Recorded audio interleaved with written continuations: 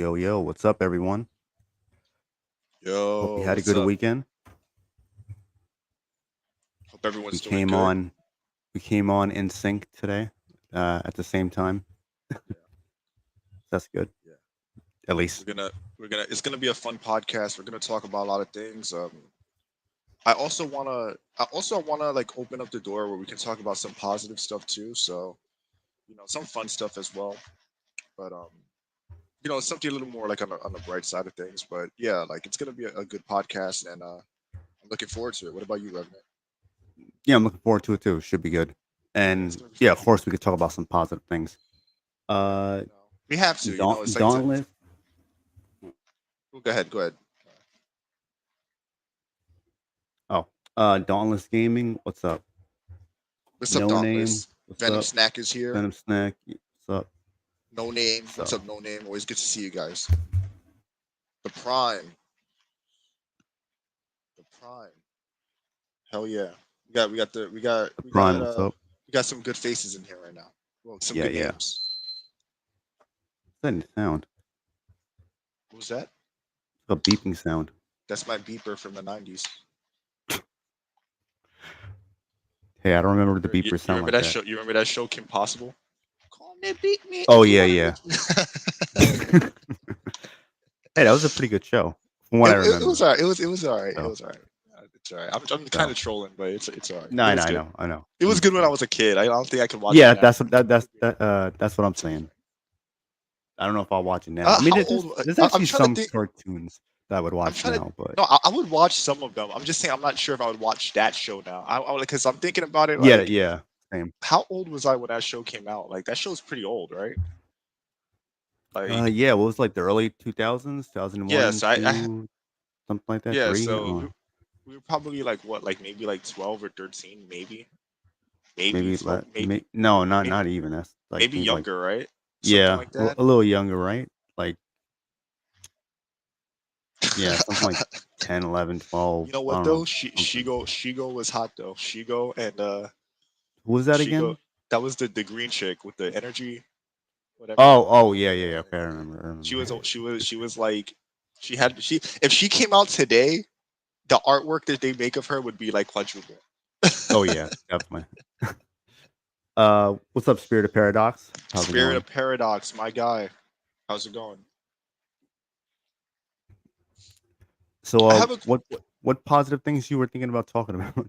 well, some of the things that everyone's enjoying, playing, watching. Oh yeah, yeah, yeah.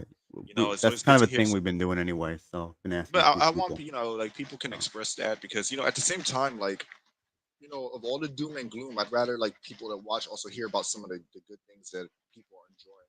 yeah, of course. Also, I have a question for everybody. So I have a specific question. Do you guys ever? I don't know if anyone here has streamed on PS5 before. Do you guys have problems with the mic cutting out, like or not working at all, like while streaming? Because I've had two different controllers that had the same issue when I plugged in the mic, where sometimes it randomly wouldn't work. Mhm. Excuse me. And I've had streams randomly, the audio just cut out mid-stream as well. So I don't know what the hell's going on. Yeah, I was like Um, the one I was watching. You did yesterday. I yeah, and like think the that stream, the happened, right? halfway through the stream cut out, but the audio cut out from my headset. I don't, and I know it's not the headset Mm. because the headset works fine on everything else. So, and Uh, it just happens on the PS5 with every headset. So I'm curious Hold what you on. guys thought. No name said that. Not sure if this is right to ask, but if you guys are going to talk about Silent Hill 2, if I joined that section, I got a lot. I'm sorry, I got a lot of insight to the topic. But if not, no worries. Happy to just listen. Oh yeah, for No. sure, man. You're welcome to come on and talk. Yeah, yeah, yeah. No Everyone's problem. welcome to come on here and talk. Um, So a space of everyone course, can speak on. you're everyone will know once we start talking about it. But Yeah, we, we'll send out the invites and whatnot. yeah, I'll put the link in the chat like always. So when we get Yeah. around to talking about it, and that would actually be the first thing we'll talk about. So kind of get that out the Yeah. way. Might as well get that. Yeah, I was gonna say get out the way because I mean at this point, like this over anticipated remake was supposed to be hype, and it's already kind of fallen into like the forgotten territory. Like I feel like more people should be talking about this. This doesn't have like the Resident Evil hype or like any other game like that. So it's kind of Yeah, funny how like it's giving me Dead Space remake yeah, flashbacks. like everyone talked all this shit about about this game, and then when it finally comes out, like people are like they're not necessarily dead silent, but like they're basically saying, yeah, it's pretty good, it's okay, whatever. I mean, this is a remake for a beloved classic. It should be like Yeah, right. universally loved and praised, right? Yeah, Um, who knows? Spirit of Paradox. When you say nope, do you mean that no, you never had issues with the headset, or you know you haven't streamed on PS5? Um, I think he has streamed on PS5. yeah. Marvel Ultimate Alliance, I believe. He was Okay. streaming it on there. I thought that was on the Switch. The third I game think was it's on the on Switch. everything. The third No, game. this is they remastered or ported over the first two Oh, the games, I first believe. two games. Okay. Okay. It's Okay. just Cool. that Oh they man. yeah. He had told me they took it off the digital stores, but if you actually still if you have bought it at the Okay. time before Okay. then yeah, Forget it. you I still own that it. sucks because I haven't even seen it on there in the first I place. completely forgot they put it on there. I So I didn't was like, even "Oh, notice it was there. because I was thinking about getting it. No, they took it off." I'm like, okay, Yeah, that I sucks. agree. Most games nowadays have such little staying power. I agree. They don't make impact anymore. And it's The even worse Prime, when it's a remake. When it's a mhm, remake of an old game, that makes it even worse because now it's being overshadowed by the original. yep. Yes, I don't know what's The going Prime on. wrote. I don't know if Hold on, it's our let me answer this real quick. PS5. I don't. The Let me Prime just say said, this. gaming is fucked when even the new Sonic game is censored. Yeah, I heard about Oh that. yeah, I yeah. actually seen it. They censored Amy Sonic putting his hand over His Amy's hand, mouth. his His mouth over her head. That'd be weird, right? I'm sure there's That somebody would who's be. into that somewhere. But Yeah, I'm yeah, sure. like he, Only some Sonic fans. it's misogynist for him to cover her mouth because she was running her lips. But but yeah, like it's weird to me. It is weird to me. I think it might be a PS5 issue with like my specific PS5 because it makes no sense to me why the audio on the mic cuts out. It happens with every microphone that I use, so it's really weird. That is weird. It is Um, really weird. Definitely. So hopefully there's like some solutions to it online or something. It could be a bug or something. I'm harping on it a bit. I know like we want to move on from it. It's just because it's really strange to me, and it feels like it's a bug. I feel like it's some kind of bug or glitch or something. Or I don't Right. know. Dauntless Gaming. He asks Reverend Remnant. I question for you for sir. Is YouTube going to delete the Synthetic Man channel? Is it true or fake? I mean, from what he posted on his community post and how he kind of went into detail about a few things. It's possible because I guess hmm, like depending on Why would he what they lie would. about it?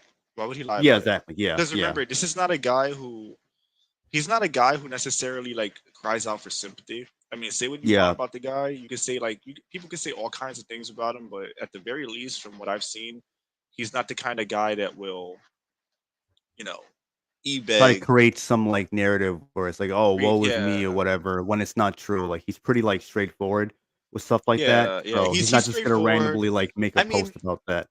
But think about the stuff that the guy talks about shamelessly. Like if he's willing to just say that stuff like blatantly and not give a crap, I doubt that like he would lie to just get engagement. Like I'm pretty sure they yeah, are trying to get his channel down.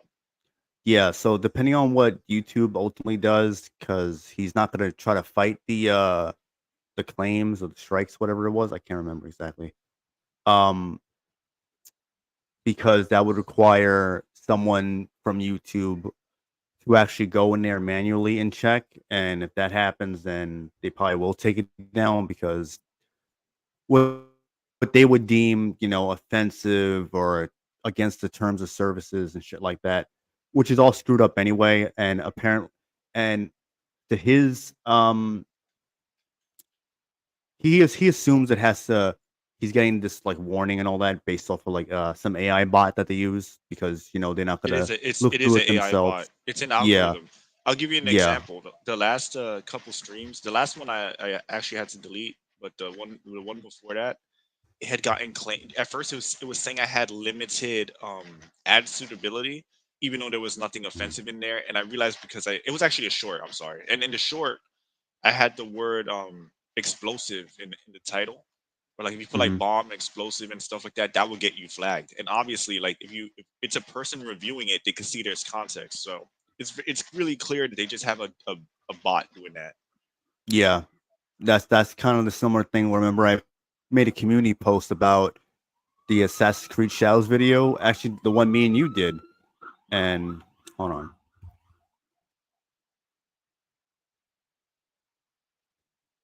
All right, sorry. New York City, fucking cops going That's by. just They ain't coming for me at least. But anyway, so yeah, so they had send me a fucking like notification that your video is being taken down for hate speech or something, and it showed the exact timing on the video. So I go to the video, I'm listening, and it's like nothing about no part in that in that point of time was there anything like hateful or even if they would consider it to be like racist or something, there was nothing that was actually said that would indicate that. So, and the You video know is what I would still love? up. So, You know and what they I would never love like for them to do? notified me anything about like, oh well, Did you say they took it we down or went something like back that? on it. They What took was that? down the warning. Didn't you say they took down the warning or something like that? No, I if I look back on my notifications, it's probably still there, but They there's just no didn't do anything, indication they didn't do anything and they and you didn't didn't get a notify me of strike. it. You didn't No, get a strike. nothing. I So think this you is know what I weird. would love for them to do if they actually had any spine, because they have no accountability. They should write. You know how like you could community note shit on X or like some or stuff like that. They should have it where when they claim it for hate speech, it's not just a thing and a timestamp. They have a written explanation of why it's considered hate speech. And if they're unable to do that in a clear and concise way, it kind of exposes it as bullshit. Even though we know it's bullshit, it's still it will make it more blatantly obvious. It would actually probably Yeah. embarrass the Hmm. people who run YouTube. I mean, it's done by You're right. algorithms anyway, so it would just be like, if you're gonna say something is hate speech, you should say why it's hate speech. If you just cite a term of service that says talking about XXX and the third is not allowed on this platform, that's not good enough. I want to know why this specific thing Yeah. was interpreted in that light, and if they can't prove that, then they have no legs to stand on. I'm of the Exactly. opinion that all this stuff Um. goes away if you start filing lawsuits. When they start getting sued and facing legal repercussions, that's when Yeah. all of a That's sudden when it'll things change. change. That's when they'll stop Hmm. doing things. Stardust Crusader. Are you another anti-woke grifter, or do you genuinely care for video games? I genuinely care for video games. That's why I talk about the things that I talk about. And even now, currently as we speak, I have more gameplay videos on my channel than I do of commentary videos.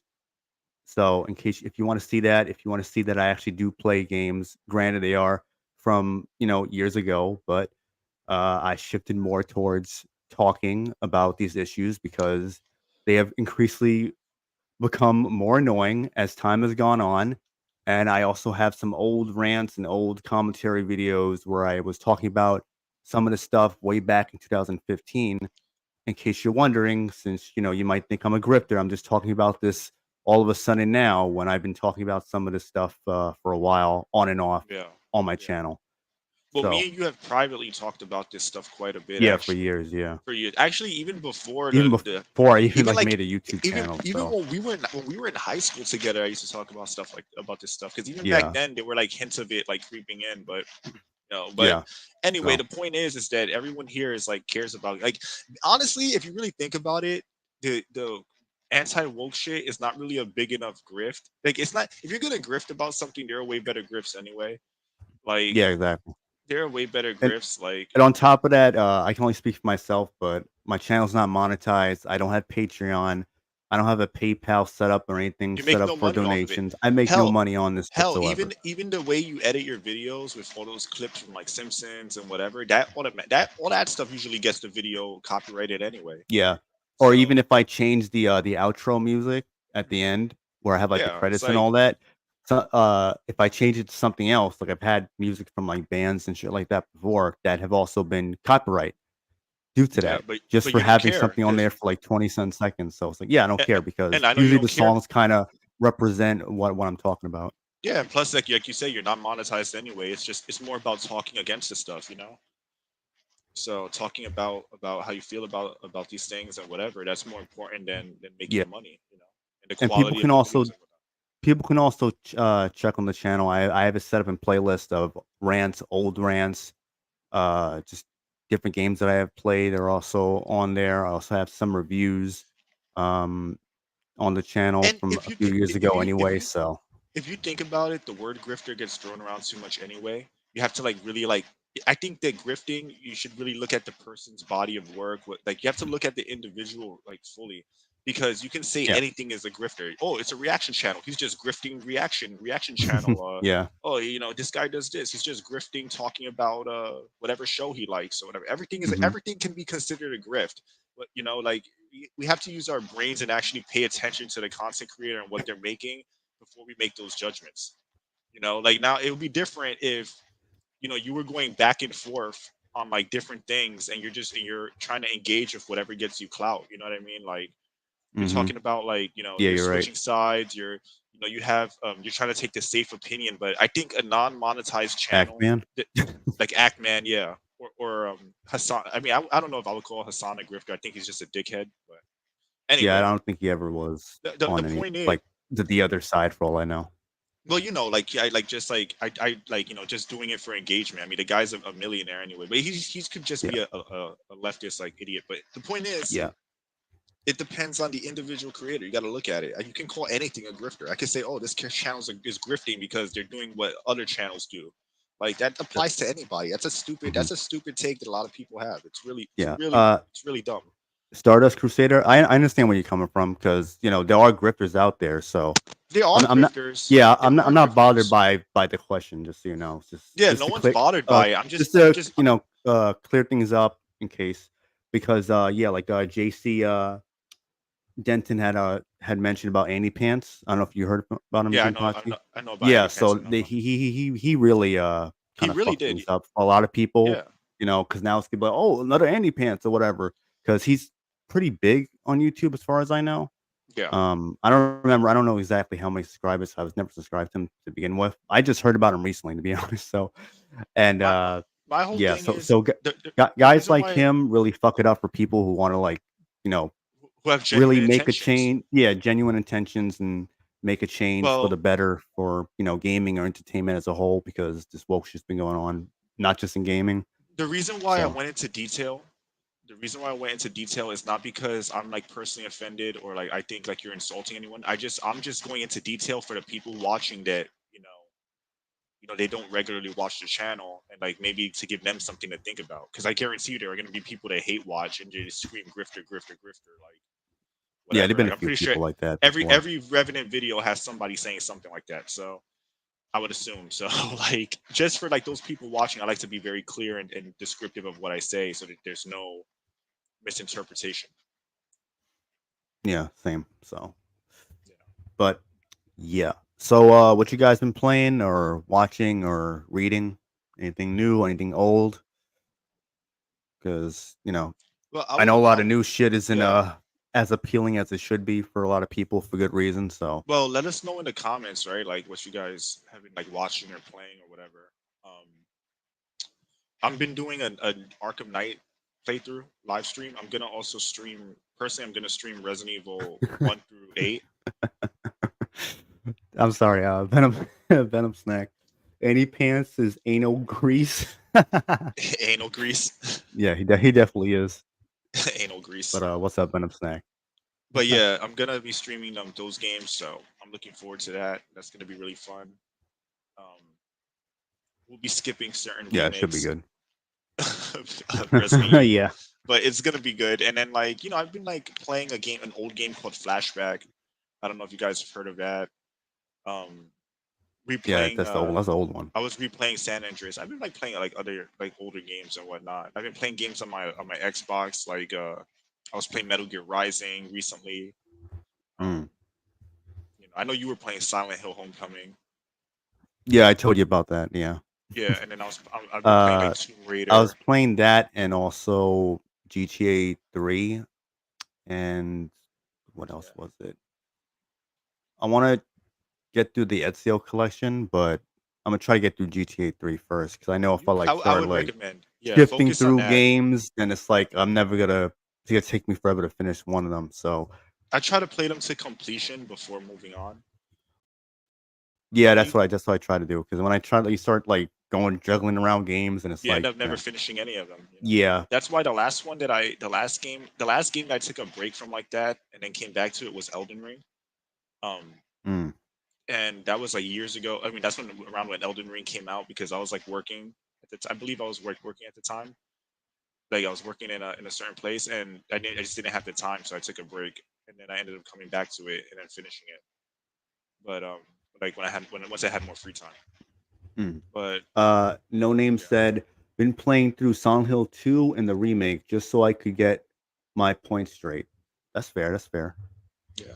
I mean, I get it. I just don't like giving them my money, but it's good that you're doing that. You're playing through it to get to get your points. Your Yeah, compare the two, and yeah, you know, like hey, if you think it's better than the original, then I mean, that's on. that's Yeah, your that's your opinion. right. Yeah. That's So your right to have it. Like you can look. yeah. People don't understand. You can have a different opinion, and like that's fine. People can't force you Hmm. to have an opinion, but also understand it. People don't have to agree with it. Yeah, exactly. You know, Exactly. that's And it. that's something a lot of people fail to understand, is that you can have a different opinion, and you know, that's about it. Like, you can move on and just be like, all right, well, he doesn't agree or whatever. Because people were going after what's his name, Boulder Punch, on his review on it. He has like an hour long review and was also comparing the two and whatnot. So they Like were getting everything, no mad at matter what. him. Huh? Like everything, no matter what. Oh, yeah, yeah. That's usually how it is. Hold on, let me get see the comments I can read, because other people are saying what they were doing. If you don't like everything, Uh, no matter what, good luck. you fucking chud. Oh, standalone complex on PS2. How is that game? I never played it myself, but I've seen like some videos. Do you enjoy it? Like, what are your thoughts on it, Oswald?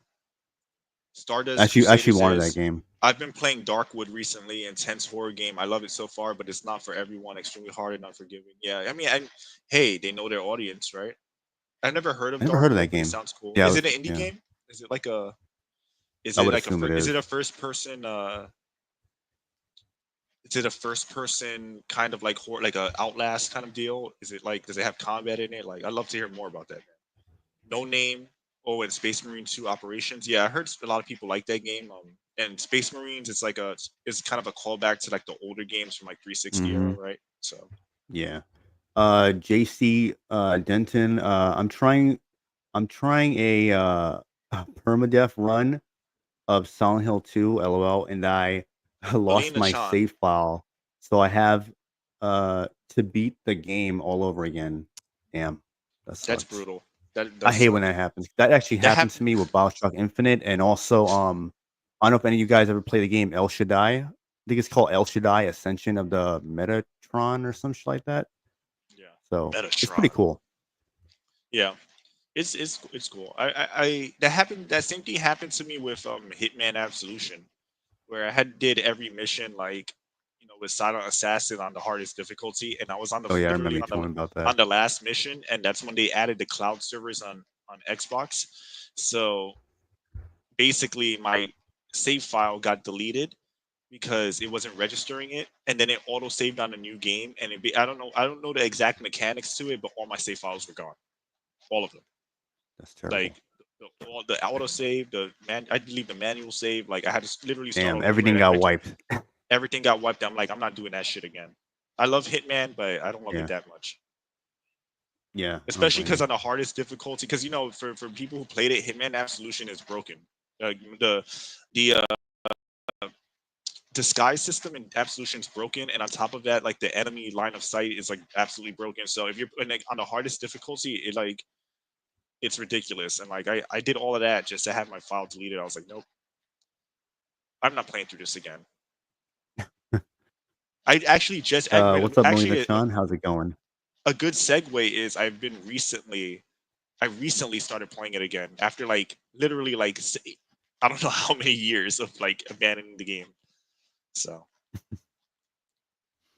The Prime Road. I'm currently playing both MGS3 and my personal guilty pleasure, Shadow the Hedgehog. I didn't play Shadow okay, the Hedgehog, but I it was heard some fun. people refer to it as like a guilty pleasure.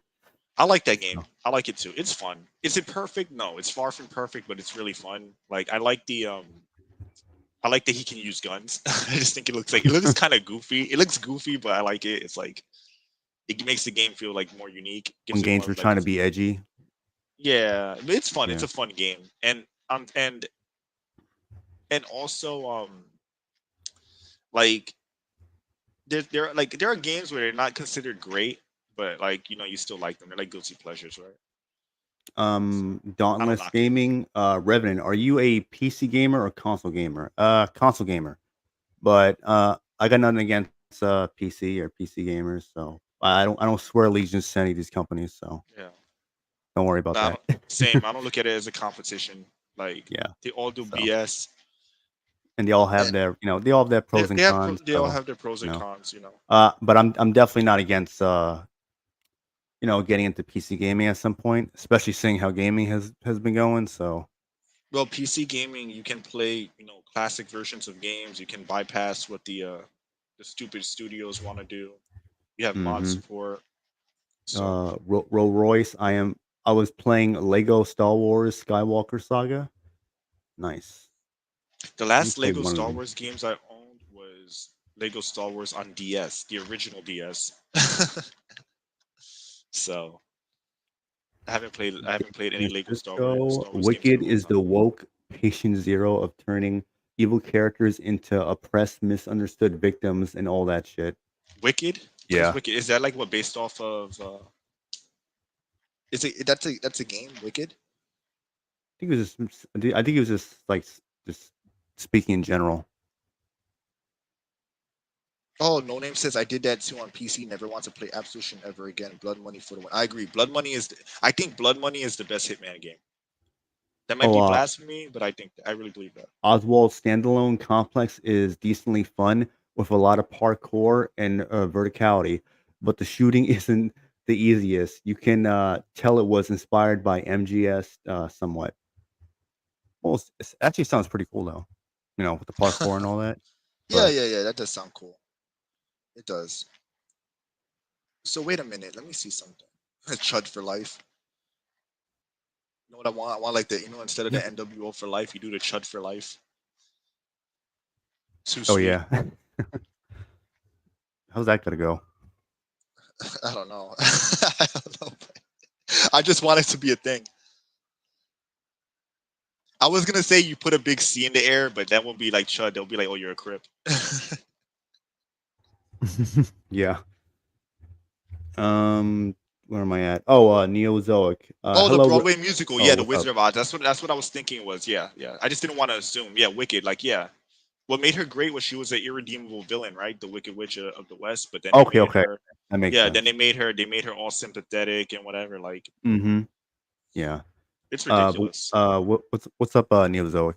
How's it going? Neozoic, the man with the questions. He's like the Riddler, or should I say the Clue Master? He's the Clue Master. Yep. But yeah, so I mean, look, we all have guilty pleasures, but I'm glad that everyone's finding enjoyment in playing something. Hopefully, you guys are like, in the real world, like, doing things, meeting people, interacting, um, getting fresh air as well. Because I think like even within like the gaming community, I always try to like recommend that people, take care of their bodies, exercise as well. So it's good to find like a balance. Mm-hmm. Which is why, like for me, like it's easy for me to abandon these games because I feel like, all right, all these games become trash. Well, good thing there's other things that I also enjoy. I just think it's a good safety net, so you don't end up in that mindset of like you have to like the new thing no matter what, because you'll be surprised how many people wouldn't know what to do with themselves if you take gaming away from them. It's like almost like a drug Oh addiction, yeah. Yeah. almost, right? Like so, gaming like anything else, like people can be like absolutely addicted to it in a bad way. Stop lifting, Chud. Stop lifting, yeah. Drink soy and be like me and Batista. No lifting, chud. Yeah. Be like Batista and Young. Yeah. Drink that Soylent. That's soiling. I don't think I could ever become as gay as Batista, so yeah, I Yeah. can't. I don't know what the fuck happened to him. I can't. I can't. Brain rot has taken over. Yeah, I can't. Exactly. Brain rot took over. I can't. I can't stoop to that level. Never forget, Batista said, Allegedly. Let me see. Allegedly, Batista cheated on his cancer-stricken wife and was Didn't he mad explain that in because his book or something? he did. I'm just saying allegedly, just in case, but like Yeah, yeah. allegedly. I mean, I'm sure it's true since he wrote it himself. He put it in there.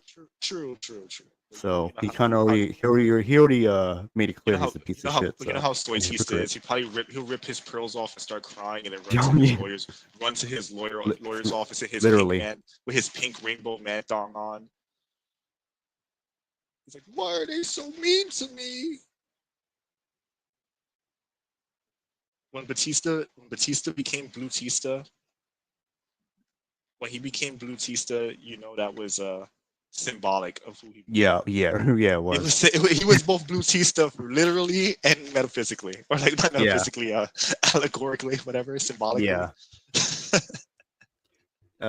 Yeah. I heard. Yeah, I seen that about fucking people going after Undertaker now, saying, "Oh, he was never that good" and all that because him and Kane Yeah, were it's with like Trump. people, and these are the same people that would like explode in their pants when Undertaker would do anything. Yeah, right. It's funny they'll say that, but they had no problem when Mick Foley was acting like a libtard on there.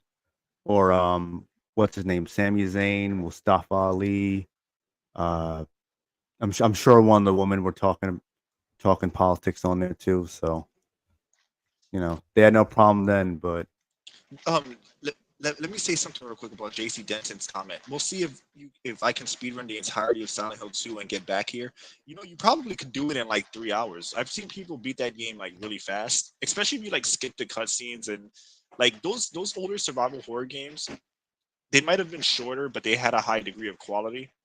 And but like if you but that being said, if you just skip cutscenes, if you know all the puzzles and what to do, like you know what in a lot of those games, if you know what ending route would be the fastest, it's actually like really easy for like to speed. Not easy, but it's very short if you speed run.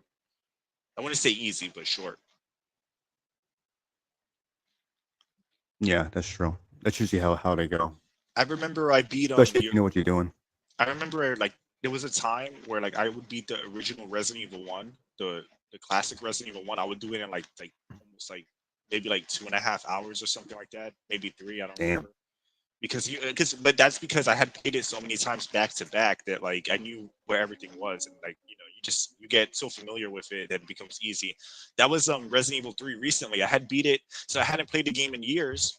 And then when I finally got my hands on it again, my first playthrough was like 6 hours or something. But then my next three playthroughs were like it was 4 hours, then 3 hours, I believe, and some change. And I unlocked all the costumes and basically like everything. Mm, So it's like once you're yeah, familiar with the game, they're not long. yeah. That's most survival horror games, to be frank. Uh, JC. Well, I mean, by the time you're done, we'll probably still be on it.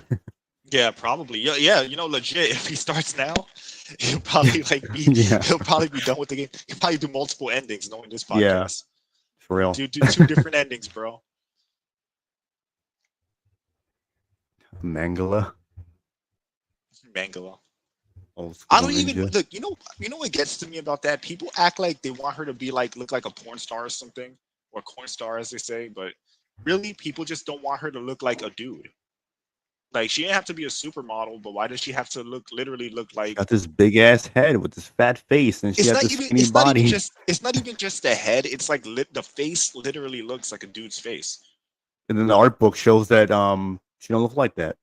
Yeah, So like people are so disingenuous. I don't understand why they think there has to be. That's like something so frustrating for me. Like when I say frustrating, not that it like bothers me, but it bothers me at like a personal level. But it's just kind of like I, it just makes you it's wonder, like, how are disappointing. people really this Is dumb? yeah, it's like, are you this dumb? Like, why is the only alternative to her looking like a man looking like a stripper? Why can't you just look Yeah, like a right. normal woman? Like if you think normal women look like this, you're smoking crack. Like even the Yeah, unattractive, like yeah, there are women that are like, there are some women out there that look like funky. No offense to them, but come on, like, I mean, it is what it is. come on. Angela didn't have to look like that. Angela didn't have to look like that. Like they could have made her look like an average woman, an average young girl, pretty but not like a supermodel. How many girls do people? You guys in the comments, I'm sure you know this because you're and a lot of you are men. there are tons of girls you see every day in the real world who you're like, oh, she's kind of pretty, but you're not like going crazy like she's a supermodel or like whatever. Like she's kind of pretty, kind of average looking, whatever, but she's not ugly. I mean, I had somebody argue with me that they actually said they said, and I actually like this person. I'm not going to shout them out, but like we talked about it already. But he's like Maria's new face model looks bad, but Mary's looks decent. And I'm like, they're the same voice actress. I mean, the same face model. Yeah. And it bugged me out that the guy couldn't see that they're literally the same face. Like I just like it just blows my mind. You know, it blows my mind. It's crazy. It's really crazy to me. No, it really is. Uh, where am I at? Cosmos Insight. What's up, guys? Soylent Hill 2 remake. It's the perfect name for that disgrace. Yeah. Soylent. Yeah, Yeah, it is. It really Soylent is. Hill. Yeah. How about Soylent Hell? I like that better. Soylent Hell. Yeah. Soylent Hell. Like And where they're at honestly, look, anyway. from what I've seen of the game, look, is it the worst game in the world?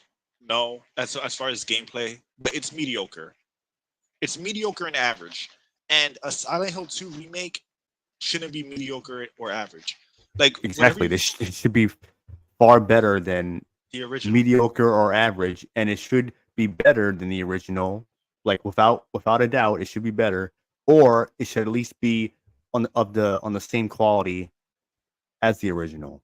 It shouldn't Exactly. be, and the fact that it's getting mixed receptions, whether people want to admit it or not, says a lot about what people really think about the game. So Like, but no matter how you feel about Resident Evil 2 remake, right? Because on one hand, right, like on one hand, because the original Resident Evil 2 is my favorite. I'm bringing this up for a reason. The original Resident Evil 2 is my favorite, and I really enjoy that game. I think I prefer that to the remake. But that being said, there are things that the remake does with like, shooting off their limbs, the physics for like when you blow off like when their heads get blown off and like you can see like um it's called the pedaling, like like when the leftovers of their head is like really dynamic. There's tons of hmm physics there. The zombie groans, the atmosphere, the lighting, the setup, like it's so good that in those regards that you can't deny that it has a memorable impact. Like it really did. That game is memorable on its own. It's a remake, but it adds things that make it like really dynamic and interesting and kind of like innovate in the horror genre. But then when you look at Silent Hill, what is it doing that's new, good, besides being an average, passable game that has woke agenda sprinkled into it? it's just trying to be Resident Evil 2 remake, Yeah, it's and trying then to be. and It's failing at doing that. it's trying to be, but at the same time, like you know, at the same time, like you can't even compare it because the atmosphere of Silent Hill 2 remake looks like and plays like a lot of other games from I would argue the 360 era even, hmm but not in a good way. I'm talking about more of like the fodder. Like that game, if it came out in the 360 era will be totally forgotten. Oh yeah. Shit, So it's coming out. Even now, it's like it's gonna be forgotten. and So it just shows you how the standards have dropped. A passable game shouldn't be praised as like as if it's game of the year or something. definitely not. And I truly believe that a lot of I'm not saying everyone, but I truly believe a lot of people that played the remake and were overhyping it never played the original. Yeah, it's like that Or meme. Silent Hill fan is excited to play their first Silent Hill game, because that game gets flack for things that Homecoming did. Homecoming had and Callisto Protocol. People gave that game shit for the yeah. same thing. Because I remember like when Silent Hill Homecoming came out. Yeah, Silent Hill Homecoming does have some flaws. It has things that I think are kind of Yeah, it weird. does. It's It definitely not does perfect. because It's not definitely not the best Silent Hill well, game. from I like the story and the gameplay. One criticism I could make of that game is that it makes no sense for Alex to be seeing the apparitions that hmm James did because he's not James. So he shouldn't be Yeah, seeing it definitely Pyramid does Head. bother He, me. he he shouldn't be seeing nurses or whatever. And especially because his character isn't based off sexual repression. His is based off repressing his identity of who he is, right? Like I'm not gonna hmm spoil that game, but So I can admit that's a fair flaw, but that game is really good. It has a good story. It looks good visually for the time. Like, but that game got criticized for having combat, yet people are praising this game, which has worse combat than Homecoming. Yeah, yeah. It's even more So, clunky and even more like cheap and like again, I'm going off on a bit of a tangent, but I think I think everyone watching understands what I'm trying to say. yeah. Hold on. Let me answer the Prime real quick. Has any of us played the Xenoblade games? I only played the one on Switch. What was it? Was that the second one with the main character? He has like an Australian accent or something. I don't know. You're asking me, but I He don't has know. like weird pants, like with Yeah, his thighs is showing or something. I don't the know. blonde? He's like a blonde dude, right? No, no, he has like dark brown hair. I think the first Xenoblade, was it Xenoblade Chronicles, That's the one I might be has the, thinking of. yeah, that's the one. Yeah, that's the one I'm thinking. I don't know about the other. To be The, fair, I've the only played the second one. one, the sequel, yeah, it was two. Okay, I only played That's the the one first I one. played, but I never finished it because I got kind of bored of it, to be honest. Yeah.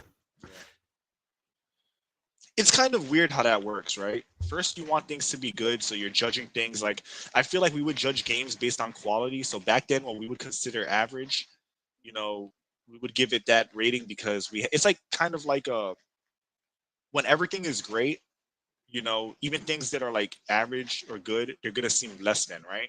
But then like when you think that gaming can't get worse or can't devolve, then you see the current era, right? Like post 360, late PS4, whatever, and you realize it can get far worse. Like it can be far more boring. And now we're waiting for games that back then we considered mediocre. Now by today's standards would be considered amazing. Which is kind of like True. it's kind of sad. It's kind of sad how that works, where like the quality has declined so bad that you could take a game that's average or run of the mill, like an RPG that you might have like thought like, yeah, it needs polish or whatever. But nowadays it's like, well, at least it's not woke. At least it's not full of propaganda. At least it has gameplay. Like imagine that being a criteria. At least it has Yeah, gameplay. right. Yeah. So it's funny to think about. How many videos or reviews do you hear where it's like, well, I have good news. Pros is that it actually does work. And I'm like, wow. So we're at, Yeah, it's gotten this far now, where we have to make sure we point it out that it actually does work on launch. they're not. I always say it this way: they're not making games anymore. They're making content. They're just making Yeah. like chaff. It's like, you know, uh, it's like betting. It's just filler. They're just like a bunch of nothing, a bunch of nothing. Hmm. Flanderized. The Prime, yeah, that's actually the one where people were getting very upset by the characters. So I think that is the base one. Do you remember how what was Um, that game that game with the other girl in it? The when that they went crazy because like her thighs were like thick or something like that. It was like a oh, JRPG. Atelier Ryza. Atelier Ryza, and then they Yeah, made the yeah. sequel, right? I think, yeah, they made two. The third one I think already came out. I think just came out.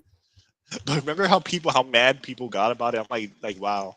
Yeah, they were pissed. Like some thighs in shorts got you quaking in your boots. Yeah, right. Like go figure, right? Chris B asks, I'm not a Zoomer, but I do want to ask Zoomers here. What was the last great game you played that was made for your generation? That's a good question. Obviously, I can't answer that. So, but I'm pretty sure that they're gonna. I mean, they're gonna say games. They're gonna say games that are probably don't hold a candle to like the past games, which is fair enough because you don't know what you don't know, no, right? yeah, You don't know what you don't know. Like yeah, at the same time, I'm not gonna knock anybody because like if they didn't grow up or didn't experience it, then they're yeah. only gonna have Unless they went and played it, but most people don't do that. So, yeah, they're only gonna have their pool of games that they like know, right? yeah, Like the God of War is a really like a really funny one for me because that's one where like if you play the old like, and again this is my personal opinion, you guys can disagree with me if you want. My like you go back and you play those games and the original games are so much more fun. Kratos is so much more like brutal and aggressive. The boss battles are more distinct from each other. And then like people will argue that the new God of War is better, but to me the only thing better is that the graphics are better. And I'm not gonna lie, I like that Kratos has that beard or whatever. I think it's pretty cool, like the look of Kratos. But aside from that, like I mean the new one's like a fucking Netflix show. it's like how can you compare? Like if you think about the fight with the Hydra, or even with Poseidon in the beginning of God of War 3, no boss fight in the entirety of Ragnarok or God of War 2018 comes close to that boss fight. Like, I don't know, it's just like it's one of those things where like, I think it's like you said it, it's true, and you said it in some of your other videos. It's recency bias. It's the newest thing, so it must be better. But Yeah, like, that's what it is. Yeah. if you really analyze it, like to me, there's no like even when it just comes to having fun, it's like why would I not want to fight hordes of monsters, kick doors down, fight giant beasts, like go through destroyed cities? Like why wouldn't I want to do that instead of walking slowly talking to boy? Yeah. Like why and also what makes it worse is you could have had boy fight like Kratos in the original. It could have played the same way with Yeah, the right. same narrative direction. So it's crazy to me. Walk slow with boy and row your boat with boy. Yeah, it's funny. It's funny. It's like funny to me. I get people have people have their own opinions, but that's the one where the classics to me are way better. Yeah, exactly. So it's almost 4 o'clock. Should I send the links out? Before you do, is there anything else you want to say about anything else, Um, or you want to like leave it at that? I think we can leave it at that, Okay. But now that unless there's new something people comes to here, mind. I'm gonna ask this question again. Anybody in the comments, have you guys had issues with your PS5 mic working while you're live streaming on YouTube? Again, I'm bringing this up because I had two different controllers, multiple headsets, and I still have issues when I go online with the mic just cutting out for no reason or not working. So I don't know if this is a design flaw, but I just want to know if anyone else who currently came in has had that problem before. But yeah, now we can bring people in. I'm just curious if other people experienced that. Okay, no problem. So, So oh yeah, off topic real quick.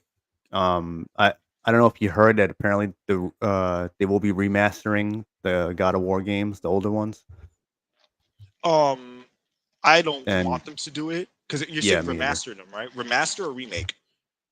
Remaster, but we already Okay, seen how the Soul Reaver games are being Metal Gear censored. Solid, Metal Gear Metal Gear Solid 2 Solid, and yeah, 3. the disclaimer and They all didn't that. censor They it. do that with the Tomb Raider games.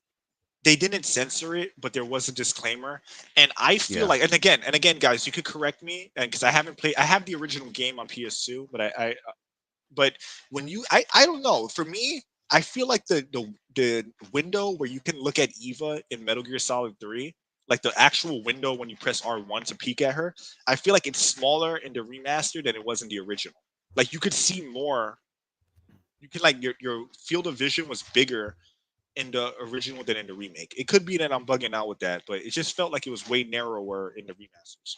But yeah, like with them with the disclaimer, mm. Tomb Raider with the disclaimer, they censored something, but people got in their ass and they fixed it.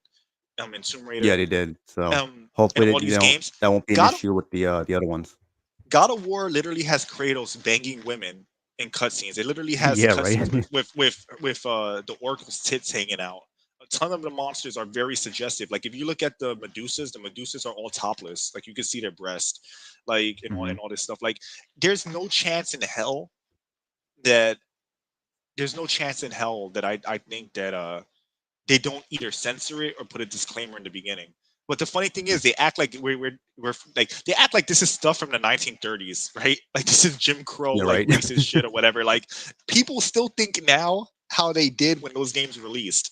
Like it's just kind of like that thing where if they say it's offensive, then people might think it's offensive, you know? Like if they say, "Oh well, Some people will pretend that oh no, it was always offensive. Why don't you mature and grow up and you know dumb shit like that yeah, because they mature have and to grow up," says the guy who they got to toe the line.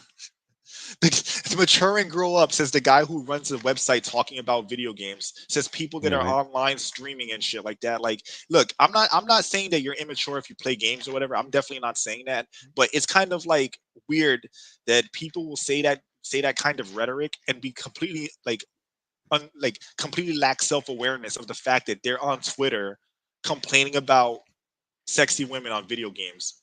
Like that in itself is immature. Yeah. And then these Yo, people will love what's will up, love Apollo horror Patriot? films. These people will love horror films. They'll love degenerate shit. They'll love all kinds of stuff. They have the The audacity to call Funko other Pop people. collection. Yeah, and they call other people immature. Like, get the fuck out of here. I'm sorry. Like, we all have our hobbies. We all have our things that we think the things we like. If you're handling your responsibilities as an adult, you can do the things you enjoy.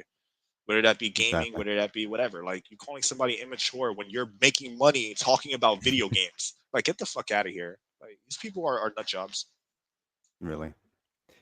All right, so I'm gonna send out some links on X, and then after that I'll put the link in the chat for anyone who wants to join. And just so anyone knows, we're gonna try to limit it to me, Jin, Pachi, and maybe 2 or 3 other people, At a maybe. time. Just so And, yeah, at a and time, just so StreamYards doesn't act yeah. stupid as And usual. also, we might rotate people in, have them give their Yeah, opinions, and we usually do that. So rotate them out. That way everyone gets a chance to speak, and nothing yeah, lingers on too long. And one last thing about God of War, there is absolutely no need to play. They already remastered them, so if you can actually get you can re-release them. I guess you can, if you have a Vita, you can play God of War 1 and 2 on there. PC, you can play it. I believe there one. Aren't they already on the PlayStation Store? God of War 1 and 2.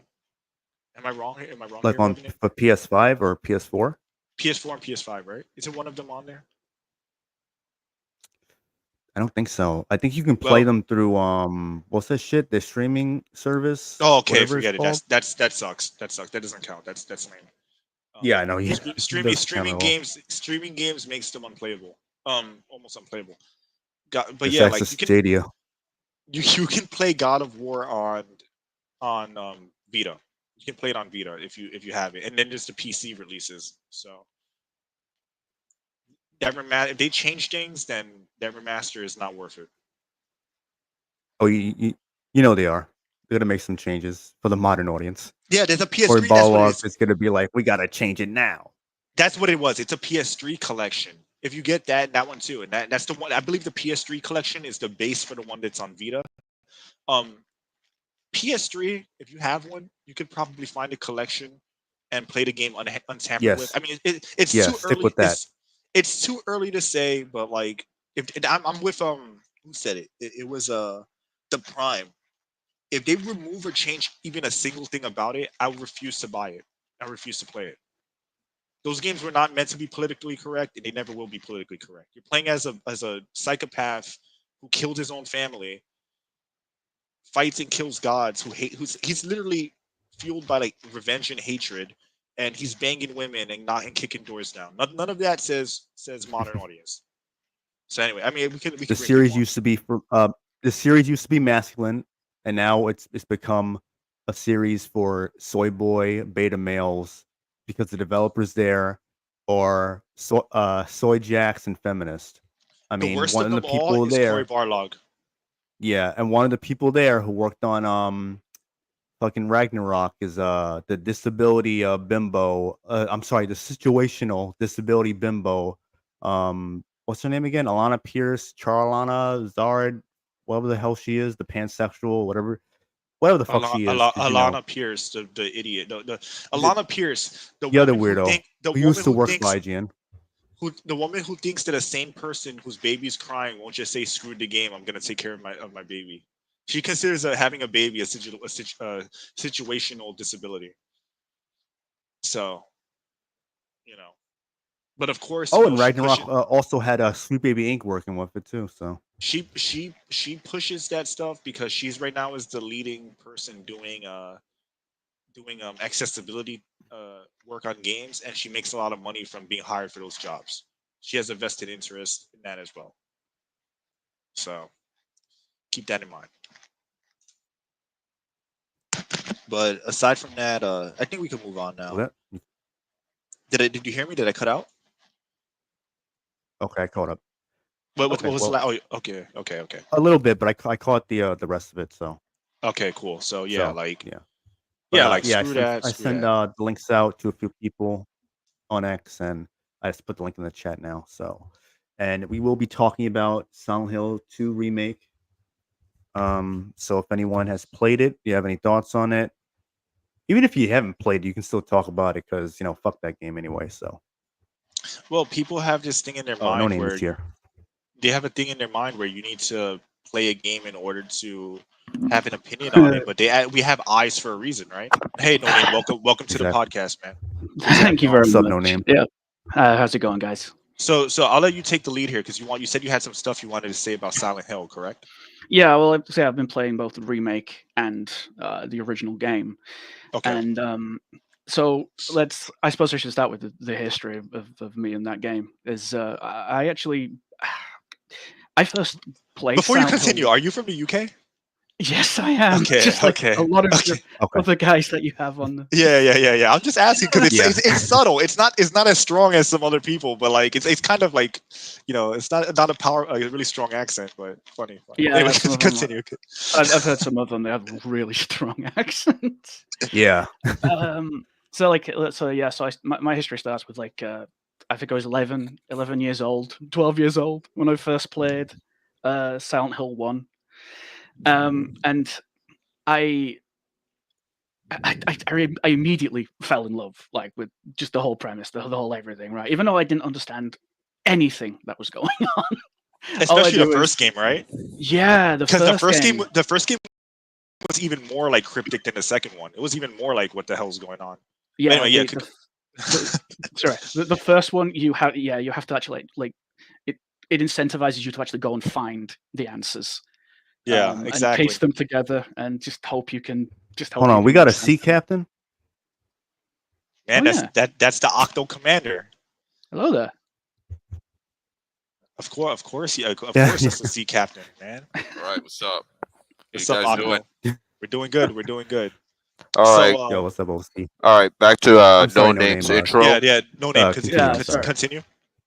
And so when I got my hands on Silent Hill 2, it would have been like 2001. That would have been like 13, 14. I remember started playing through that, and I just remembered how different it felt compared to the first game. Like, everything was smaller and it was more personal. It was more intimate. Like just like the levels you were going through. Like, you go back and you look at the old one, they're bigger. They're a little bit bigger. They're more grandiose, right? And it's because the whole point of that game is that there's a demon shifting reality, right? Yes. It's more grandiose. It's a much bigger thing that is happening in the lore of the series. But then when you go to 2, it's like they're stragglers. Like, it's like the town is picking people off, right? Pulling them in, luring people with darkness into their hearts, and luring them into the town, and just little shifts in the environment take place, right, around James. So when I played the remake, I was floored by just how much Bloober Team did not understand how the other world and how the actual power of Silent Hill works. Because the other world in this new game, it's shifting, like it's huge, massive shifts, right? Like just like the entire environment is getting completely remodeled, and stuff like that. Like, it's kind of crazy. It's kind of crazy how, but I suppose it's like with every remake, isn't it? Go big or go home, right? Yeah. But I feel that that's not the story that this game is telling. Well, sometimes they do the opposite. Like, I feel like I'm just gonna keep that thought in your mind, because Batman Returns is, to me, a smaller scale threat than Batman '89 was in terms of like the films. So Batman Returns was, to me, what felt more like introspective, while '89 was more like, bigger, like go big or go home, like, especially like the way both movies end. So sometimes you could do like I agree with what you're saying. Usually it is that, but I'm just using that example because sometimes you can lower the scale but make a good sequel, a better sequel. I feel like with Batman '89 is that they wanted to, like, really sort of like, because they hadn't had a big film about Batman up until then. Was it the first big film? It was, outside of the '60s one, but the '60s one was kind of like an over. I like it, but it's an overblown like TV movie, Yeah, it's like TV movie. Yeah, so There's like a part where he's beating the shit out of a shark. He's trying Where, to bite his where leg. he's running with the bomb. When He's he's running with the bomb, that's like the greatest. I think that's the greatest moment in cinema history. He's just running through the streets with his bomb over his head. But anyway, I'm sorry, I distracted you. Continue. I just No, it's all right. Now you reminded me of like the shark that's like trying to get him. He's like, oh, get off me. That was hilarious. But it's like with remakes, I feel like like they want to go big with the presentation, right? And they want to go like, we can't possibly just make the same game, okay? And I understand that. I get that. But I feel like in doing so, they have again missed the point of this very personal, intimate story of these broken people, right? That are just trying to get through this tiny little town. This let me emphasize that. This tiny little resort town. Yeah. I play at the apartment building, and I'm like, why is this going on for ages? I would have been done with. I would have gotten to the what was it called? Brookhaven Hospital by now in the old game. Like the pacing is so bloated. I couldn't believe how much ridiculous I heard about that too. padding. I even seen it tons in of padding. streams too. It's like they wanted like, oh well, we want puzzles and things like that, and it's like, okay, but you do realize that good puzzles kind of speak for themselves, right? Yes. You don't just pile them on top of each other, and you can't force them to be memorable. Either they're memorable or they're not. You know? Yeah. Like I was playing and I was like, oh my god, they want me to find two different key combinations, so I can unlock this thing, so that I can then do another puzzle, right? And it just keeps going like that. It just keeps going. It's just like, guys, do you not have enough confidence in your game, in your design philosophy, in the original game's design philosophy, to just have this game run at a like similar, maybe slightly longer length, right? Yeah. Well, I let me yeah. add something to what you're saying, because what you're saying is very valid, but there's a little bit more to it than that. Because I feel like current games, there's this thing where some people feel like if a game is short, that it means that it's bad or they got cheated out of their money. But like for me and you and like many others, the original Resident Evils or Silent Hill games, they were much shorter, but they were memorable because everything was focused. Everything was treated with a lot of care because the game was shorter. So like I said before, you could in theory beat those games in like 3 hours, but every moment of it feels special, and it feels like it doesn't feel padded, where like with modern gamers, if a game's not a 40-hour grind, they feel like, oh, it's not worth $70. Like I'm pretty sure most of us, as like us old school gamers, would prefer a 7 to 8 hour experience that's good and focused and fleshed out and has a great story and the pacing is good, as opposed to 40 hours of doing nothing or puzzles for the sake of puzzles, or padding or filler for the sake of filler. And I think that I think that modern games, they want to appeal to those kind of gamers, as opposed to like that modern. And again, I hate saying it, but like those modern sensibilities of like, it's not 40 hours, so I wasted $70 mentality that they have. Yeah, I get it. That we've kind of been conditioned to think that way. To be honest, I hands up, I remember thinking the exact same thing back, like during the 2000s. Like late 2000s. I used to think that the longer games were the better games, right? And then, well, look at Metal Gear Rising. Metal Gear Rising super short, but that's one of the most memorable. Like that game is like amazing. It's an amazing game. And it's so short. Like that game is like, I think the last time I played it, Revenant, me and Revenant were hanging out. I think he was like he was literally there with me talking to me while I beat the whole game. Like it's so short, but it's memorable. It's memorable. Like it's good, and people don't forget it. People don't remember Assassin's Creed Valhalla or and even Origins. Like people beat those games and they forget them because they're so spaced out, stretched out, padded. So much forgettable filler. So. Yeah, and I like I say, I'll try to I'll try to get back to like get back on track with what I was saying, because obviously I don't want to take up too much of your time. For sure. Continue. So, to get back to it, I'm starting to see people dogpiling. Like I'm not gonna like sugarcoat it. Dogpiling people with the opinion that this remake isn't terrible. It isn't a bad game. In fact, it's a good game. It works. You know what I mean? Like it starts and starts and it works. And there's obviously a lot of effort that's been put into it. There has been love put into it. Perhaps I feel like a lot of that love has then been put under a examination table and slowly dissected bit by bit from the usual prudes, right? The usual made for committee kind of people, right? Who say, "Oh, we can't possibly have this." Advertisers, the mass appeal of the game would be tarnished if we were to include these very difficult subject matters.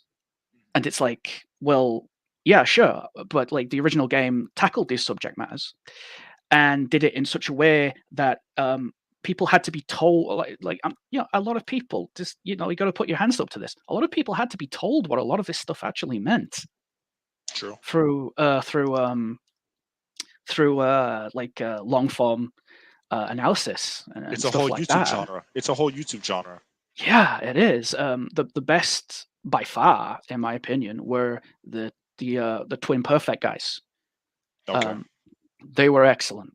They basically helped a lot of people understand what Silent Hill 1 was about. Like they really did. Because up until then, people thought that Alessa was like this vengeful spirit that was coming back to punish and to inflict horrors upon the people of of the world, essentially, when that had nothing to do with it at all. Of course, then the movie goes and does that, and well, we're off to the races, right? Everybody sort of monkey see, monkey do, right?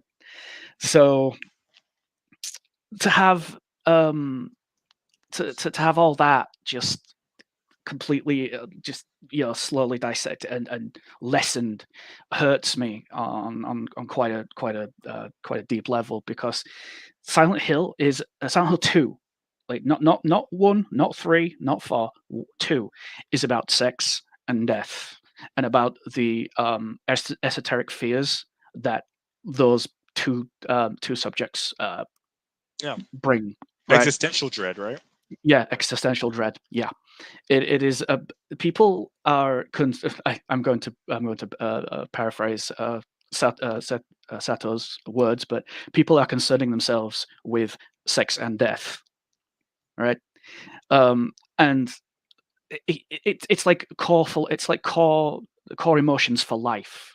They wanted to capture those core emotions and like put them on the screen in a visual interactive media, and they did it, and it stuck with people for 24 years. And now we have a bunch of new people coming in saying, no, that's just shit, that's just terrible.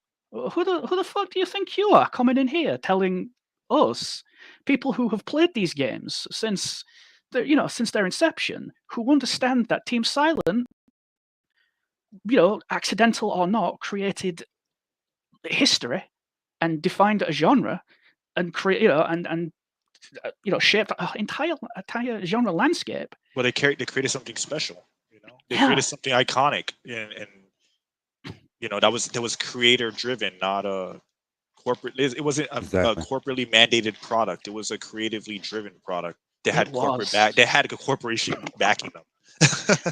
Did you know that the original writer that's the difference between how it was then to now? Oh, sorry. Did you know that the original writer of Silent Hill 1, Keiji Toyama, I think his name was, he basically slept under his desk writing that and making that game. His blood, sweat, and tears went into that game. Yeah, it's crazy. And you know why I believe it? Because as a creative myself, I find that when you're invested into something that you care about and you want to make sure that it's good, you're going to be losing sleep over it. You're going to be putting in those hours because you want it to be as high quality as possible. You want to make sure that it perfectly, to the best of your ability, represents the themes and ideas you had for it. So, I'm not surprised this guy slept under his desk, Yeah. trying to make sure that it's perfect. Like even with my own creations, like I've lost sleep just sitting there, like writing the script, making sure everything is the way I want it to be, conceptualizing things, making sure it makes sense, and unfortunately, we don't, like you said, well, like you hinted at, we don't have that anymore. A lot of times it's like get the product out as soon as possible, which is unfortunate. Yeah. And there's Yep. Masahiro Ito, of course, has every right to say the things that he says on Twitter, and the things that he says about certain aspects of the game. Like people, maybe we did misunderstand the initial introduction of Pyramid Head with the two very sexy looking leg monsters straddling each other while he grabs their legs and holds them in the air. Maybe we totally did get that wrong, and that it totally Yeah. didn't have any kind of erotic essence mixed with disturbing imagery, right? Because Maybe there isn't a bear in that cave. Maybe those claw marks aren't bear claw marks. Exactly. I totally haven't seen what Masahiro Ito was actually producing at the time, which was very, very with a lot of his art was very sexually charged. A lot of it was very, very Japanese. Yeah. Yeah. What he said on Twitter, he also it just seems like revisionism from him. Yeah, where it is. it's like now it's like he wants to address this years later. Yeah. And now it's like he's still with Konami, right? I mean, at the moment he is. Yeah, he's I believe probably. I think living, their relationships relationships are more like he's just saying what he's told to say. He's a contractor that works. That works with Konami regularly, or like that has like a relationship with them, because he's not an employee. He just is has a good relationship with Konami. Yeah, exactly. So technically he's a freelance writer. So yeah, so when he says these things, I just kind of roll my eyes and go, okay, I understand, bro. I understand. You've got a lot of shit on Twitter. You deserve to be able to defend yourself in some kind of manner. But let's not get it twisted. You censored that scene in the new game. That wall partition might as well just be a massive black censor bar. Yeah. All right. It is. It is. It is. It's and also like, when it comes to that scene in general, like it's already been proven and well documented that he wanted it to be much more explicit, and he was told to tone it down, from what I understand. That's like the rumor that I've heard, that it was supposed to be more blatant, and he was advised to like make it like more vague. So yeah, to the point of him, like, what he was doing with those mannequins. Yeah, exactly. It's they have gone through the game and they have taken out problematic aspects that they see with the sex part of the story, of the entire core concept of Silent Hill 2, and that is why every time somebody says, "Oh, it's a faithful recreation, it's a faithful remake," no, it isn't. No, it isn't, because one of those core concepts has been completely neutered. Sorry. Yeah. I mean, that's the theme of it. It would be like, it's like, again, if you remade God of War and you took away Kratos' rage because you thought it was toxic masculinity, then it loses the core concept. That game, for example, is about revenge and Kratos being angry and wanting to punish the gods. If you take away the revenge aspect, it loses its soul and essence, the anger aspect. So same with Silent Hill. In Silent Hill 2, if you remove the sexual, because the game is really about James coming to terms with what he did out of his sexual repression and his feelings toward his wife, and like the stress that was put on him with her illness, that those are the core parts of the game. If you nerf even one of those things, you lose the soul of what it was. Yeah, exactly. Like the whole thing is about him coming to terms with what he did. Both his creations, Maria and Pyramid Head, are the prime examples of that. Again, Pyramid Head, he's there to punish James. He's there to show James that his demons are holding him back. And that's why he starts trying to kill Maria, trying to stab her with the skewer, because at that point she is seen as that thing that is trying to hold him back. Obviously, she is like a creation that, unlike the monsters that are sort of stumbling around and stuff, she was born with actual agency. She was born with actual, like, I want to stick around. I don't want to just disappear after James gets over his problems. And there's an Right. element of it where she kind of represents what James wanted her to be. She really is like what James wanted her to be, you know, Yeah. like in some degree. Like she's more provocative. Which is She's, you why know, did more. they which is why, like, they, you know, in the remake, they just completely fucked up her design. It completely goes against what she originally was to represent to James. Yeah, exactly. I mean, to me, I prefer the new design from an aesthetic perspective, but it is not Maria. How do you feel about her face actress? Her actual like model that they hired to do her face. She's fine. Honestly, she's fine. There were times when I squinted and it honestly looked like the old Maria. You know what I mean? Like, I get what you're go ahead. saying. I think that the thing about it, for at least for me personally, I'm just gonna speak for myself here. I think that there's an Yeah, element to it of where you have. You're. I'm gonna put it this way. Let me just focus what I'm saying here. Let's say you have a massive pool of models, right? There's no shortage of models that you can get to play this character to capture her likeness, right? And I just find that it's too blatant that in most of these games they choose more strong-faced women, you know, stronger jaws. A lot of times they look more uh not stumpy, that's not the right word. Like, you know, frumpy. Frumpy is the word. Like more frumpy, yeah, you know, not as slender. And it's like it's so agenda. It's so agenda driven that it's obvious that it's an agenda. And again, like Maria, you know, she should be portrayed in a way that is true to the vision of the original. Yeah, she kind of looks like her because, you know, she has the blonde hair, she has like the a similar outfit, but like when you really look at her, it's like this character is supposed to be, you know, James' beautiful wife, yeah, and then his sexual repression is playing a part of that as well. And then when you see Maria, it's like she looks kind of like, you know, somebody's mom, soccer mom. You know, it's kind of like it just it's to me, like again, she has like this very masculine jaw, and I find it distracting personally. I You know, mean, especially when yeah, you have to look at this character. You have to look at her. You have to like watch her talk. So it's not like you can avoid it. It's like Angela. No one's saying these characters have to be supermodels, but why is there such a obvious an obvious like an obvious push to make them look as androgynous as possible? I guess you would say like.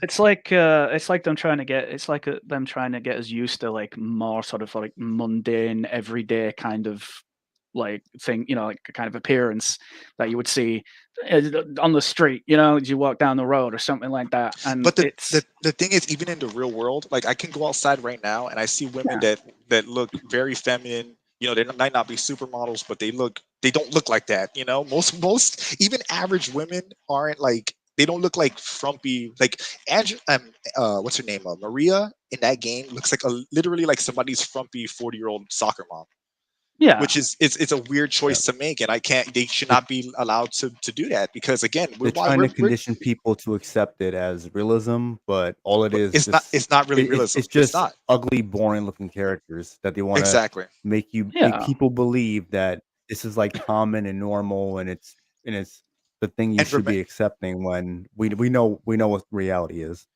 remember, we're engaging with entertainment, right? It's the same way that like if with women where they like things like Twilight or like whatever 50 shades of gray or whatever thing that they like, these people are created to appeal to those women that are into that thing, right?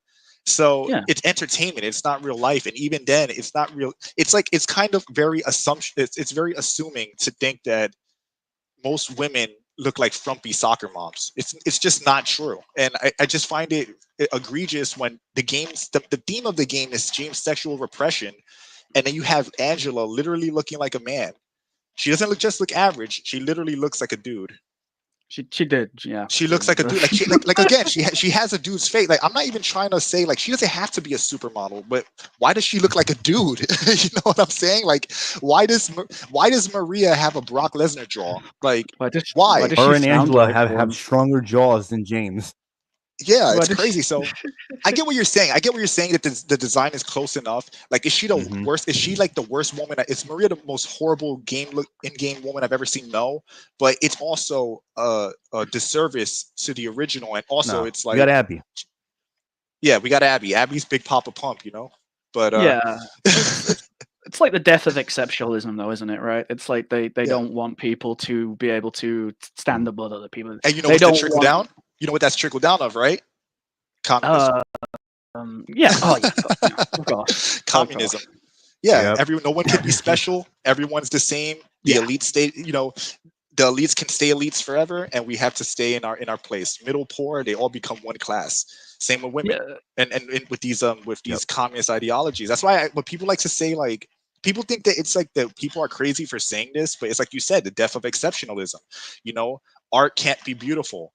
You know, people can't stand out. People can't just be better, and that's the thing that people don't understand. That life is not fair, but we have equal opportunity, but not equal outcome. You know, Yeah. like No. as Yeah. streamers, Yep. me and you can stream, but guess what? That beautiful or that hot woman, she's gonna get a shit ton of views on her stream. Why? Because she's an attractive woman. It's just Yep. it's reality. And if we deny reality, then we make things unfair for we further create the unfairness gap for everyone. You know? No, I Mhm. agree. I agree 100%. But the thing about Maria is that she is not faithful to the original in any way, which it wouldn't be a problem. But the problem is that she is a key focal point of the actual story of Silent Hill 2. That's the big problem. That's the elephant in the room, right? Like Exactly. it's like, oh, we're gonna cover her up. We're gonna make her look I don't know, like more acceptable, I guess, right? Like it just By seems to their be this kind of standards. By their yeah, standards, yeah, yeah. this Because like weird look, mandatory acceptance that they've got going on. and I'll play devil's Swolled advocate. up. I'll play Swolled up. I'll play devil's advocate here. If I'm playing GTA, let's say I'm playing a GTA game, Yeah. I don't expect every NPC to look like a supermodel. That's not real life. That's true. You should, you have your old ladies, you have, your chubby women. If you're gonna create like a city and you want realism, of course, not every NPC is gonna look like, whatever hot, like curvy goddess or whatever. But the main characters of stories, especially if you have to look at them for 40 hours, they should be appealing. Those are the characters that they're the main character for a reason. You There's a know, lot of little additions in Silent Hill 2, the original, that kind of hint to the idea of James not being a pervert, but being interested in other women. Because obviously this was happening when he was visiting his sick wife, right? Like when she was in hospital, his eyes were starting to wander a little bit. There was some attractive nurses maybe walking around. Maybe not as attractive as what the town tries to turn them into, minus the big bubble head, right? But and it's like there are parts where you see James's model look directly at Maria for no reason. He just looks directly at her. He'd run around her, and his head never stops looking at her. Little clues like that. The he's like part lustful. where He's very lustful. yeah. Yeah, the part where she opens the entrance to Heaven's Night is also like the fact that they tone that down as well. It's like, oh, okay, but like, why? Like, all James does was have a little cheeky peek, right? Like, all he does which is is go, which is "Oh." relevant to the story, and it's relevant to the story.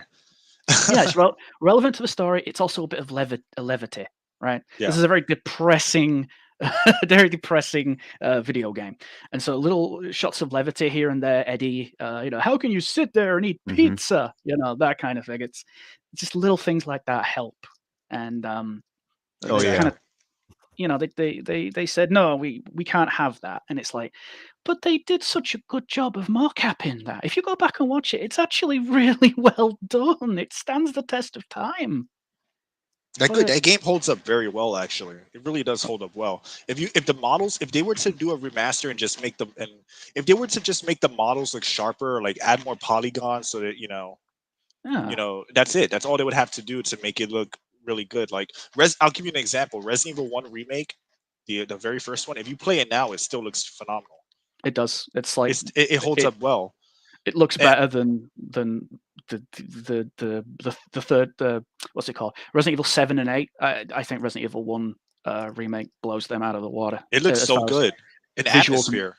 Yeah, atmosphere and And artistry. You know, the fact Yeah. that they had enough sort of enough composure to say, okay, let's use a similar color palette to the original game, but you know, we'll make it look nicer, essentially. But they didn't like go, oh, okay, right, completely different visuals, completely different color palette. No, Yeah, people everything's recognizable. You know, it's like they just Yeah. added. It's like if they just added polygons and just kind of like interpreted things directly the way that they were meant to be interpreted, that without the limitations of the technology.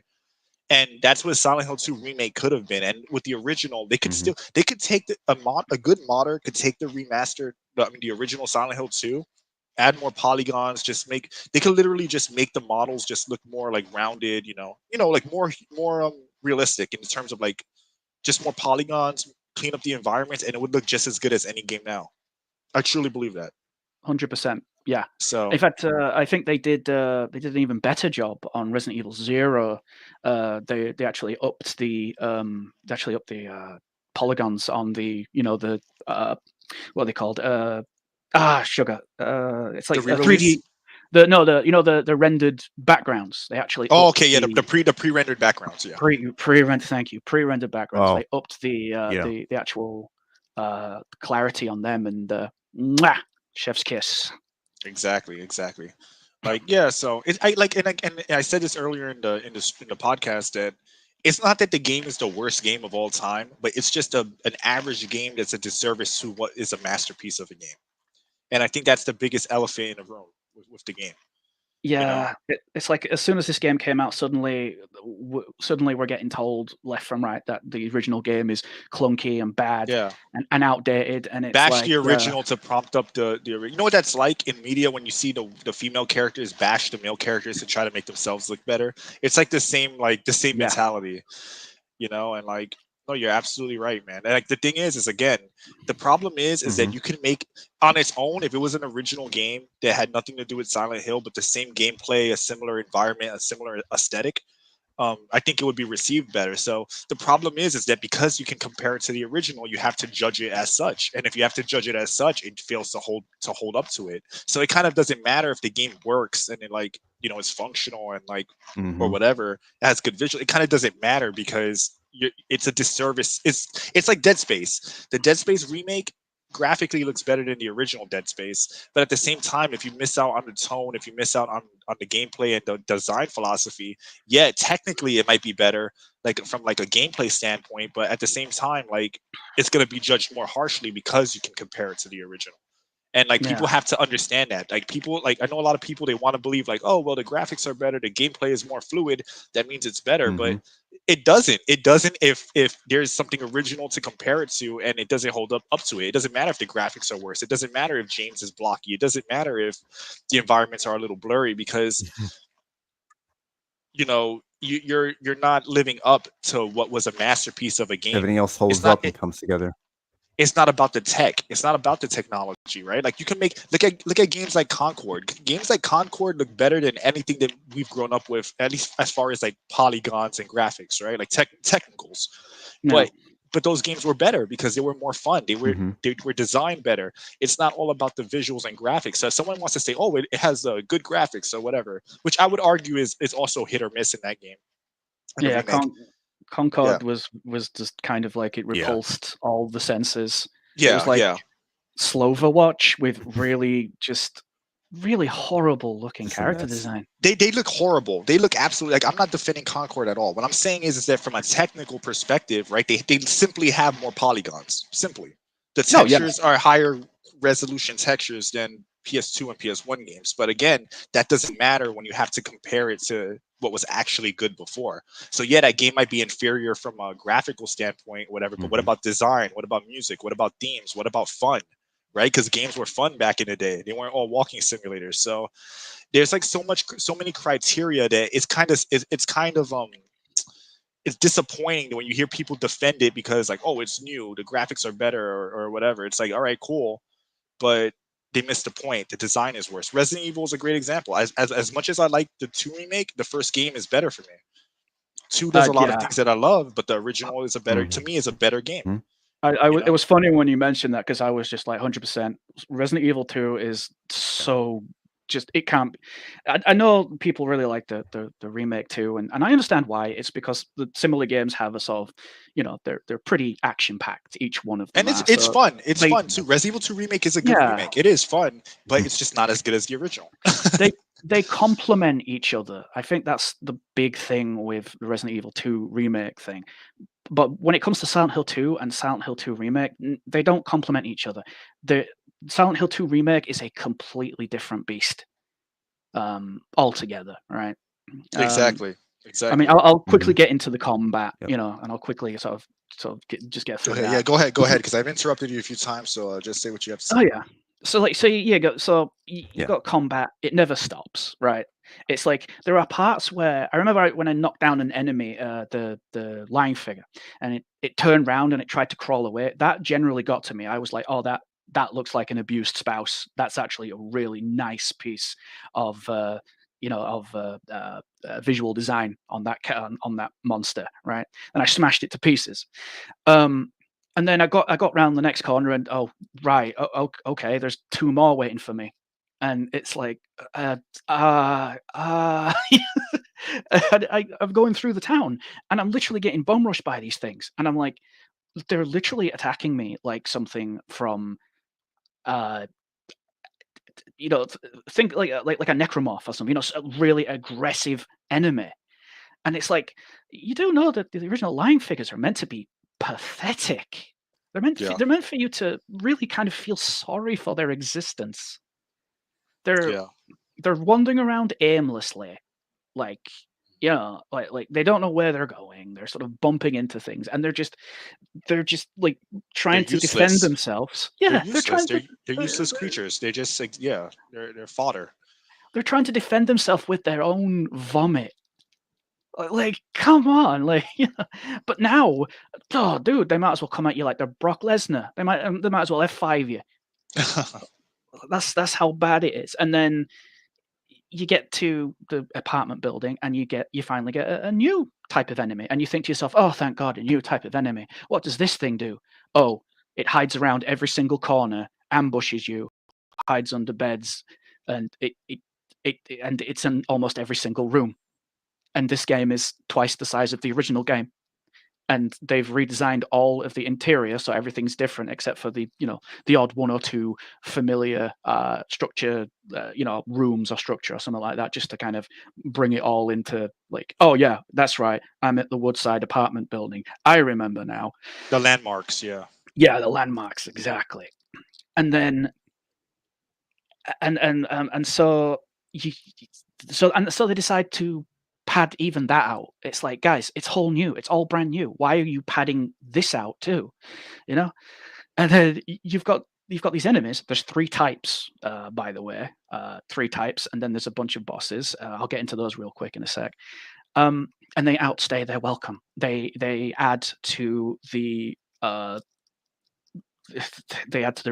repetitiveness, which I'm sure you've heard about by now, that it's incredibly repetitive after a certain time, after a certain point in the game.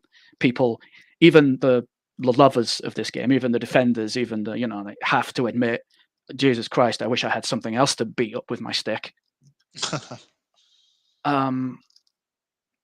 You've got nurses, you've got the what were the 2 legs called again? I've forgotten what the legs were called. Mannequins? I know the line figure. Mannequin. I think they're called mannequins, right? Yeah, I think so. I think they're called mannequins. And that's it. And that's all you've got. And then you've got like bosses. And then you've got bosses where they've turned the Flesh Lips, which, don't get me wrong, the Flesh Lips boss fight wasn't good, but the way that it was set up and the way that it was shot, you know, when they were slowly descending from the roof, that shit still sticks. I'm laughing. I'm just laughing because the game's not meant to be sexual. The boss is flesh lips. Okay. Yeah, I know. Right, exactly. Like, if you actually look Yeah, in the right. new one, it's like a bed, and it's like a bed with like a twisted frame, and then you've got like little lips at the end of it. It's like, what the hell? What, I wonder what that means. I have no idea. I have no idea.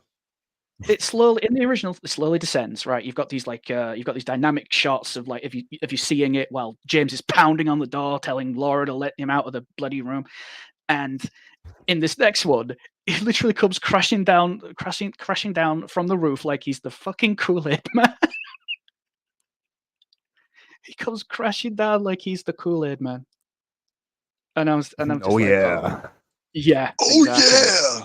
Like, oh yeah, and it's like, There you go. Oh my god, what are you doing? And then it's like this this 3-set boss where it grows bed legs and starts walking around. Bed legs walking around. Not even Silent Hill 4, which is arguably the one that goes off the reservation the most out of the original 4 games, didn't have bed legs that crawled around. Yeah. Like a spider. Mhm. That's not the only design enemy change that I really liked, and I'll admit that I actually prefer this, is that I like that the enemies when you hit them, the mannequins, they make sounds of like a woman being beaten, which makes it because in the original they just make like, you know, weird like guttural monster noises, but in the remake they make like these sounds of like distorted female voices getting like. There's nothing wrong with the original. It's fine. I'm just saying I like the idea because it makes it more psychological, right? Because if you're like a person who's not a weirdo, like if you're a person who's not like a total freak, those kind of sounds will put you off because who wants to like beat a woman and hear her in pain, right? Yeah. So like when you hear like these like distorted like female cries in the remake, I actually think that's a good change because that is actually a psychological change that makes kind of sense. But that's about it. That's the only thing that I think that I kind of like in the remake better than the original. But even that being said, the original, the guttural monster noises are fine. There's nothing wrong with them either. I think I agree with the chat. They were definitely trying to compensate for missing like elements by putting them in different places, you know, moving them around like what a remake tends to do, where it just sort of reorgs what's already there. But although so that you don't know where everything is, you know, it kind of throws you off still. Yeah, exactly. Although, you know, again, in Silent Hill 2 Remake's defense, they did put a lot of different stuff in there. It's just there's too much of it. I know it sounds really weird, but there's just far too much of it.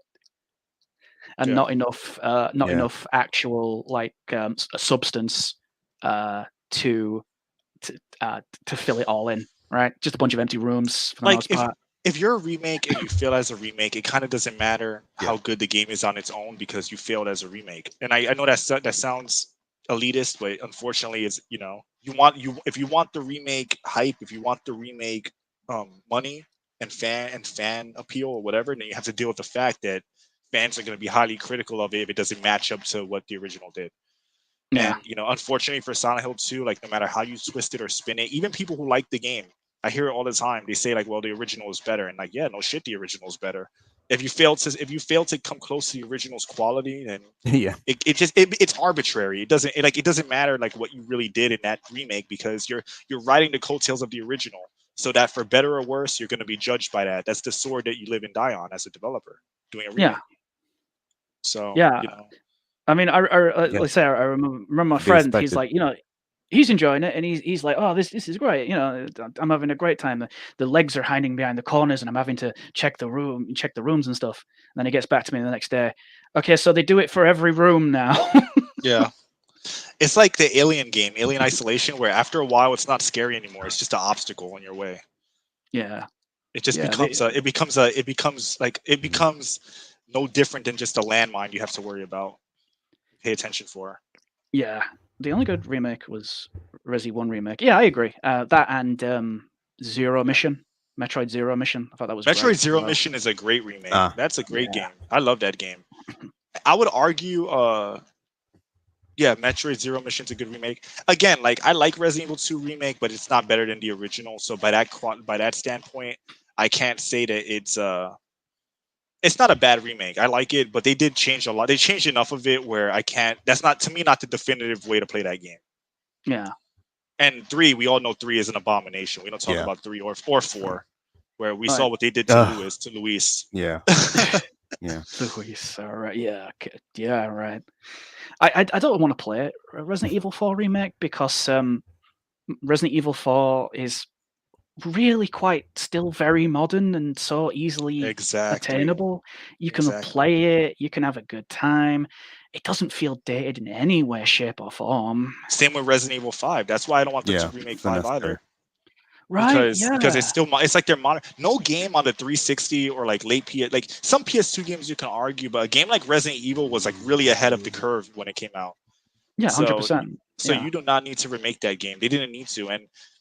And again, like, you know, like I'm gonna be honest with you, Resident Evil 4 is far from my favorite one. That's like a whole different argument I'm not gonna make right now, but at the same time, it's like they're so desperate for the remake hype that they chose to remake 4 when really they should have remade Code Veronica, which actually could have warranted a remake, right? Yeah, now they're talking about they want to remake Resident Evil 1. It's just like, guys, don't bother. Don't bother. They shouldn't even remake 4 or 5. Just remake Code Veronica and leave. Well, 4 is too late. They already did it. Remake of a remake. They shouldn't even remake any other game after Code Veronica. Just leave it alone. Yeah. Okay, so I'm going to quickly go on to. Someone was asking about Angela, what I feel about Angela, and they were saying they were calling. No Name. Do you have anything else to add about Silent Hill 2 remake? Because I'm gonna. Well, he's gonna ask. He's gonna. There's like 2 other people who are waiting. Yeah, yeah. He said he's gonna say something about Angela. So I'm gonna get to that, and then we'll say about Angela. Then I'm gonna hand out. Okay. No problem. So yeah, like so calling her Mangela. Okay. I called her Glandula, but it's okay, it's fine. It works the same way. How about just Manjules? Manjules. I mean, it's hilarious because like people, again, like a bunch of people saying, "Oh, you want her to be sexy," and blah blah. And it's like you do realize that she in the original game she looked gaunt, she looked malnourished, she didn't look sexy in any way, shape, or form. She looked memorable. She looked interesting. She had a Schwarzenegger mouth. She had, clearly she had flaws on her face, right? Exactly, because that's how Sato designed his characters with imperfections in mind, right? So for them people then to say, "Oh, you want it to be sexy, so you can, you can joke it." It's like, so you don't know anything about the original Angela at all. Then okay, that's cool. Yeah. We don't need to have that conversation. The new one, I don't know. She does look very I don't know, boy, man. That's a man, baby. It's a man, baby. She, but it's the deep voice as well that kind of throws me for a loop. She's got a very, she's got a very deep voice. I wonder why. It's because it's the Manjules. I'm telling you. It is. I think that she delivers her lines in a very very dull kind of fashion. I think some of it's pretty good. Where she like freaks out, and says, "Don't touch me." It's like that stuff is pretty good. We've got to stop Donald Trump. Like. Yeah. She's at one point, she sounds like fucking Bernie Sanders, right? and that's all well and good, but then you get to the end scene. You get to the end scene where it's like it's pivotal. You get this right, guys. So what does she do? She descends the stairs, right, and looks at him on his level, and it's like, so you just failed. You just failed. The whole point of that scene was that she was looking down at James. She was judging James in her last moments of, I'm guessing life. I'm guessing she went up to die. They didn't understand the scene. Yeah, they didn't understand the scene. They didn't understand that Angela was better than James in that moment. In that moment, she was a better person, and James was a hypocrite and was being looked down upon, and that's what the shot was kind of depicting, right? Yeah. The point of view shot, and she's like, and now it's boring and sanitized, very much like most of modern Hollywood director shots for the most part. She's mocking James, looking down at him like, "Oh, who you think you are? Oh, you're gonna save me? Are you gonna love me?" Like, I don't know if you know what I'm talking about. Like, it's kind of like she's in the original. She sounds very condescending and I would say unhinged. Obviously, like she sounds unhinged, but in the original, she sounds like she's on Xanax. Yeah, it's just like. It wasn't just that she was depressed and hurt. In the original, it was also that she had a screw loose. She snapped because of the trauma. That's why she comes across as unhinged in certain scenes, and that was completely lost in the. That was just lost in the remake. Yeah, and then she asks James, "Give me the knife," and it's like James is like, "I don't want to," and it's like, so you're still gonna hold that. You're still going to hold that holier than thou kind of attitude. No, I won't help you. Do what you're going to do. It's like, okay, I agree with James's decision, but at that point, he's very how do I put this? At his lowest, right? And I'm guessing Angela knows he's done what he's done, or something like that. She understands, sort of.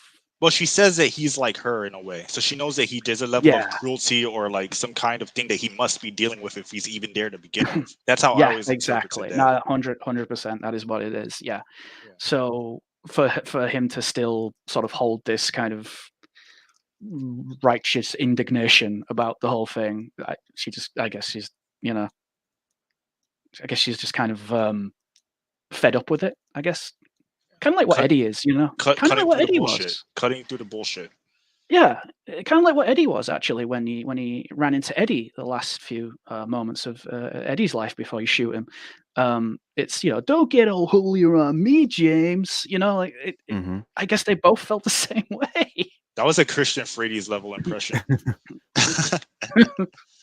Shout out to him, but yeah. But yeah, I know exactly what you mean. It's like it's like you think you're better than me, and you're here with Silent Hill just like I am. Yeah. Shout out to Mike Shoffley, the original voice of Eddie. By the way, he will always be the best Eddie. I don't like this new Louis Anderson guy. Did he pass away, or are you still around? No, still around, still going strong. Yeah. Okay, cool. Him and Guy Seehee. So it's all good. Gotcha. So basically, that was like your feelings toward the game, right? Overall. So yeah, just because no, you're good. You're good. It's just because there's other subjects, but no, like that was very insightful. Thank you for giving your your thoughts on it and going in depth about it. Yeah, appreciate it. It's really good, and you worded things very well and in a very concise, pretty concise way. So Yeah. And again, in the future, if you ever want to talk about anything else, you're always welcome to come on and talk. You know. Yeah, I think I'll hold you to that. Yeah. Yeah, you should definitely do it, man. Of course. Everyone is welcome here. Everyone's welcome here. So yeah. All right then. Well, thank you for letting me on to talk about this. And you made some great points and really in depth. Exactly. Yeah. I hope, like I say, just the closing. People like the remake, more power to you. Please play it. Please enjoy it. But I urge you to go and play the original when you're done. Yeah, that's fair. Yeah, that's fair. All right, so Octo Commander, OC, the sea captain, sea captain yourself. Do you have any thoughts on the game, or do you have anything you want to say about it while we're on the subject? Okay, so I guess I kind of made a mistake showing up so soon because I've never played any of the Silent Hill games. I guess I'll try the original, but when it comes down to the idea of remakes and changing the characters and trying to make it more grounded. Now, if you were to, let's say, open up a restaurant, right, and you wanted to open it with plants outside, now, which plants would you pick? Would you pick the plants that are green and full of life, or would you pick the ones that are just itching to die, that are brown and, crusty looking? You pick the ones that have life in them. And Yeah, of course. the thing is, it's like, okay, so they decided to change the characters, and it's almost deliberate because it's like, okay, so if you have these characters designed in a way that is supposed to be grounded, here's the other problem with that argument. The thing is, these characters are in a world where they are fighting things that do not exist in the real world. So the idea of being grounded is out the window. The idea of its attorney is more grounded than the idea of Silent Hill. So they can't use, we're trying to make grounded argument. That's out the window, right? And I'm watching various reviewers talking about it, Synthetic Man, and so on and so on. And they're saying, "Oh, this is just too action based, like they're trying to make RE4." And that's the thing, though, because it's supposed to be a psychological horror game, and this is a new group of people, like a European company that is in charge of development, right? I believe they're Polish, right? Right, right. So that the other thing that kind of makes me a little confused about the process Yeah, they're was, Polish. why did they pick those people over sticking with Japanese creators? Like, what's wrong with Japanese creators? They have a problem with their own people or something? I mean, that's the other They're thing that got cheaper. me confused. They're Because cheaper. right, because well, they may say it's cheaper, but at the same time, it's like, what about some integrity? And I agree. right, because you go and you hire a group of people that also have a different design aesthetic. They have this look that, okay, so you can kind of tell when somebody is drawing something that's anime in the West. You can tell they still have some of those design sensibilities when it comes to drawing Western things. quirks. Western quirks. Yeah. Right. And then, it's like Avatar. that. Avatar: The Last Airbender was like that as well. The Right. show, if you watch it, it looks like anime, but it has Western quirks to it. Just to help your point out, but continue. Go ahead. Right. Right. And Japanese, they have ingrained this kind of idiosyncratic mindset when it comes to producing art. And when it comes down to it, they train this stuff, when they were, since they were kids now. Now they're, telling their kids this is how you do it. And things like the hyper expressions and how they act in fiction or whatever, that is based on, no and kabuki theater. And of course, they have that, deeper knowledge of producing those kind of things, content. And they even have some of that in quote unquote more grounded Western based stories like Silent Hill, or what's that one with the guys taking pictures and the zombies and Dead Rising. bingo. So you have, you can kind of still kind of tell it's not something that's made by Americans.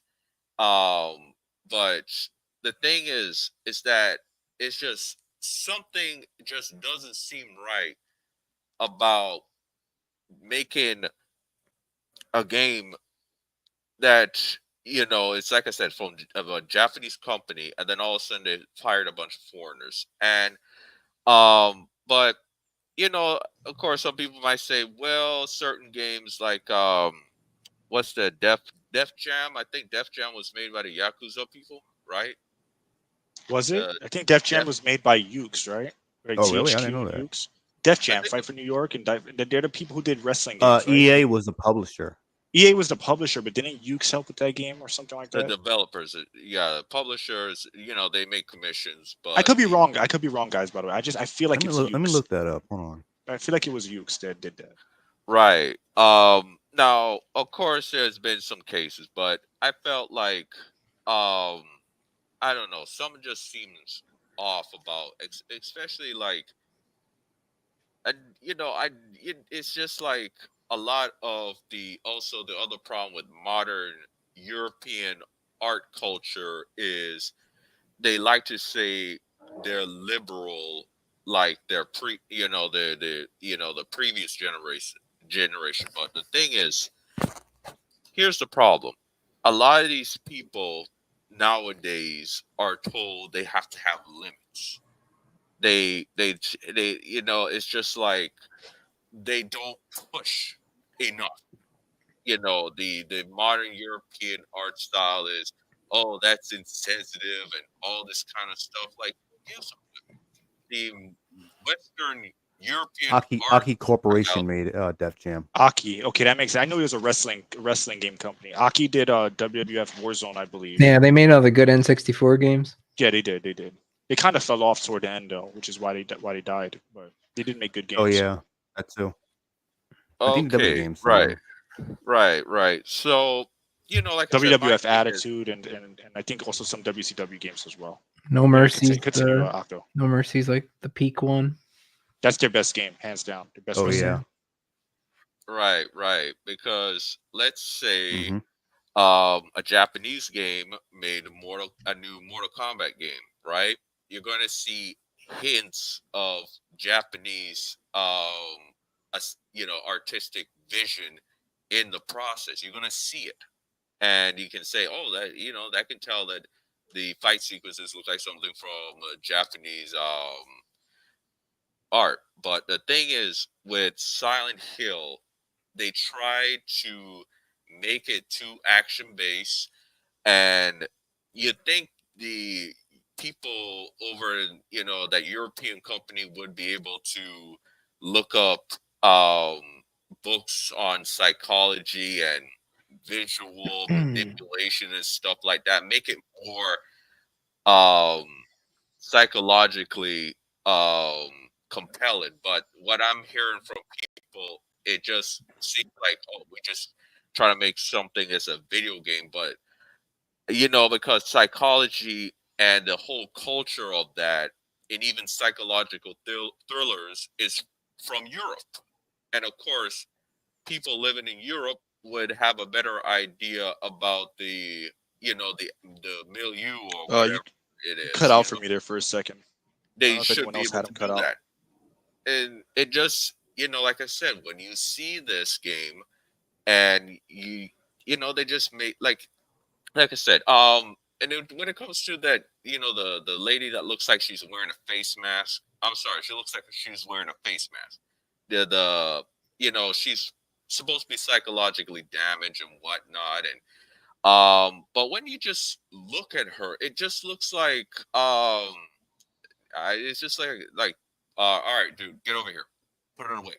Yeah, They probably hired Bluebird because they're kind of a mediocre mid developer, and they were looking to prove themselves after a few horror games, and they were going to listen to whatever they were told to do.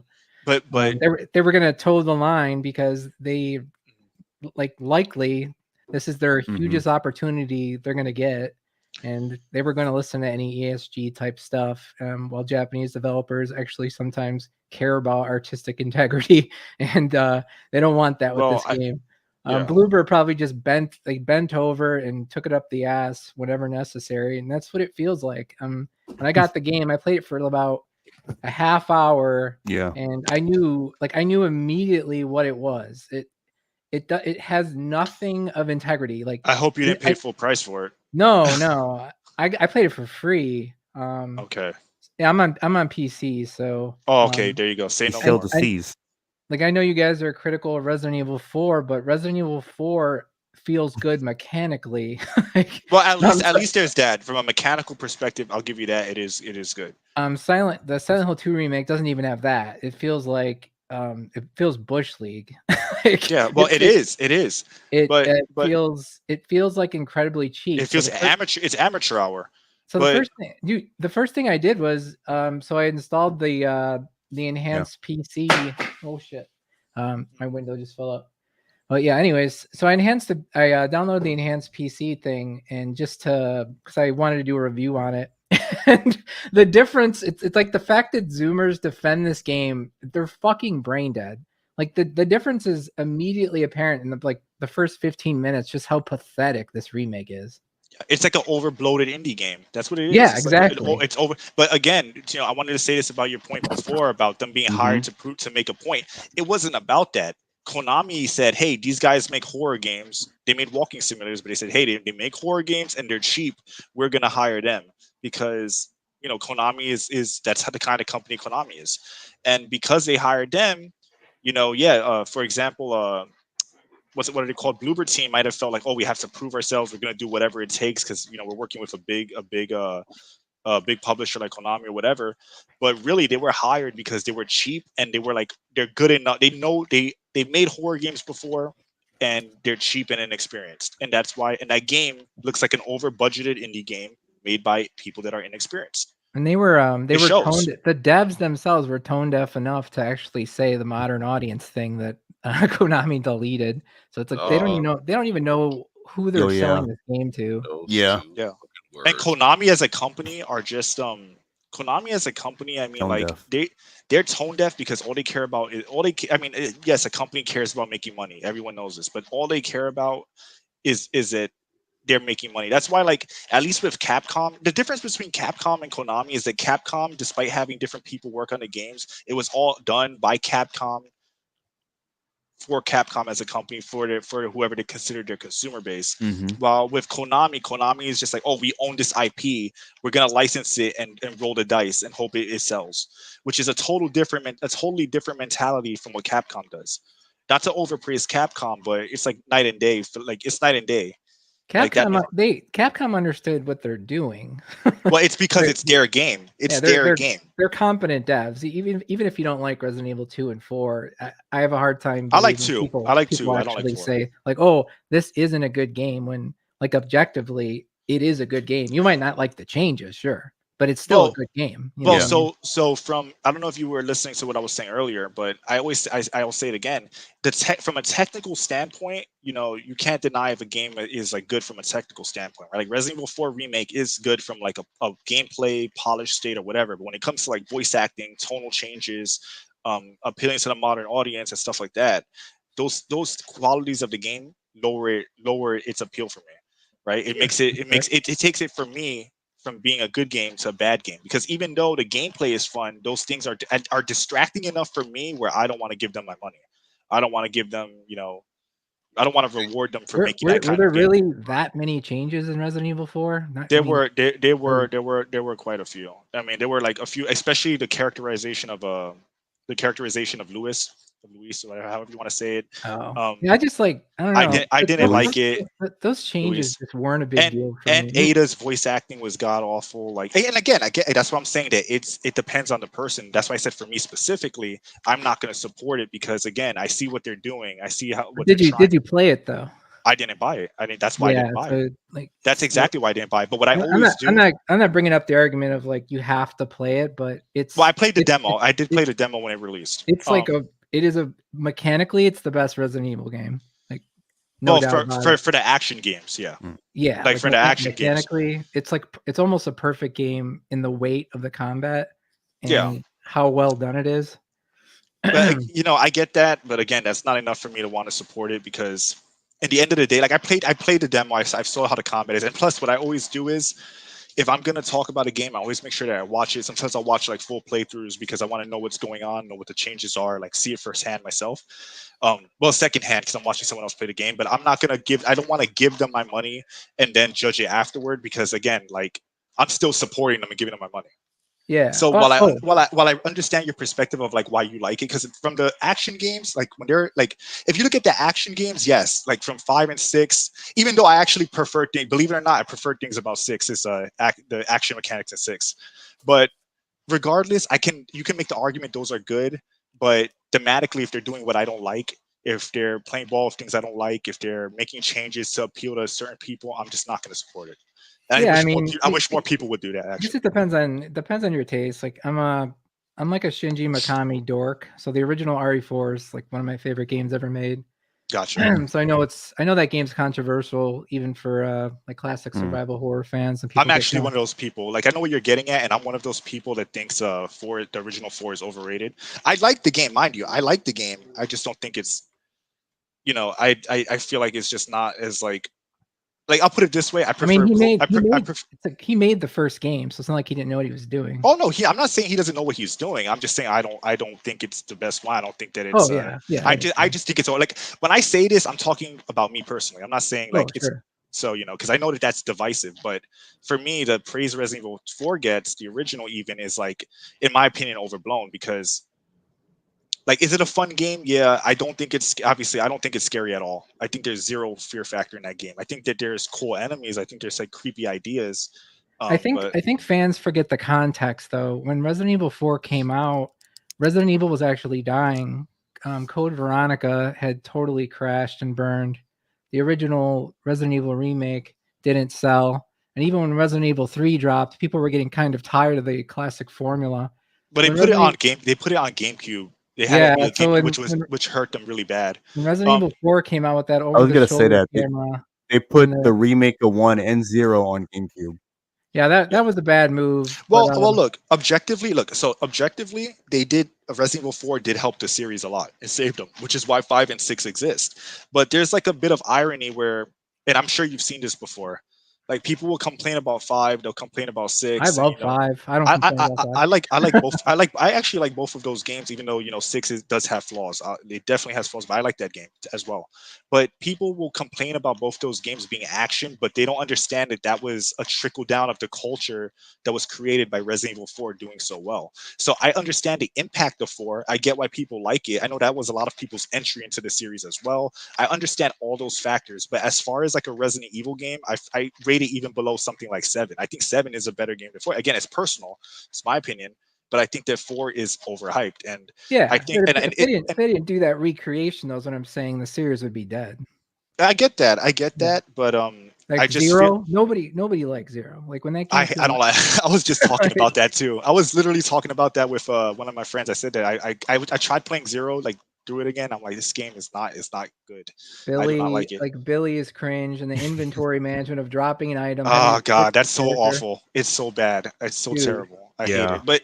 But the point is, look, the point I'm trying to make is the point I'm trying to make with Resident Evil is that if it would have died with 3 and after Code Veronica, I would not have liked it. But at the same time, I feel like the direction that they went after 4 and onwards was not a direction that I wanted them to go in personally.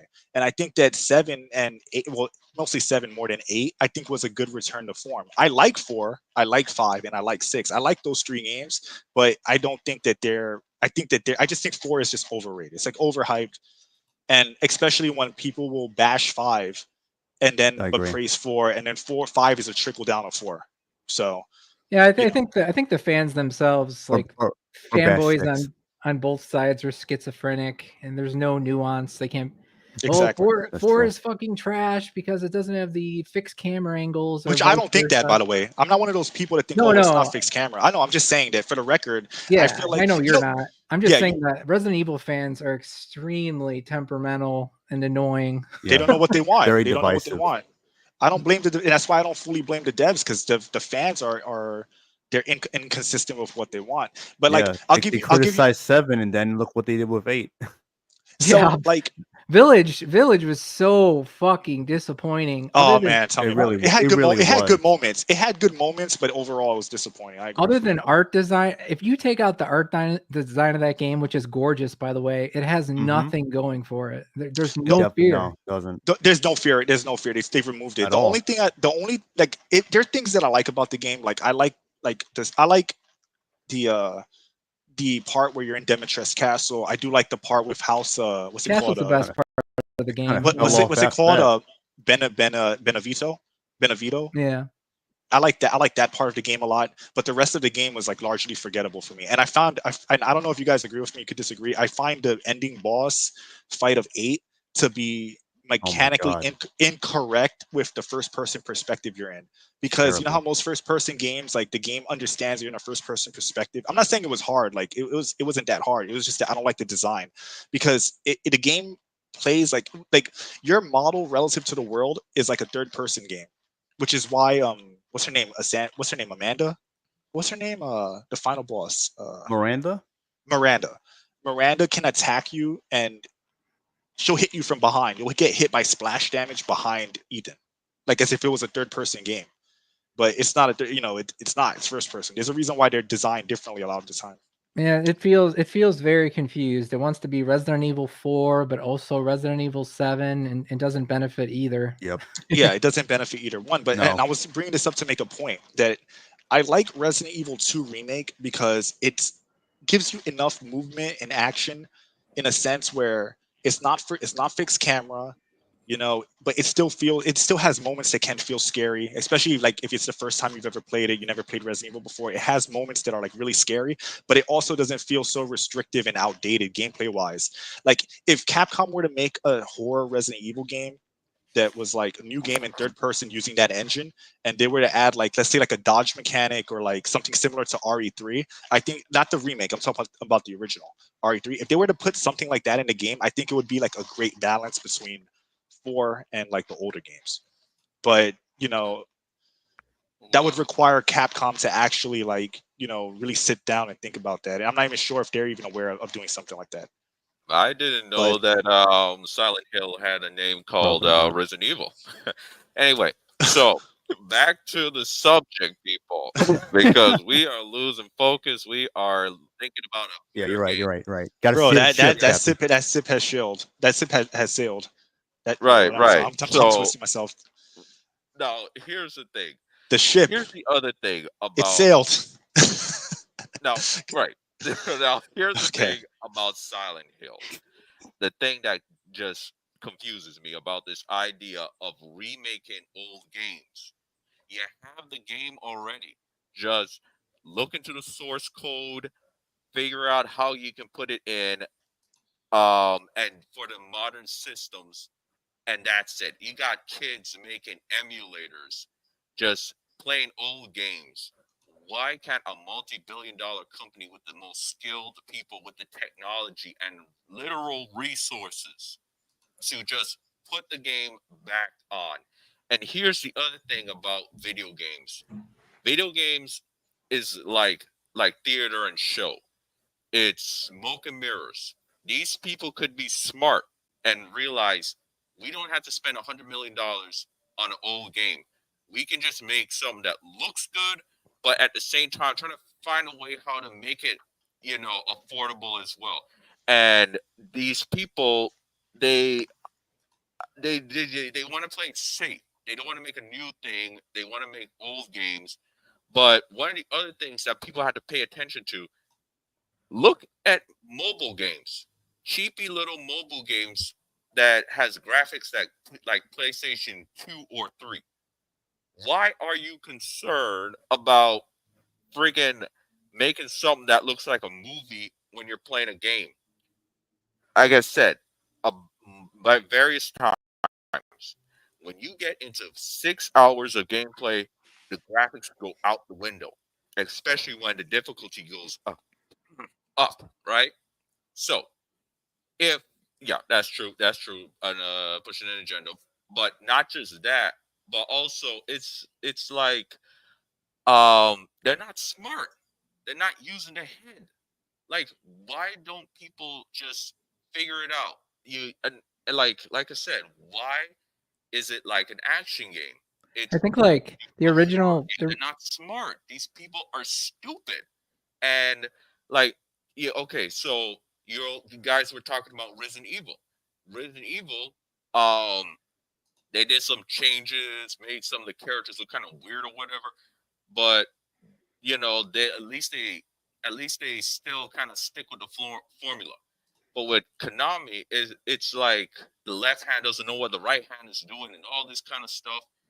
And I don't know. It's just so like I was thinking when I was playing the remake that the the original Silent Hill 2, it feels almost exactly like a David Lynch film, like Lost Highway, Wild at Heart, Twin Peaks. And in his films, the peaks were in the 80s and the 90s, right? and he kind of understood the absurdity of postmodernism, and that's why like all his dialogue is very heightened and theatrical.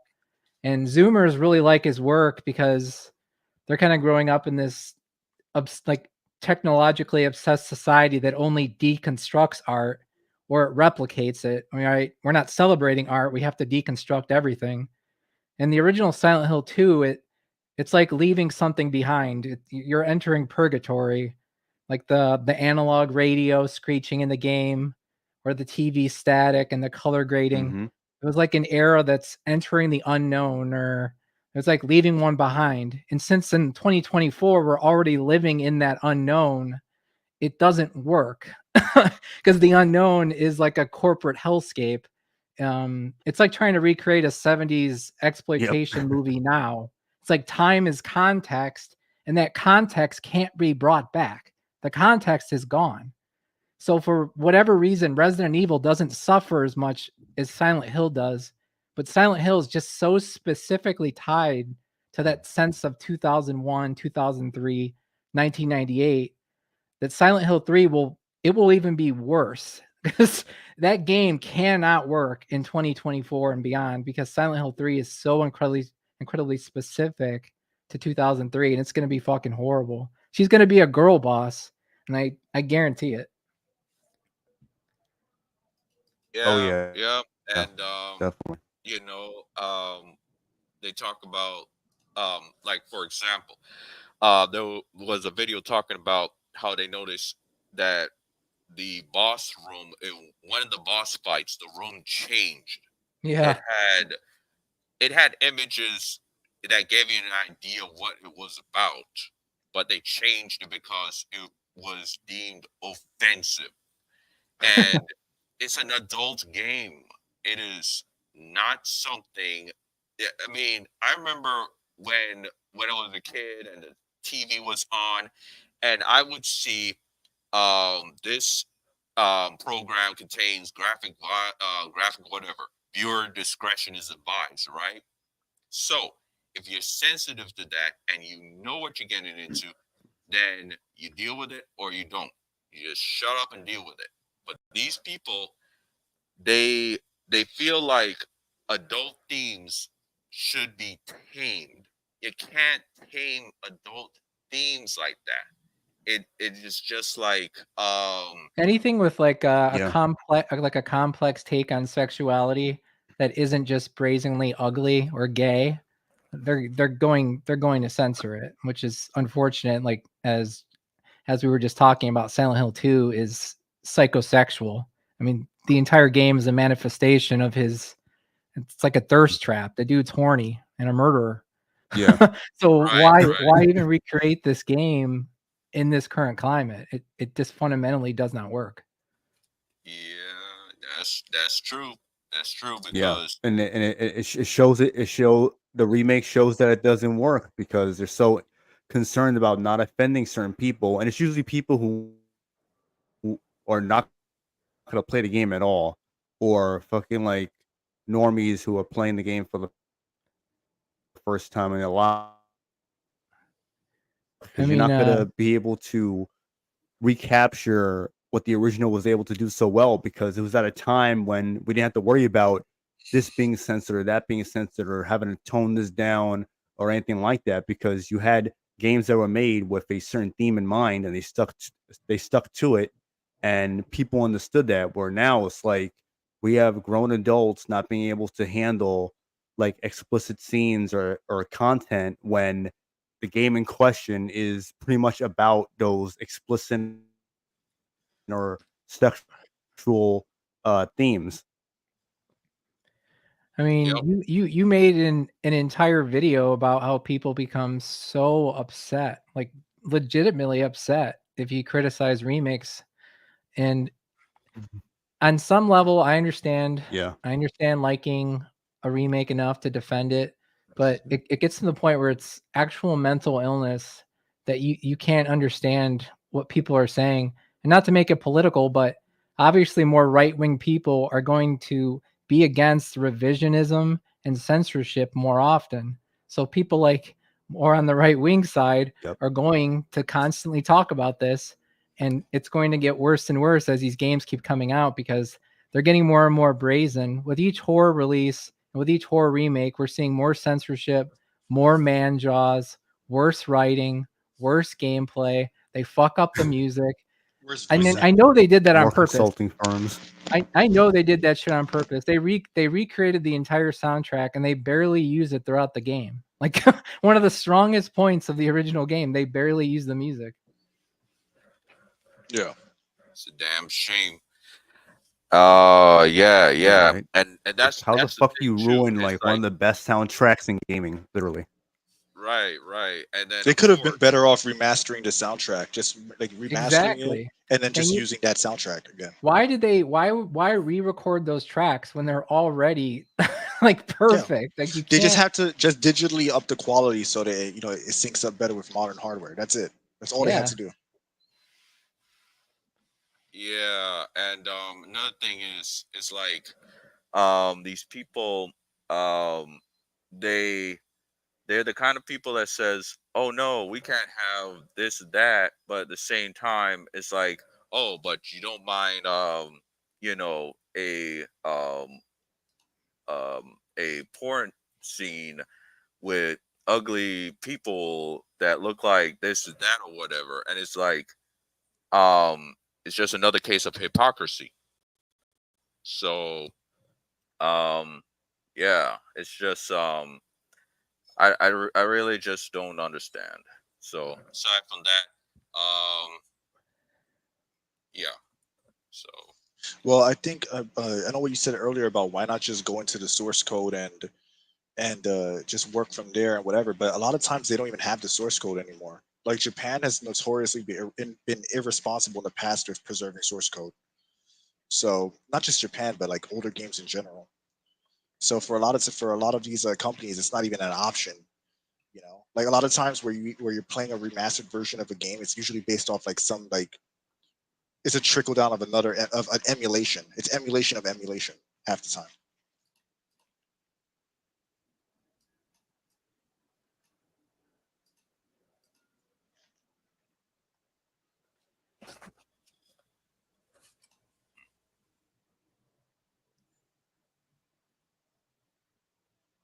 I don't know if you guys heard what I said. It's cutting. oh It's yeah, kind of cutting we out. heard Yeah. everything. We heard everything. Okay. In terms of anything else, I I can't thought I was on say delay or anything else something. on this subject. So you know.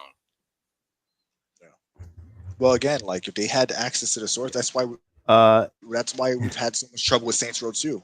Why do you think there hasn't been a Saints Row 2 re-release? Oh yeah. Outside of them being idiots and shit like that, but like they don't.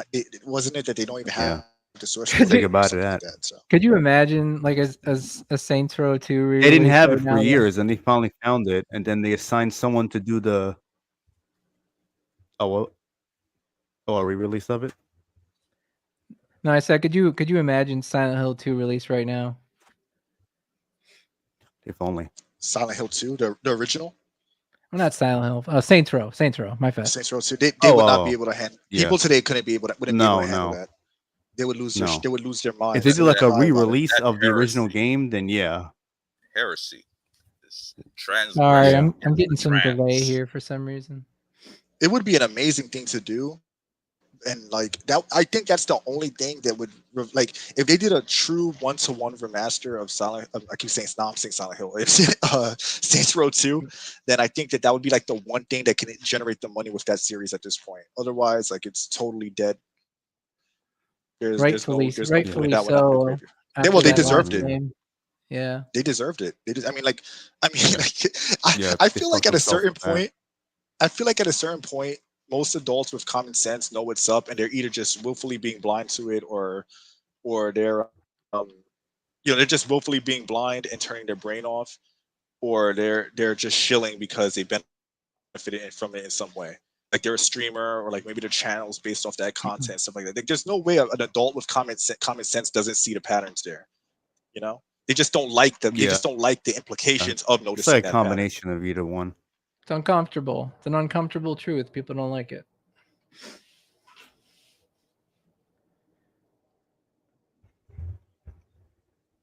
Okay. What was your what was your other topic probably? again? I don't know. Oh yeah. Let me rotate OC, and I can bring on Melina Chan so I can get her thoughts on Silent Hill 2. And then let me then after that, I'll bring in Royce to get his thoughts, and then we can move on to the next. Cool. All right. Somebody in the comments said one. Later Octo, thanks for tuning in, man. Thanks for coming. I won't I mean, there'll be other long subjects, so maybe for the you other can come ones. back. No, for the no, other I ones. didn't hear what you said. No, I said it. Maybe you could come back for some of the other topics as well. You know, later on. You know, if you're I'll down stick for that. around with the for the StreamYard. Netflix thing. Yeah. All right. Okay. So I'm Cool, gonna cool, mute. cool. I'll go to mute. Somebody said a reimagining, yeah, not a full blown remake. I mean, they shouldn't remake it at all. Like Saints Row 2, just re-release it with higher resolution. That's it, and 60 frames if they can do it. You know, That's they'd probably take out like the drugs and all that kind of Oh stuff. yeah. I mean, I'm assuming that this is under the guise that they actually did something for the fans and like they really remastered it. We know they're not going to do it. We're just talking like best case scenario. It would be Yeah. exactly the same game, no soundtrack compromises, higher audio quality, higher frame rate, Yeah, and higher resolution. What a great soundtrack! You had like Deftones on there. They had Take On Me. They had Take Yeah. On Me. Yeah. That's a classic. You know, that game would be like printing money, and it's kind of crazy that you think about liability firms and whatnot. Like these companies are worried about the liability of people being offended, whatever. So they're willing to lose money. You know, it's like what was that old saying? Scared money don't make money. Well, I remember when that game came out, I was actually shocked. It was better than GTA 4. I was like, holy shit. Mm-hmm. I love GTA 4. I mean, I love both those games. It's like I like them both. I wouldn't say like for me personally, it's not better, but it's equally good. They're different. They're very different. Yeah, I'm a huge GTA guy, but I just had more fun with Saints Row 2 for whatever reason. That's fair enough. You know what? I don't know Yeah. if you know about this. As an aside, I used to go into the restaurant. You know, the Chinese restaurant, the big one with several floors. Yeah. And I would fight pimps in there because more pimps would spawn. So you could end up fighting like a horde of like 30 pimps. And then if you have like the martial arts fighting styles, it's like kind of badass and funny at the same time. Like I used to love doing that, man. I missed that series. What a great series. It really was. It really was. And then they watered down the combat in 3 or whatever. And like that's a whole other discussion. Yeah, for it's a shame what happened. So Three, what's the next? What's the Yeah. next subject? Let's get things rolling forward. Well, I was gonna ask Melina Chan what she thought about Silent Hill 2.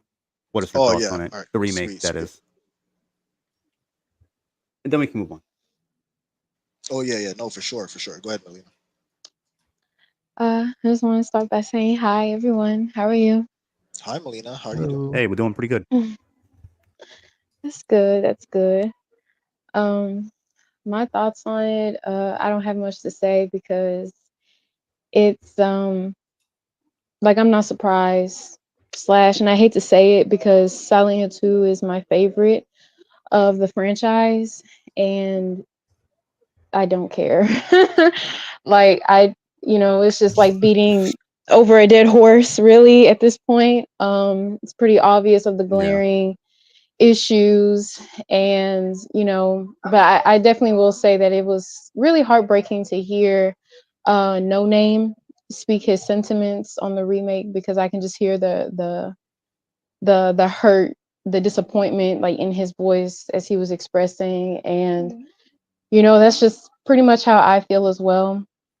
And it does infuriate me too, because I've said that Silent Hill 2 is one of those games where it is really dark and really heavy, and it's not for the faint of heart. So that it's pretty much precious to where you have to handle that with care, and if you don't, then it's just not going to work, and it's going to be a major failure. And that's what the remake is. I mean, I get from their perspective as a business standpoint, but it doesn't make sense for the final product, because all it is just holding everything back. All the characters are held back from their potential, like the potential that they had in the original.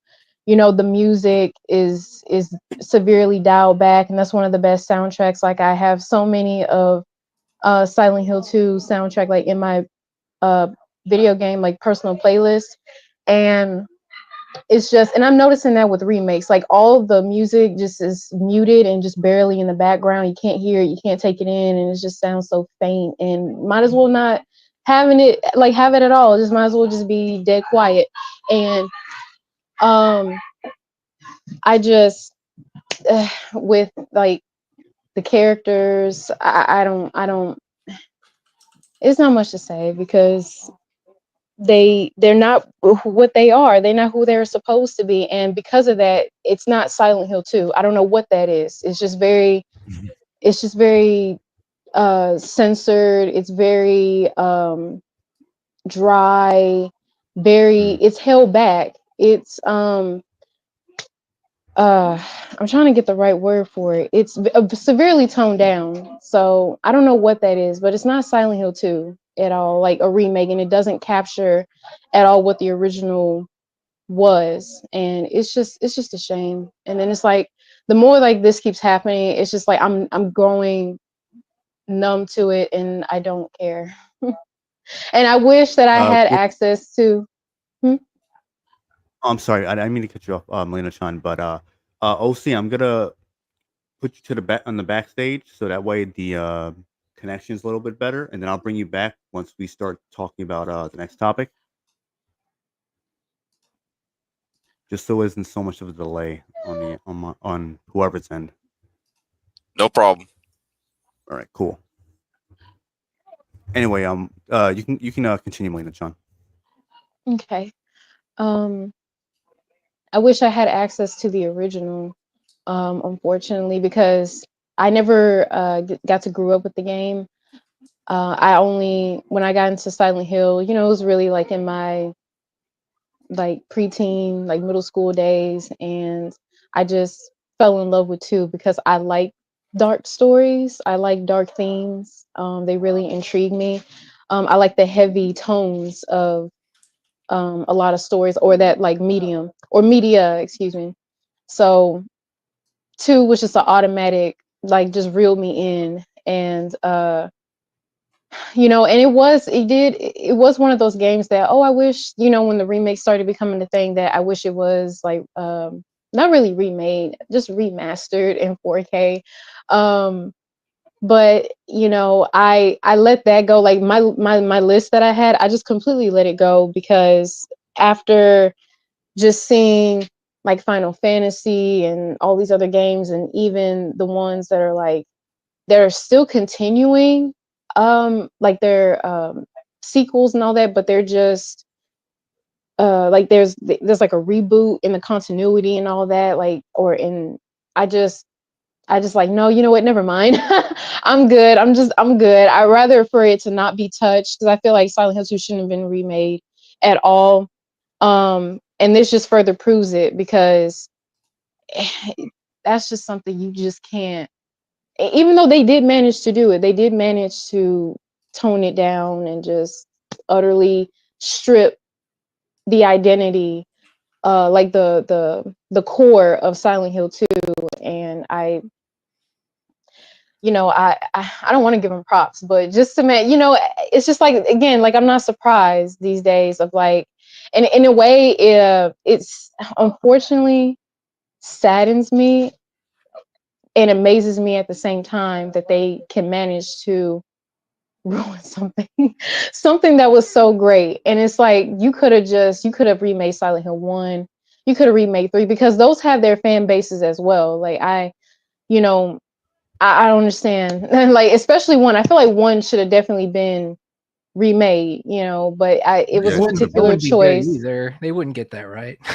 They wouldn't get it right. I mean, you're that's right, true. They wouldn't get any of it right. But that's the thing. They wouldn't, regardless, they still wouldn't get it right, yes. But the fact that, it didn't have so many of the heavy, I'm gonna blur it out, actual undertones, that you might as well just went with one that wasn't so heavy with it. But the fact they just went with it because it was solely like a corporate, everyone loves Silent Hill 2, it's the most fan favorite out of the whole series, so it's the most popular one, so let's take that, just like they did with Dead Space 2. I just no, Dead Space 1 they did. I think I'm sorry, Dead Space 1, my bad. Okay. I thought you meant Dead Space also. Oh, okay. said Dead Space 2. Yeah. Yeah, But I'm in Dead Space 1. I'm sorry. But yeah, they could have just did that instead. all I good. feel like that would be more smart. That would have been the more reasonable, better choice. But no, they had to go for 2. And it's just like the characters are terrible, of course. Angela is just Maria. Oh my God. Lord, everyone is not really like who I remembered. They're I don't know what to I call don't like them, how but James like looks. He looks like a terrible bargain bin caricatures Leon basically. from the Resident Evil 2 remake. he looks Yeah, like Leon, Yeah, Leon at home.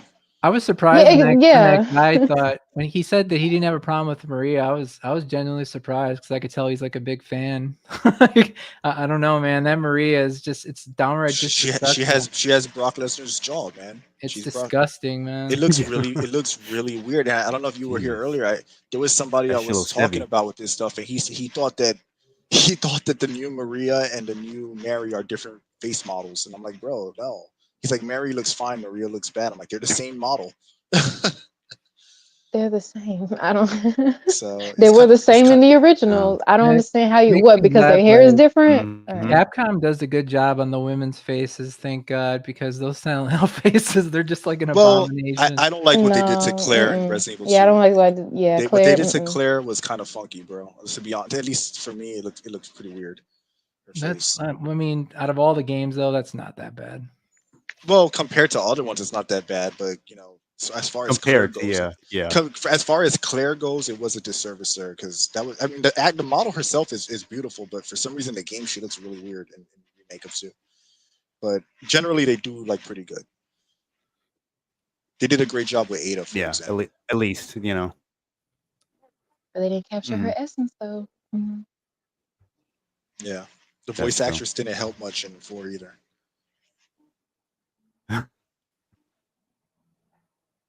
But anyway, let's get into the next topic already. You know what? Um, Somebody said in the a comment Claire had a fat face. She reminded me of a guppy, like a fish. You know how like a goldfish looks? She had like Yeah, Oh, I yeah. remember goldfish I remember face. when the game was revealed, like Leon looked really good, like attractive face, and then she was just like, what the fuck happened? And then the model's beautiful. I looked Yeah, up the right. model. I'm like, the model is very attractive. And then in the game, she's like a guppy. Yeah. Like she's glubbing I in don't know. that fishbowl. You know what I'm saying? They just Anyway, got that. They just got that one wrong for some reason. yeah, I don't know. I don't think that was intentional. It could have been a thing where like they just She's no Julia Voth, that's for sure. oh that's you know what? Definitely That's for not. sure. You're right there. But we can move on now. Yeah. Okay, so let's see. But before we get into the topic, Venom Snack, I'm gonna swap you out for Royce because he's been waiting for a while, and then Alright. I'll bring you back in when I rotate to get. I'll bring you and OC back in to talk about Tomb Raider. Okay. All right, cool.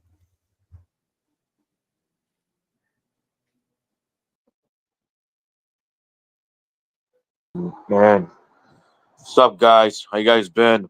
Doing good, man. How you doing? Pretty good, pretty good. Good. I heard about your conversation about Silent Hill and other subject about Saints Row and other stuff. Oh yeah, Sweet. Yeah, the Silent Hill Um, 2 remake is not good. The character's not the same, and Angela and the other girl, they are not pretty. They look really ugly.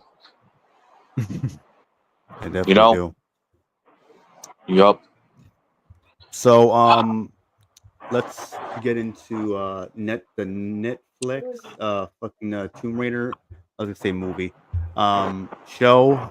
I don't remember what it's called. I really don't. It really doesn't matter what it's called because it fucking looks terrible. Oh I my remember I God. saw a post on X where someone said, "Oh, this is they had the comparison. They had like an image from the show. I forgot what she's doing, but she's like kind of like in like a squat position almost. And they said, "Oh, this is what happened to Lisa Trevor." Oh my God. Laura Croft, that I just saw the one you told me about Netflix. She looks awful ugly. She got the She looks jaw and everything. awful. Well, Yeah. they cut off her. They gave her a chest reduction for Oh sure. yeah, And like, they did the Dragon I Age on mean, her. the weird thing is Yup. like that show, they doubled down. They made Laura like a lesbian. They turned I forgot his name. They made him into they made him gay, even though he was a ladies' man before. Like, I'm like, what uh, the fuck is this, man? This is not like right. it's kind of weird where like it's kind of weird the mentality that those people have where it's okay to sexualize a character if it's a lesbian for them, or like, whatever, or like, it's a bear in like Baldur's Gate 3 or whatever, but if it's a sexy woman, it's like you're committing a cardinal sin or something like that. Like, Yeah, right. I just Oh find it my weird. And god. like, again, like, this is Tomb Raider, and like they even like in recent times they've even downplayed her tomb raiding aspects and making it like she's trying to preserve artifacts or whatever. But the cool thing about the original Lara was that she was a little bit more of an anti-hero, where she was like, yeah, she was like doing good things by proxy of her actions, but really she was like more like doing things for her own benefit, like because she likes raiding tombs, because she likes, Yeah. she She likes, stole this shit, kept it for yeah, herself. she Yeah. just took it for herself. Like, that was part of her character, and she was really badass in that regard. And also still Oh shit. still Well, it's very feminine. SmackDown time. Let's go. Somebody wrote on the comment. Yeah. It was Yeah. it May I was say something real quick? sure. Go ahead. I'm so sorry because I did forget to add this. Um, yeah, Angela was never meant to look pretty, but she wasn't meant to look like a man either. Yeah. So we're Exactly. gonna Yes. stop this. Right. We're gonna stop this being disingenuous, being blind for the sake of just for the hell of it, because you really don't have a valid reason to just like it besides the fact that you're just being brainless.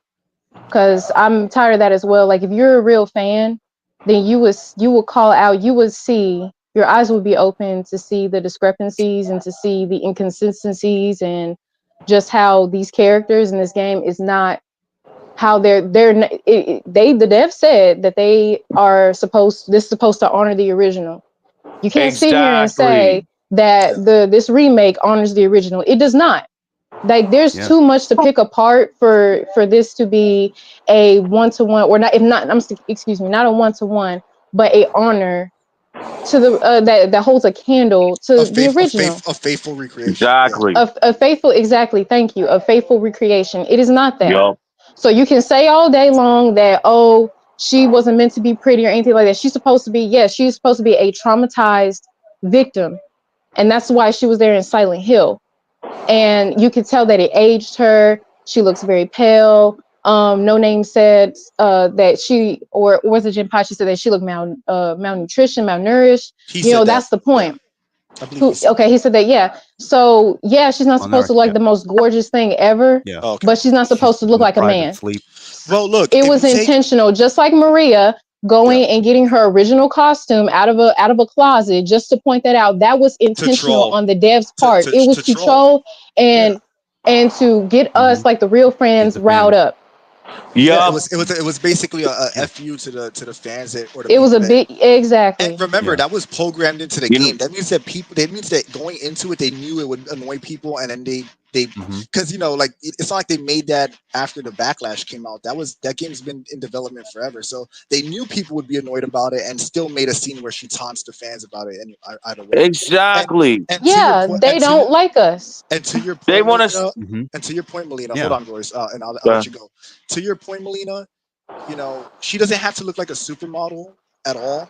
But also, why does she have to look like a man? Like, why does she have to look like the freaking dude from X-Files? Why? Like, why? Yeah, that's why I said, Oh, like, yeah. she doesn't Max have to look Mulder. like a man either. And then it's Exactly. also disingenuous, because there are beautiful women out there that have been through some pretty traumatic things that Angela has gone through.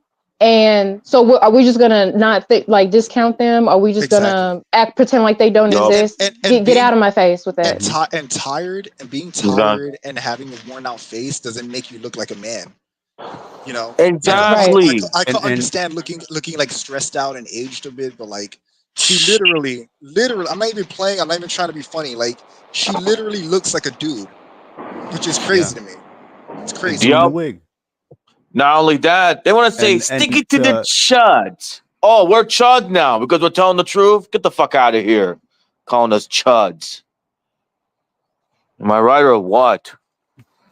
Yeah, If I'm you don't, sorry. if I you don't, sorry I if had you to don't, interrupt. I no, had to throw. I No, you're forgot right. to you're fine. mention it because I don't know what is it about this particular remake. Out of all the remakes, Final Fantasy, Dead Space, all these remakes, I've never seen a bunch of quote unquote fans slash or just fans that people that are just getting into Silent Hill 2 through the remake just got their panties in a bunch. I just don't understand. Like just the cognitive dissonance, just the accepting slop and Mhm. trying to get people that calling out this bullshit that see this because it's clear as day. It's not like it's subtle and hitting. It is literally loud and just punching you And in you the know what? face. And you're trying to get us to shut Yep. up and accept it. Or it's not that bad. Yeah, it is bad. It It's is bad. terrible. It's awful. Exactly. It's Mhm. That's horrible. the Yeah, And problem. and I on wasn't. And I top of wasn't. I that, w- you Go ahead. look Go ahead, at Rev. the art book for it. Angel looks pretty in the art book. So it was no. That So Yeah. wasn't what? always the So yup. intention. It shows that wasn't always the exactly. intention. And I And people are wasn't like, gonna oh, well, go that was here. the art book, so that's a completely different thing. It's like, no, like it's obvious. I mean, how many games have we gone through now where we're seeing these characters get butchered, even when they're face scanned? And I wasn't gonna go here, but I am now anyway because I am tired of the argument too. I know people that have been abused and like abuse victims. I know them. I'm not gonna say any names. I'm not gonna expose anybody, but I know people that have been through like crazy trauma, like crazy things, and they didn't suddenly look like a man. You know, so in real life doesn't reflect that. Exactly. I just want to address what Miss Chun said. Miss Chun, you have a good point, and I'm just sick and tired of these people say stick it to the chads. For what? Telling the truth and facts. Chud is People are anybody. tired of Yeah, crap. apparently. Chud is anyone who doesn't think 1 + 1 = 3. Yeah. I Huh. mean, they were calling a Get fucking out of here. 70-year-old man who created Dragon Quest a chud and a Nazi for saying the Oh truth, my God. basically. Here we go. Joy Reed's piece of shit mouth. Joe Yeah. Nazi this, Nazi that. Tell them to shut the fuck up. They're the ones real Nazi.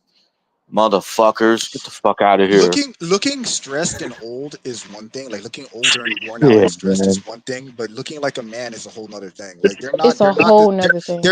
they Mhm. don't Yup. equate. Like I get what people in the comments are saying that when you go through abuse it can have a negative effect on your appearance. Like some people they go the opposite route. Some people gain a lot of weight when they're like stressed out, but Hmm. again, none of that equals a literal sex change. Exactly. Your jaw doesn't widen and grow because you've been through stress. Like Yep. come on, And let's not be it's such a disingenuous. drastic change from how she looked in the original game. It's Like, true that yes, even it's if you true. wanted to compare her CGI model, it's like it's so drastically different where it's like it's not faithful at Huh? all. It's true Hmm. that Limit look, for who? it's true. You go through stress. You Sorry. get it can wrinkle you, it can age you, it can do all of those things. I understand that, but again, like we're not talking about the fact that she looks like she's been stressed out or looks tired or whatever. It's not about that. It's like literally her looking like a man. Like I see average women every day, and I don't ever confuse them for looking like a man. So I don't understand. Exactly. I never understood that argument. I don't understand why people make that argument. Even if you like the game, even if you like and enjoy the game, that's fine. But they got it wrong. You have to accept that Bloober team got it wrong. They did something that was not up to par with what they should have been doing. Yeah. It's just the reality of it. It's like there's so many. You could like something but call out the flaws too. So again, like I get Yup. why people feel that way, but like if you look at abuse victims, like actually like you can look online, look at pictures of them. They never literally have a sex change and look like a man suddenly. So come on. Exactly the point. Facts. 100% facts, Jempachi. 100% And facts right there. we're not going to be petty and disingenuous and also try to rewrite No. history. As another talking point that I've seen is that Mhm. uh oh um well it wasn't like this in the original this and that, or it wasn't meant to be. No, it was meant to be. It was intentional. We're not going to rewrite things just for the sake of to make you feel comfortable because you just refuse to open your eyes and accept it. And you're not going to make me conform and see and get behind your ideologies. Like, no, we're not doing that. And Nope. then call out and talk about how, oh, in the original she looked like a man. No, she didn't. We're not No. She doing didn't that. look We're like a not man. doing the tit for tat No. where, oh, she looks like a man in the remake, But what but about in this, the right? OG What she looks about like a that? remake back then. Yeah, we're not doing that. That it's just The what aboutisms? Like what about this? What about yeah. that? We're What not about talking. no? Yeah, we're Yeah. talking about this game. No. When it's a lie. Yeah. No.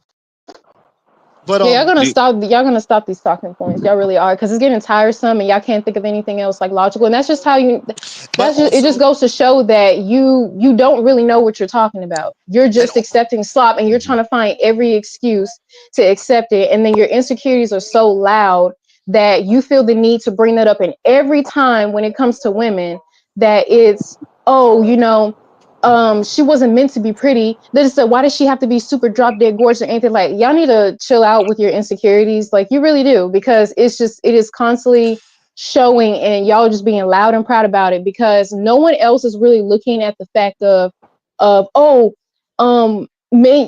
she wasn't meant to be pretty, because her, what is she supposed to be? Like, her purpose is supposed to be so you can jerk off to her, and da da da. No, that's not the point at all.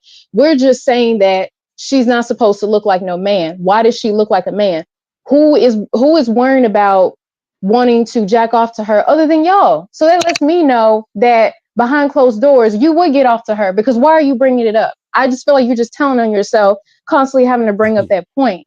It's tiresome. Like, I'm sorry, I'm getting passionate and annoyed because No, I'm I like your hearing this all passion. the time, and I'm a All good. woman, and Yup. I don't like the whole just trying to get at men by making women ugly, because you're just contradicting yourself and you're just making it worse for other women that and, don't have issues as well with beautiful, sexy women. And in this case, I know with Silent Hills, they don't have to be. I mean, that's what Maria's supposed to be, and she's not any of that.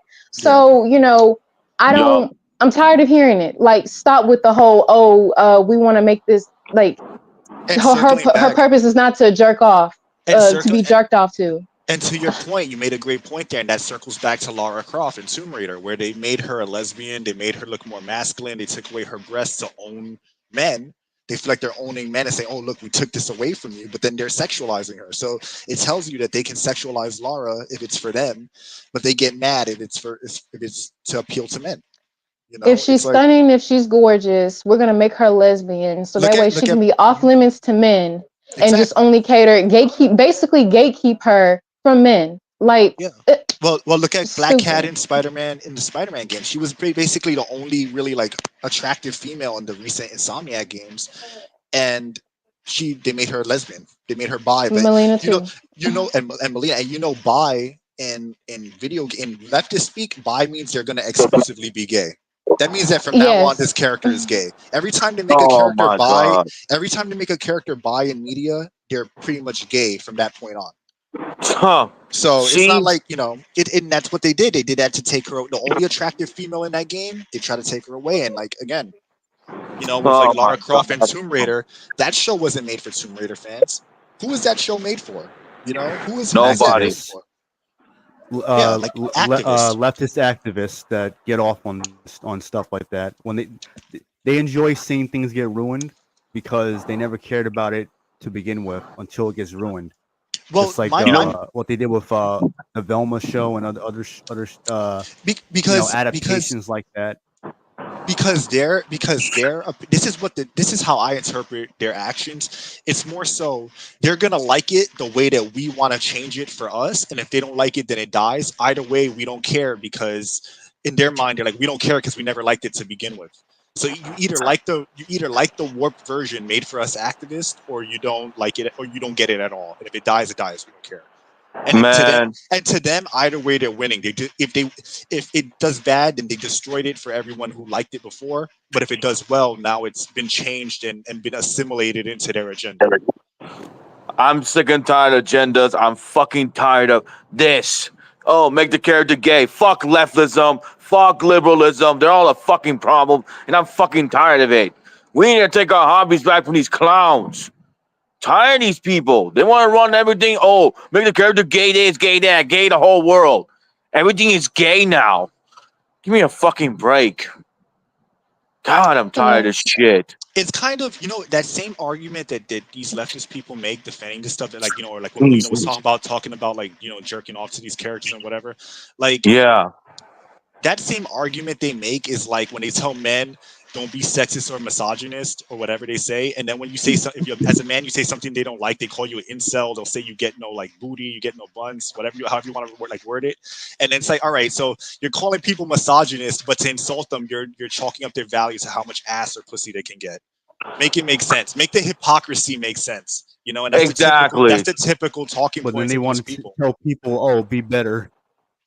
You know, but you understand that hypocrisy? You're telling somebody that, you know, they just Yeah. want to jerk off to these characters or they're misogynist or whatever, but then you're insulting them. You feel like saying that if they're an incel or something is a correct insult. Meanwhile, you're basically saying that the only value that they have is how much women they can plow, which is in itself misogynist, you know, toward it's crazy.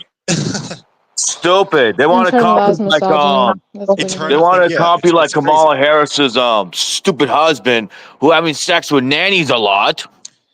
And again, and the reason why they say that is not because they think it's bad. They don't like that you like it. That's all it is. They don't like that it's Yeah. for Yeah. men. That's it. That's all it comes down to. They don't believe in all the Puritan crap that they spit. All the Puritan stuff that they say that comes out their mouth, like, oh, it's over sexualization. It paints women bad. They don't give a crap about that. Look at Tomb Raider. Look at Baldur's Gate. Look at Dragon Age Origin. The new one, I mean.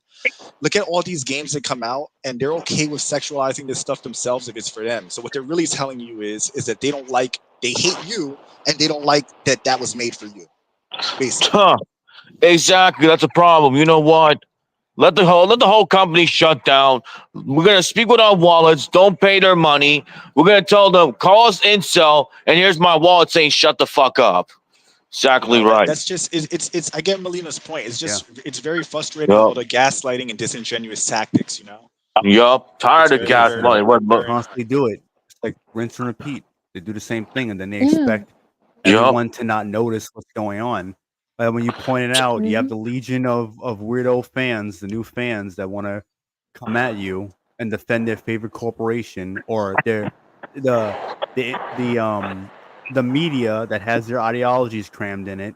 They want to defend it, or the people involved, like say like the actors or directors. Then they'll talk about the racists and the sexists and the bigotry and all sort of shit. They want to play victim when their series, their show, a movie or game, whatever, tanks.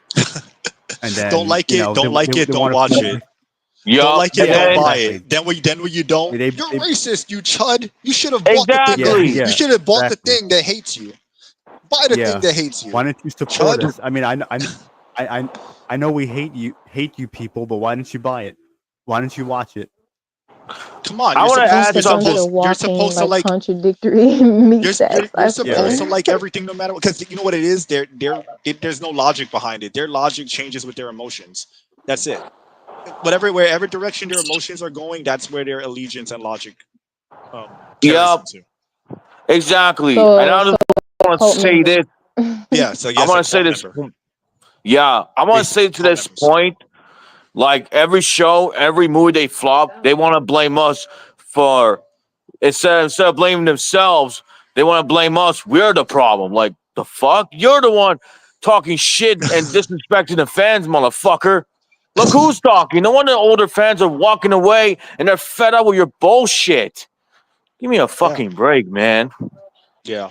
Yeah. I yeah. guess I can join the group. I guess I'm a man too, because like I don't want to play as a woman that looks like Yeah. that's supposed to be a woman, quote unquote, but she looks like a man. I don't want to play as that, and I'm a woman. I don't want to play, and I damn sure don't want to play as a dude who's a bitch who can't like who's what are the many names? What a beta? Like I don't want to play as a weak man. I don't. Soy beta cuck. You don't want to play a soy Yeah, beta a cuck? soy beta. Or Yes, I don't want to play as tampon him, and I don't want to play Yeah, as a right. manly woman. I don't want to play absolute abominations of what their like gender is supposed to be. Okay, if you're a woman, I'm expecting like You could've- feminine traits. Like you can still be strong and you can still be soft. That's the thing. You're supposed to have duality. You're supposed to have both for both like genders. Or I'm sorry, excuse me, type A and type B.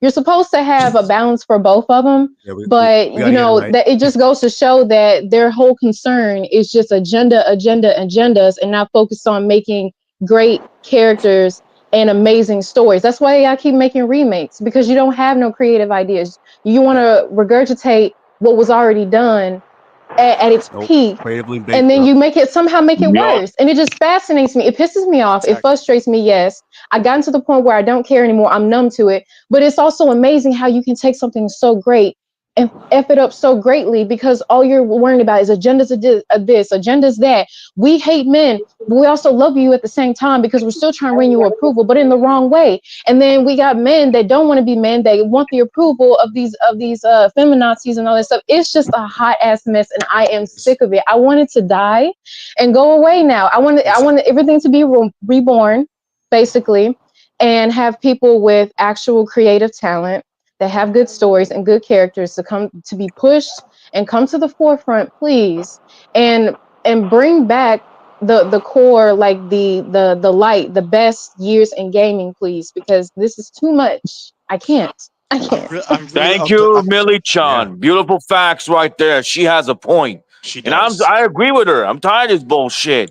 We need to fire Ridiculous, all these yeah. activists out, throw them in the trash can, and bring talented people in the Well, real look, business. what needs to happen is gaming needs to fail. These companies need to lose millions and billions of dollars, so that Yup. from those ashes, a better gaming industry can like rise out of that. Because Yes. That's the only really, way like, they're gonna learn. because it's already too Yup. corrupt and tainted that, like, unless like there's like a real like heavy change like across the board, they're gonna keep doing it. And like, imagine if you took their logic and like, let's say like every game that comes out, or every like thing that's made for like women, like, you have like these like romantic things, or you have like these pretty boy characters made for women. Imagine instead they just made them look like fat soy jacks that are on Reddit all day or on Twitter all Yup. day, because to be You're gonna self be like the inserts meme with the pubic facial hair with their mouth wide yeah open, like to be Yeah. bald head and glasses. self inserts of the developers and the activists. Then these Uh-huh. women would complain, right? Yeah. Instead of in Twilight, instead of Robert Pattinson, you have some fat soy jack with a ponytail looking like comic book guy from The Simpsons, and I guarantee these people wouldn't like it. It wouldn't sell very well for them either. So it's Yup. like, it's the same logic, but again, it's hypocrisy. It's not, a lot of this stuff has never been about equality for them. It's about supremacy. They just want to dominate the space of other people. They tell you it's about equality because it sounds good, so it's easy to manipulate, easily swayed people to believe it's morally just when it's not. When deep down it's actually corrupt. It's never been about equality. It's all about supremacy. In the case of like gaming and like these things like Tomb Raider, it's like, it's not about having equal representation of badass women. They're like, no, we want to take Lara Croft and make her lesbian. We want to make her masculine. We want to take her away from you. That's not equality. That's trying to have supremacy. That's gatekeeping. It's gatekeeping. Yup. Oh, it's gatekeeping, but it's also just trying to like have supremacy, like literally, like to like to create that. Yup. Like, or like with characters, it's like, oh, I don't want to Yeah. have a badass black or Hispanic character that's original and has substance. No, just make Captain America Hispanic. Just make Iron Man Asian. Oh my God. Stuff like that. Yeah. It's like it's never been Yeah. about equality. It's about like just taking Or like over they did that space for these people. make him Native American. Yeah, like Yeah. Hawkeye. They made him a Native American non-binary. Well, like, What the hell okay, is that? why don't What the hell is that, why bro? couldn't he Right. be his own? Why couldn't he be his own character? Why did he have to be Hawkeye? Because You know what I'm saying? they Because Oh, it's know not it won't sell.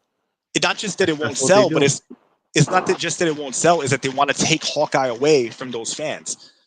You get it? Like, that's what it's about. Like, and again, like, they can scream till they're blue in the face, but that's not representation. That's not equality. Representation is equal. Everyone has an equal place in a story. Not, we're gonna replace the group of people we don't like. Yeah. These shallow stand-ins of the Exactly. original Yeah. characters, because it's like, that's why I'm confused. That's why I have Angelina Jolie's Lara Croft as my profile pic, to honor her, Based. because No. I knew that looked familiar. thank you. Yes, because she's one of my favorite heroines, one of my favorite female characters. I grew up with her. This woman was a celebrity. She was a fictional celebrity. That's how popular, how much of an icon she was around her debut. And just to fast forward all the way up until 2024, and we have this. She's a lesbian. She cries every 5 minutes. Like, she's basically a more manlier, worse interpretation of the survival remake, or I'm sorry, reboot. And I'm like, Zip is the flamboyant gay, but they kept the notorious ladies man. Zip. Yeah. like they kept Jonah straight, and I'm like, oh my god, but he's supposed to be, but I think they kind of made him. He's like, we gotta remember he's her simp. Exactly, yeah, he's her simp. Jonah's her simp. He doesn't have to be gay. Emasculate him. They didn't have to emasculate him. He was like that in the games, in the actual games. Like at first he wasn't like that, but as they you know what's funny, what's sad about it? Even though the reboot was different in the beginning, at least it was just a different take on it. She was still pretty. It was just kind of like more realistic. But as those games progressed, they just got more and more like trying to interpret things, through a political lens. And in each installment of that version of the games, it just got worse. It just got worse over time. Granted, the old Laura was always better, but at least with the first reboot, it was like, all right, it's more realistic, but she's still pretty, she's still feminine, she's still whatever. And then the next few games, she just started developing more and more masculine traits for each one. Jonah just became more and more of a simp in each game. And I know because that man got kidnapped twice. Yeah, because I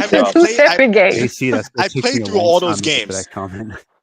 I played through all three of those games, by the way. All three. I played every Tomb Raider game. And when people try to pretend like, oh, I had somebody argue that Laura was always bi. It's like, kiss my ass. Kiss my ass. Who said that? Who said that? Oh my god. Because even if she was, he said, oh, in a comic based on the comics that are based on reboot Laura, they revealed she was bi. I'm like, get the fuck out of here! Like that. Yeah. What kind of weird non-canon comic are you citing for an ass pull like that? Like, it's crazy. Are these people retarded? That's what they do before they ruin characters. Like it was the same. It was the same shit with Melina. Like, oh, I think her and Tanya have a thing based off of their intros in MKX, and then all of a sudden in the next game they're a thing, and it's like I'm seeing it. Soldier 76 from Overwatch. Like all of a sudden he's just gay. Like you can't. That's why I'm afraid to have put out my own characters, because I'm gonna have like weirdos and idiots gonna sit here and be like, I think these two characters have a thing. Let's make them let's put them together. Or I think this character has some inkling of just a dash from just from the way they looked at what was it? I think it was in Mortal Kombat where someone had the audacity, like some group of people were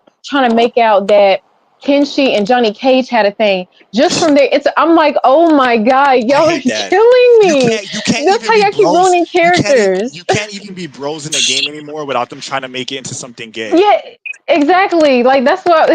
Thank you, Jim Posh. That's what I was trying to say. Like, they can't interact at all. You just might as well not make anything, because people are just gonna come out with their weird fantasies, and those would be the weirdos that be like, oh, you just want her to be sexy because you just want to jerk off to her. Like, oh my god, get out of here. You remember the Chris Redfield thing? Melina? Yes. Where that guy, he made a whole video trying to argue Chris Redfield is gay and has a thing for Pierce. I'm like, what kind of cringe shit is, like, it was some, like, and the guy when he was talking in a video, he's like zesty as hell because his voice, and I'm like, oh my god, are these people mentally retarded? You can't even be masculine now. You can't, you are so masculine that you're gay. Damn. You're gay for me. Like, oh my god. Oh my god. Noise somewhere. It really makes me these people are retarded. They need to shut the fuck up. I swear to God, I'm gonna put Houdini music on their ass. Let's see how they get offended. Motherfuckers, I swear to God. I'm gonna put Eminem song on their fucking face. God. You know what? How about this? How about there's a character that's already gay. Like they were gay from the get-go, or lesbian. And let's make them straight and see how they feel then. You got to get it where it hurts for them to understand that this is not okay. I guess. You know what's funny? There's two comic book characters named Midnight and the Midnighter and damn, what the hell is his name? Now I'm drawing a blank. Midnighter and Apollo. It's Midnighter and Apollo, and they're basically Batman and Superman, like from their universe, but they're both gay. But they were like, my God. But the difference is that it was gay representation in the sense that it was they were original characters, right? They were actually badass characters in their own right, and them being gay was not the main focus of the characters. So that's how you should handle if you want to do representation. You're not race swapping, you're not gender swapping, you're not preference swapping. You're not shoving it down people's throats. You just made 2 characters that are superheroes that happen to be gay. Granted, is it for me? No, I'm not for me. I wouldn't like necessarily like it like that, or like go not like it like that. But I'm not like necessarily interested in reading about that much. But at least it's something that's true inclusion and not forced. Mhm. It's not making Well, Superman gay. It's not making Tim Drake who's Melina, been you Robin. gotta something's up with your mic. It's not like Something's Robin up with your mic. who's been straight Oh. for 30 years, and then all of a sudden you want to say he's gay because he's bisexual all of a sudden, even though he's only dated women in every comic he's been up to up until that point. You know, like, it's crazy. Yeah, what Melina Chan says, she has a point. We need to teach these people a real lesson and make them taste their own medicine. What she said. But you know what it is? Every time people do that, they never learn because they make the argument like, oh well, this is why they never learn. They say, oh well, people never, we're underrepresented, so it's like you could sacrifice a few white or straight characters. There's so little of us. That's the argument they always try to make.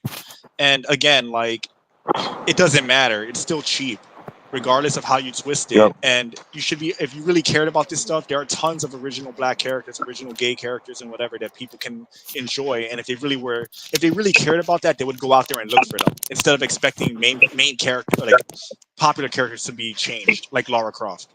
Yeah, for example, like What's up, Y2 Viral? like what you said, women like Laura Croft. I seen Yo, what's up? older games had pretty women and diverse people together. But in this age, they don't want to talk about it. They want to get fucking offended these days. Yeah. So fucking annoying, man. Tired of it. Yeah, it's true. Yeah, again, I I don't just like want to say that real quick, do I Netflix. sound better? Say something else. Yeah, much better. Do I sound okay? Yeah. I'm so sorry about that. I didn't You know sound it was perfect. causing issues. My bad. No, Yeah. it's okay. You're good.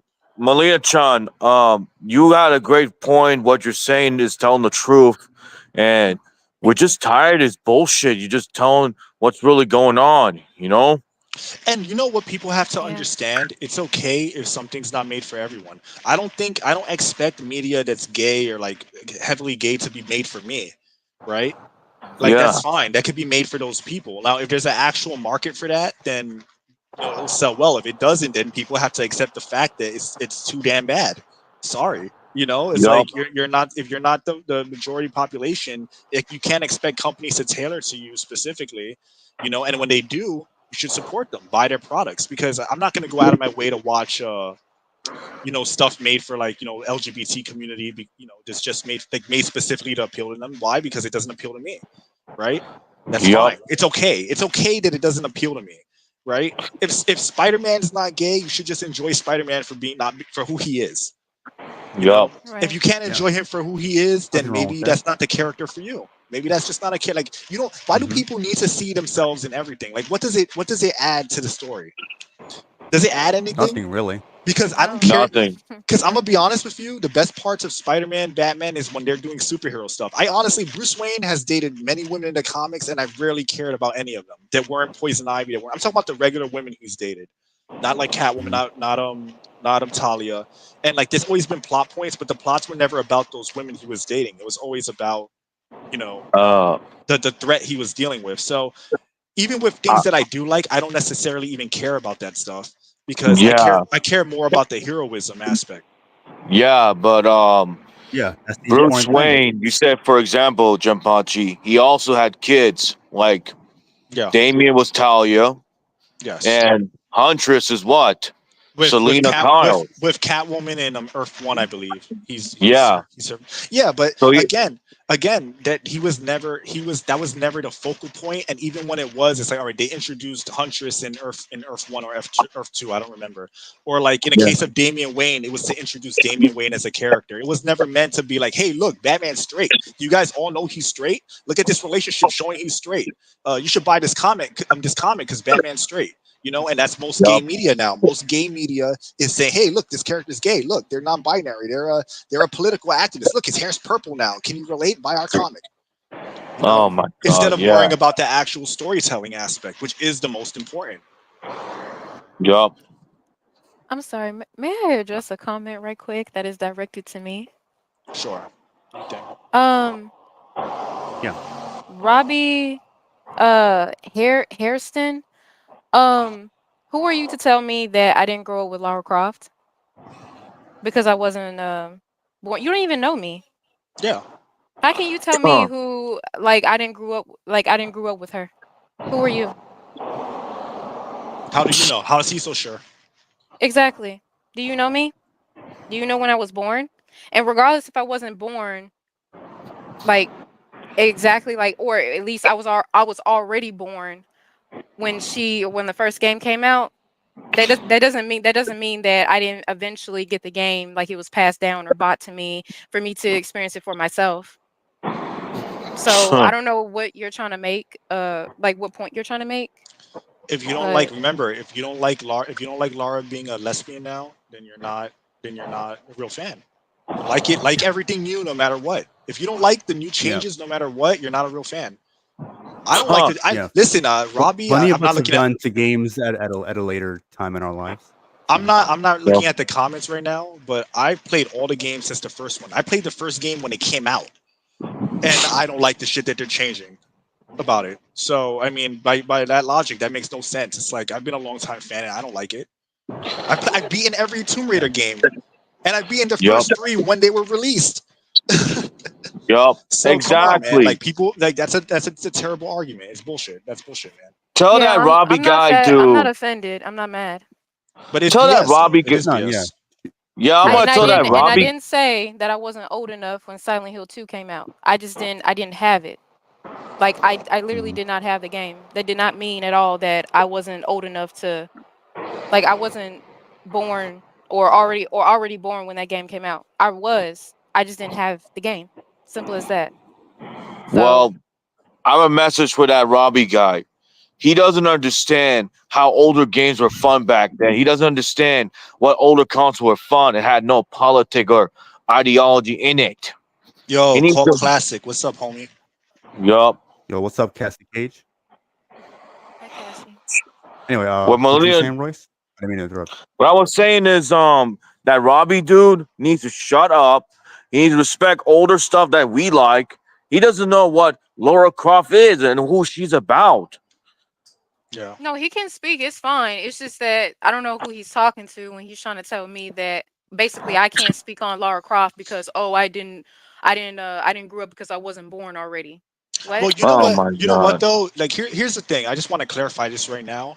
You know, if you say something inflammatory to somebody, or like if you say something that can be considered assaulting or assuming, then people are gonna respond. None of that has to do with being mad. If someone right now calls you, says some absurd thing about you, whether you're gonna feel the need to either respond to it if especially if you're in a position to respond to it. But also it doesn't mean you're mad. If someone says something fucking crazy to you, you're gonna have a reaction to it. Yup. Like I don't understand even that. Like saying, "Oh, she's mad." Why is she mad? Because somebody said something dumb and she addressed it. How is that being mad? Oh, Bach-chan knows who I Yep. am, and she don't want me to get knee deep in her ass, so she better hop off and go on Yep. somewhere because she's just Uh-oh. hopping, trying to agree with Robbie because we've had a discussion.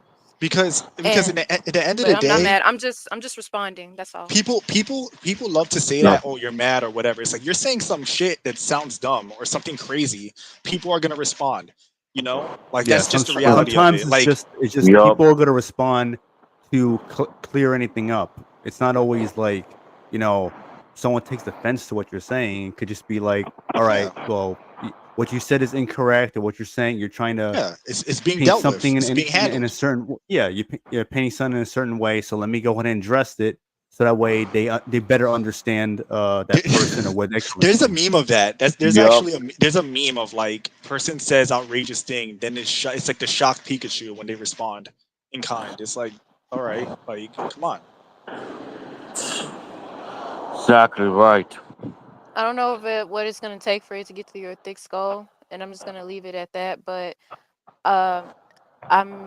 you don't have to be mad. You can just simply address something Yeah. that was stated directly towards you. Yup. Y'all just want me to be mad, and I'm not.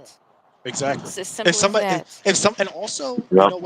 also, if you say something about somebody, right? There's always consequences to your actions, right? So there's free speech. We all have free speech, right? Like I could walk in the street and somebody could say whatever they want to me. I can't thought police them, right? They're in their right to say anything. But if I slap them because what they said, that's the consequence of what they did. If somebody reacts to what you're saying, it's a direct consequence of what you're doing. So again, like I never understood that logic. Like, oh, you're mad. Yeah, you just said something crazy about their mom or something. Like, of course they're gonna respond to you. Like what is this? You know, like we gotta grow up. We gotta come on. We're mostly everyone in the comments in here are adults. Like, let's have some like common sense, please. Yeah, exactly. It's as We need simple common as sense.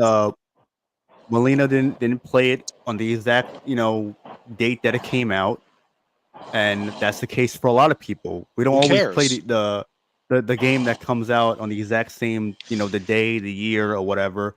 But you eventually get to it and you play it, you beat it, and you enjoy it for what it is because you have that experience. So it doesn't mean you're less of a fan or anything like that. Exactly. Because it'll be different if she never experienced it than she has. So and that's what also- matters. And and she also- brought up valid points along with everyone else on the panel who has talked about it.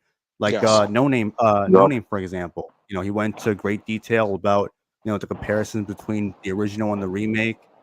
So, And also people say those kind of things, but if it was a streamer that they like playing, let's say an old game for the first time and they like the game, then those arguments wouldn't be there. Or even playing like a new game, like if there's a remake or something that you like and they say I've never experienced the series but I love the remake, if you're in line with that and that's in line with your thinking, you're not going to say, oh, but you never played the original, so how do you know? Because it agrees with what your sentiments are, you're going to just accept it, which is the irony. Well, I want to say, for example, like the original Mafia came out, Xbox original, and all of a sudden they remake out of that one to look what?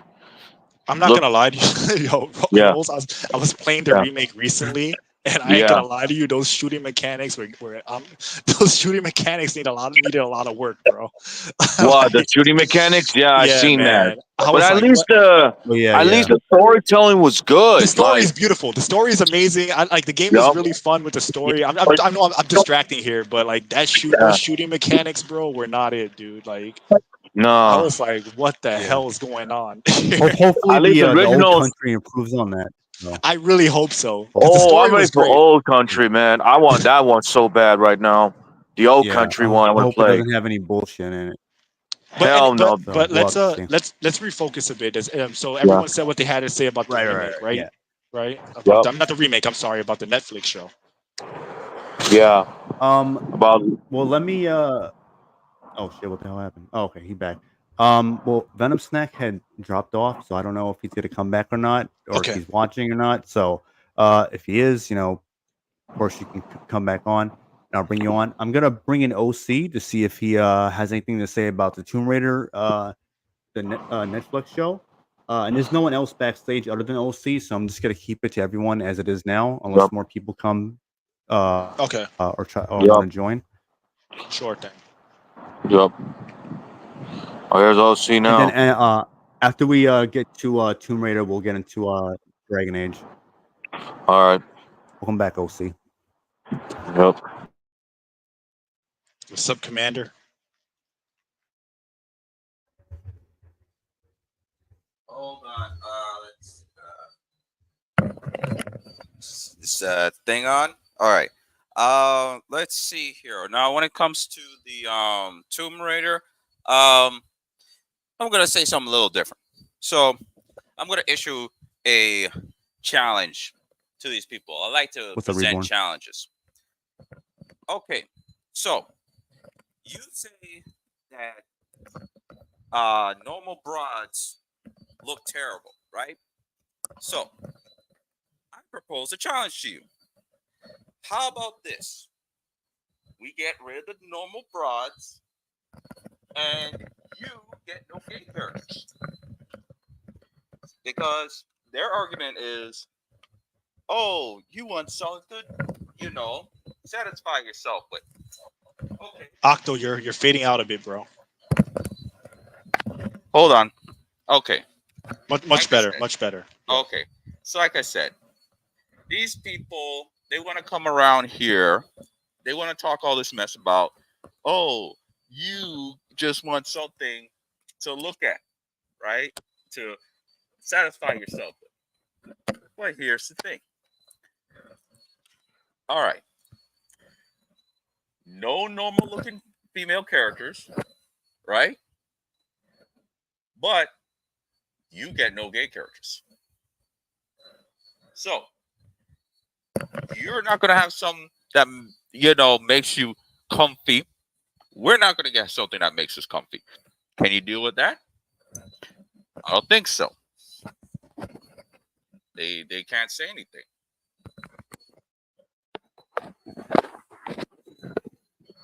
So in terms of that, yeah.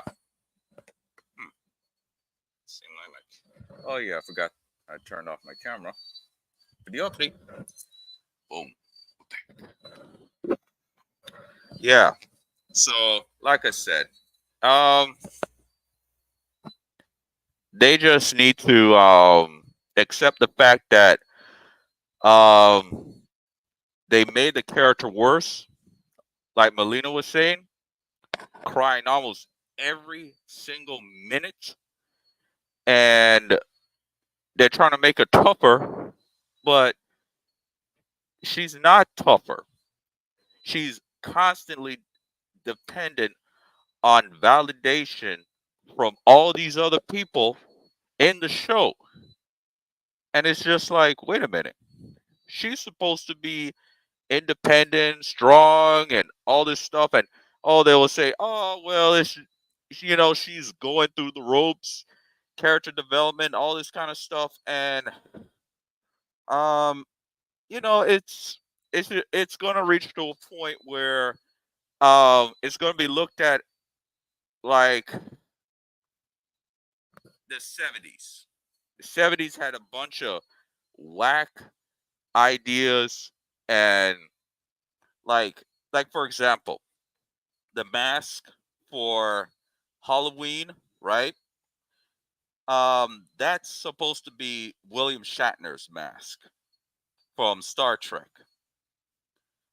And it turned out to be something that could be used as a horror movie. That's supposed to be something that kids are supposed to wear. But it turned out to be a piece of horror movie. You know, film. And now there's this woke stuff. People are going to go, all right, later, Reborn. People are going to look at this woke stuff. They're going to go into the Peace Reborn. Whatever, Goodwill. They're going to look at this stuff and they're going to make little videos. Catch you later, bro. How funny stuff used to be.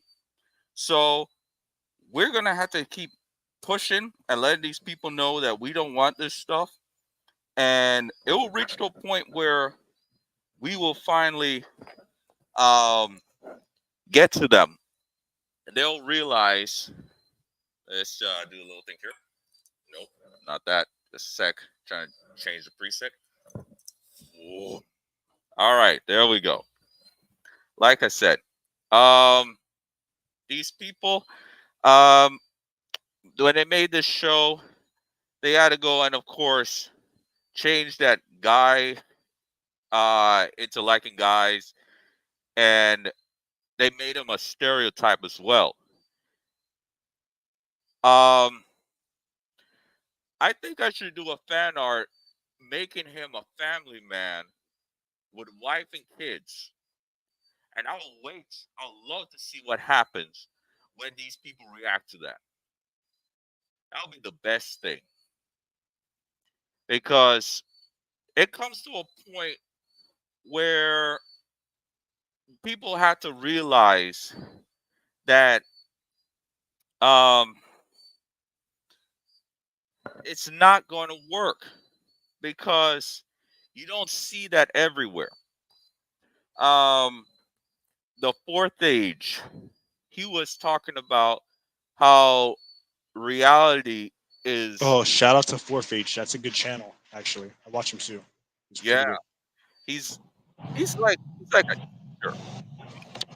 He's like one of my teachers, not like just a content creator. He's like a teacher. Like Like if I was going to go to a university lecture, Yeah, he's a that's good speaker. He's a good speaker. He's like, you could tell like he's a very he goes into Right, depth. right. He goes into a lot of depth with how he speaks and how he talks. He's really well spoken with these things. right, right. And so one of the things he emphasizes is the fact that reality is a important part of fiction, because with fiction there has to be some level of expectation. And when we see Laura Croft, she had the image of this bombshell model. And the thing is that she's doing extraordinary things. And these people want to say, oh, we're just making it grounded and all this kind of, nonsense. That's crap. Because she is doing something that most people are not capable of doing in real life. The idea of going into different ruins and taking things. She's supposed to be the female version of Indiana Jones. You can't just go into places like that and snag things. Well, And not just that. the other thing that, yeah, Well, not and just also that. the other thing. Most rock climbers and most people that explore caves, they don't flip around like gymnasts. That's not exactly the optimal way to rock climb and to jump gaps. It's like Oh, completely not unrealistic. Yeah. just that. It's the idea of her going around doing this, because the law in the local law enforcement, they're going to have a problem with that, because that's part of tourism. So she's doing something that's incredible. So there has to be some because the thing is, Well, she traveled supermodel through time babes and fought a T-Rex, bro. like Like, Laura Croft, right? You see up there, Angelina Jolie, she's a real human. So for them to make the character look the way she looks and say it's supposed to be grounded, it's stupid. And so, like I said, if again, she fought a these T-Rex, bro. She fought a T-Rex. she's a sexual Tyrannosaurus Rex. Like, Yeah. she fought a T-Rex. Once you fight a T-Rex, you throw realism out the window. That Well, ship oh has yeah, sailed early wait. on. Just remember she did fight one in one of the games. But here's the thing. So she fought a T-Rex. Now she's a sexual Tyrannosaurus Rex. Remember the line from Predator? Yeah. Yeah, because it's just like um it's the other thing is that makes it so stupid is, why did they pick the subject matter? Tomb Raider. Think about this. Tomb Raider. All these woke people don't like, especially white people, looking up these things, going to these little places and snatching them. What were they thinking? And one of the people that were talking about the creation of this show, the people are trying to figure out, oh, how can we get her to um you know do these kind of things, but at the same time, um just like changing up. And that's the other thing that makes no sense. The subject matter is not compatible with these people.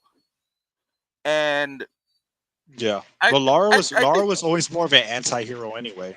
Up until the reboot trilogy, she was kind of more of like a little bit gray, She was more in the gray area because she was all right, about like her satisfaction, her entertain. She was enjoying raiding the tombs. It was a challenge. thrill for. She does it because it's a thrill and a challenge. And again, she would take these artifacts because of her own whims, like her own Right. And thing. here's the It made her interact with people that were worse, that were actually bad guys, but she wasn't necessarily like a superhero. She was like always like an anti-hero. right. And here's the other thing. Even that recent remake with those set of quote unquote realistic versions, I had a problem with those too, because it's like um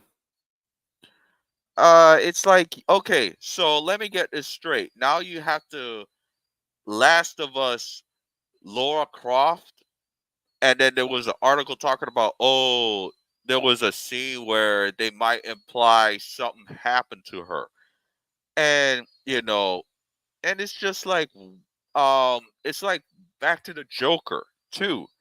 It's like the idea of these people are trying to put these quote unquote realistic um story elements into something that is fiction, but at the same time, it's like they have they okay. So when it comes to art, especially something like extreme like Laura Croft, there's a balance between what's grounded in reality and fiction, right? But what they have done, they have turned that scale into the opposite direction. So Laura Croft shoots a gun.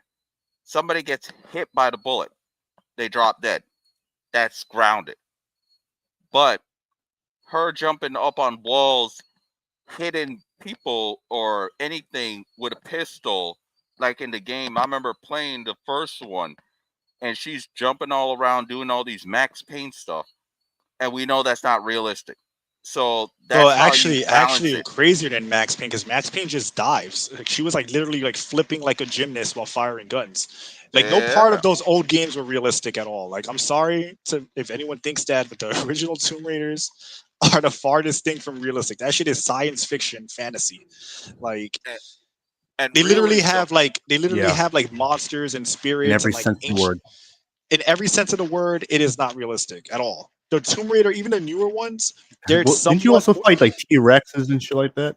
Yeah, that's what I said before. I don't know if you heard, but yeah, you fight Yep. T Rexes. Like, and in the newer ones, there's still like supernatural elements. Like the guy at the end of the last Tomb Raider game, he becomes a god, like an Aztec god or something like that. Like those games aren't realistic. They're grounded but not realistic.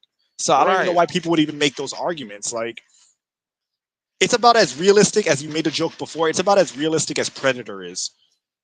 That's Right. about as realistic as those Tomb Raider games are, all of them across the board. Right. But they balance those two aspects, realism and fantasy, properly. But now these new people, they have changed it to the point where it's not fun. They Now, I didn't really watch the show too much, but there was this show called VIP with Pamela Anderson, and it was one of those kind of shows. But that was the era where people said, gathered around a bunch of guys or whatever most of the time, and there probably might be a woman around a circle of the creators, and they said, how can we find what is cool? They look into magazines, they see the Oakley ads, they see all these things about visual and imagery and what says, what pops, right? But now with these new people, what did they do? They do all this stuff like, um, okay, now how can we have her emphasize her pain and discomfort and all this kind of stuff? Like, why are you making Laura Croft miserable? She's miserable, constantly crying, constantly seeking people. What if those people weren't even there? What if all of them died in a crash and she was the lone survivor, right? What if she was in a lone, literal lone survivor like situation like Marcus Luttrell? And then all of a Well, sudden, she's surrounded by bad guys and she's trying to escape. What's she gonna do? Cry in the corner. Next thing, when the terrorists are like, "Hey, come here, Akron, come here." She's crying. Ew, what's up, girl? How you doing? That's not gonna yeah. happen. They're gonna put one in their head. So, they trying to, like I said, they're too obsessed with trying to turn these fantastical fantasy stories that's supposed to be semi-realistic Well, I'll give and you a direct miserable. parallel. I'll give you a direct parallel that I found very like it's kind of illustrates what you're saying. In the last Tomb Raider game that came out, you literally have to like walk around and talk to villagers, right? Because it's like a hub area. Like, you think about Tomb Raider and like all the things you could do before, and it's like, yeah, what do I want to do in a Tomb Raider? Walk around and talk to villagers like it's The Last of Us. Slow walking, side meaningless side quests that don't really help the story much. It's like You're taking a game that was like more action packed, more like about like you said, like an Indiana Jones, and you've made it into more modern, like typical modern game design where you're walking slowly, talking to villagers.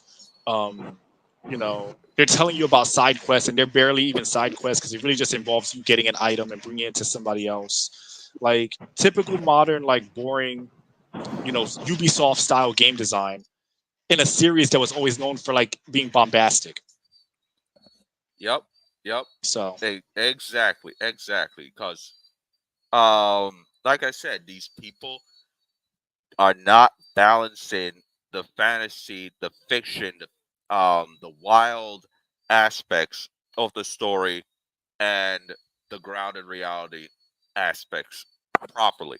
And of course, um, okay. So a couple of weeks back, I was even trying to mention about propaganda and the different things. Right? I'm gonna try and make this brief as possible. The parents are going to most likely watch the movies with their kids. The kids are most likely going to watch the play the video games by themselves. Some of the parents, especially dads are going to play video games. But the thing is, it's so funny how most of the time in the conversations the young people talk about their politics, they go into a deep dive. But with adults, when you're talking with older people over 40, when it comes to politics, like for example, these people go around talk about this and that about Trump, right? But what did they say about Harris? I remember I was in this car, this old lady, we were picking up this old lady because, just helping her out, whatever. First thing she talks about is, oh, who are you going to vote for? I'm going to vote for Harris. Oh, you're going to vote for Harris. Okay. And then all of a sudden, the whole ride, she's talking about Trump. Didn't say anything good about Harris. Nothing, any kind of anything. That's what adults, right? So adults are going to give you conjecture. Kids are going to give you a essay because the video games are putting the essay into their games. And now they're trying to do this with their television series, like the Netflix shows and all these cartoons. And the other thing about the Netflix the Tomb Raider cartoon, I'm not a really big fan of people having this argument that modern cartoons need to constantly be better, because my thing is like this. Young people, like in the like teenagers, they're gonna see the new stuff. They're not gonna see the old stuff. So why do their shows have to be so much better looking than ours, right? Because they're not gonna look at the old stuff. But aside from that, the art style with this new Tomb Raider, it doesn't look cool. It looks like something like one of those '90s cartoons, not like late '90s cartoons where it was like they kicked out the Japanese artists because the Japanese artists showed up around in the '80s with GI Joe and all those other cartoons. You can see it, especially the Thundercats, intros. Toei, Transformers, Yup. Toei. Transformers, all of them, GI Joe, all of them were like they had like Japanese. They would outsource to Japanese animation companies. Yeah, Yup. Toei Animation were the kings. They took over. I even knew it when I was a kid because I can look at the American cartoons like You really Tom were. and Jerry, and then I look at GI Joe and all these intros. I'm like, something looks a little weird about those. I wasn't too familiar with Japanese people, but I said something about those look very interesting. But with this Tomb Raider now new show, it's like um it looks like mud.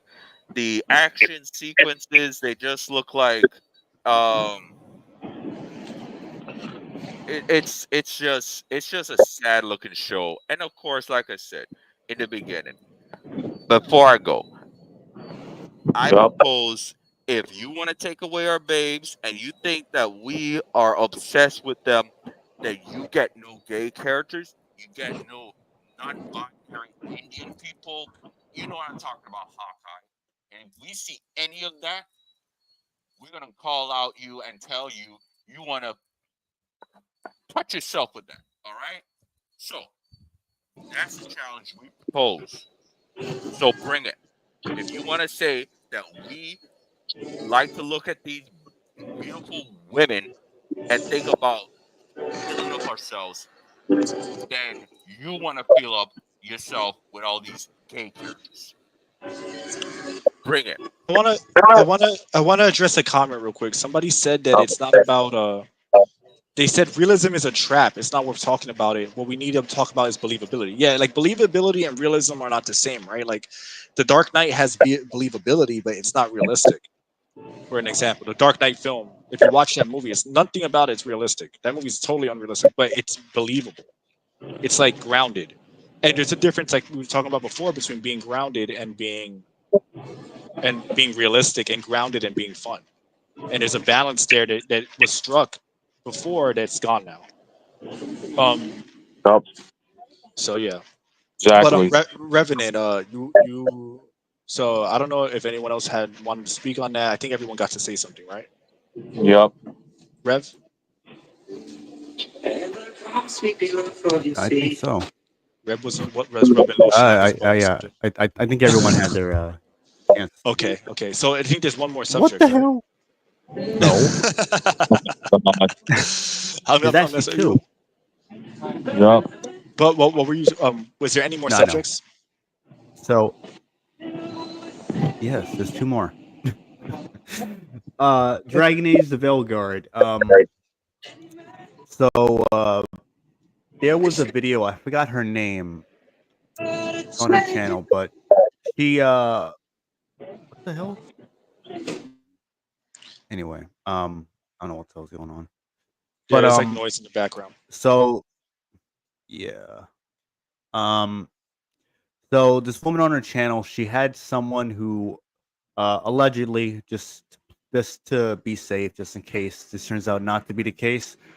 But she had a playtester who playtested Veilguard for a few months. As far as like even around this year. So I think it was, yeah, it would be the only time, yeah, from play tested the game around this year, I believe. And a lot of our assumptions were true. I mean, we already know the character creator, the wokest character creator probably ever at this point, at least until some other game beats it, which will probably be Baldur's Gate 4. So that's the case with that. Apparently, the story is pretty fucked. I mean, again, a lot of this shit is just confirmation of what a lot of people had figured would be the case. Unless you're a big, you know, BioWare or Dragon Age fan still at this point, for whatever reason. One of the characters, Varric, in case no one doesn't know, he's the dwarf with the crossbow, who for whatever reason they changed the color from red to black in this game. I guess they want to really get rid of all these gingers. And apparently he plays a less of a role than what you would expect. He kind of is becomes sidelined for most of the game and is looked at more like an advisor. The main villain, Solus, he is pretty much in the background. He is mainly important up until the end. Again, a lot of this is just based off of the what the playtester had said. And apparently no one was allowed to talk about anything like being woke and all that. Like the developers were pretty have the liberal hive mind there, which is to be expected.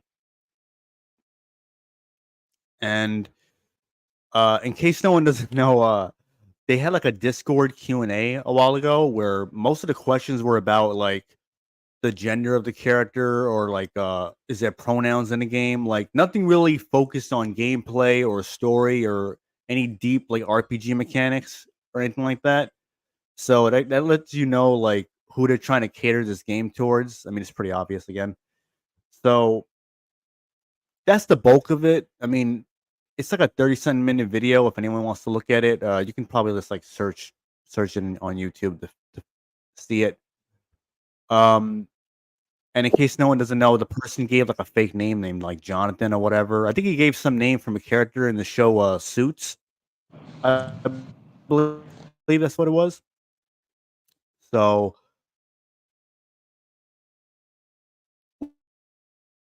we'll have to wait and see. Like this game is gonna be complete shit. It's gonna be an abomination. It's no doubt gonna be the worst Dragon Age game in the series. And two was I'm originally gonna the be worst honest with one, you. but I think two is gonna beat it by a landslide as far as being a superior game. I'm not gonna Uh, lie to you. I haven't cared about Dragon Age in a long time. The only game I like, because like to me that's a series that just got worse progressively over time. yeah, they fucked it over with two because they wanted to be more like Mass Effect. Well, how And many on top of how that, many? Let me put it this way: how many yeah. Dragon Age games are there, including Veilguard? Okay, so including Veilguard, there's four. There's 4. How many of those games There's did you think were good? Origins. Honestly, Origins. Two Yeah, was so that's what I'm okay. saying. Inquisition, excuse me. Put me to sleep. I didn't bother trying to finish that one. And really, once I saw how they were acting with Mass Effect Andromeda, I just checked out of BioWare because even with Inquisition, there was like more visible signs of them doing like woke shit. But of course, it's gotten worse over time, and we can already see with Veilguard, it hasn't gotten any better for them. So and a quick cheap plug.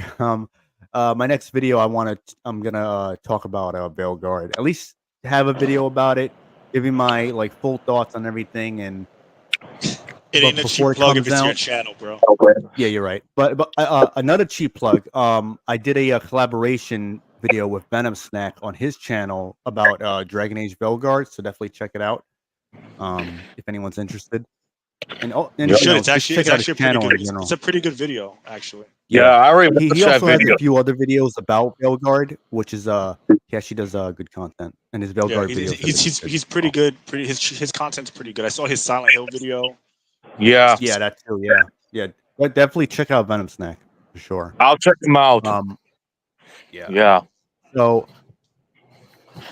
anyone has anyone by any chance seen the video in question where this I forgot her name, but she was talking, and this person is not a fan of what they're doing with Veilguard, just so people know. Like she knows it's being turned to shit. So I've never seen it, but I did watch the video. I saw what's going on, and the fan was like really not happy how they made a lot of changes. Yeah. yep. I The think that Canary looked Dragon, terrible. yeah, that's gonna flop real bad, I swear. Yeah, but you know what the other thing is? I think there was somebody was talking about the development where the top people would ignore the playtesters' opinions. They would say, you need some work on something, and then the top people would just ignore them.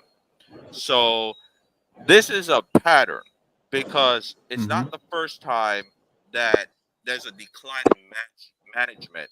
Somebody told me, they noticed that what's going on right now with just everywhere is the top people that's supposed to look at something and say, okay, that's a problem. Because um the example, back when the Sonic was introduced to the Americans, um Sega of America had a staff of people that were to look at it. And Sonic was supposed to have a girlfriend, and he's a rock band and stuff.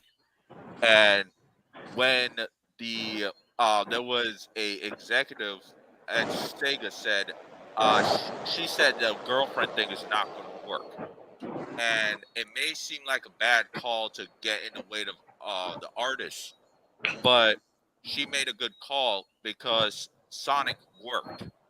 And even though that character was excluded, but you know what's the ironic thing about it though? the later Sonic games, Sonic had somewhat of a romance interest. You know, it's almost like they reintroduced that idea.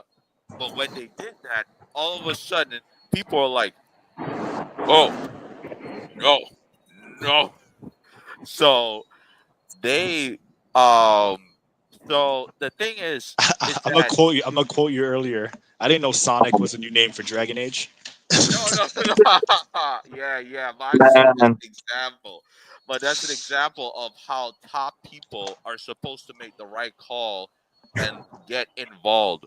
But now these activists are crawling in and starting shit and just making these changes, but you're and not talking nobody about is correcting them.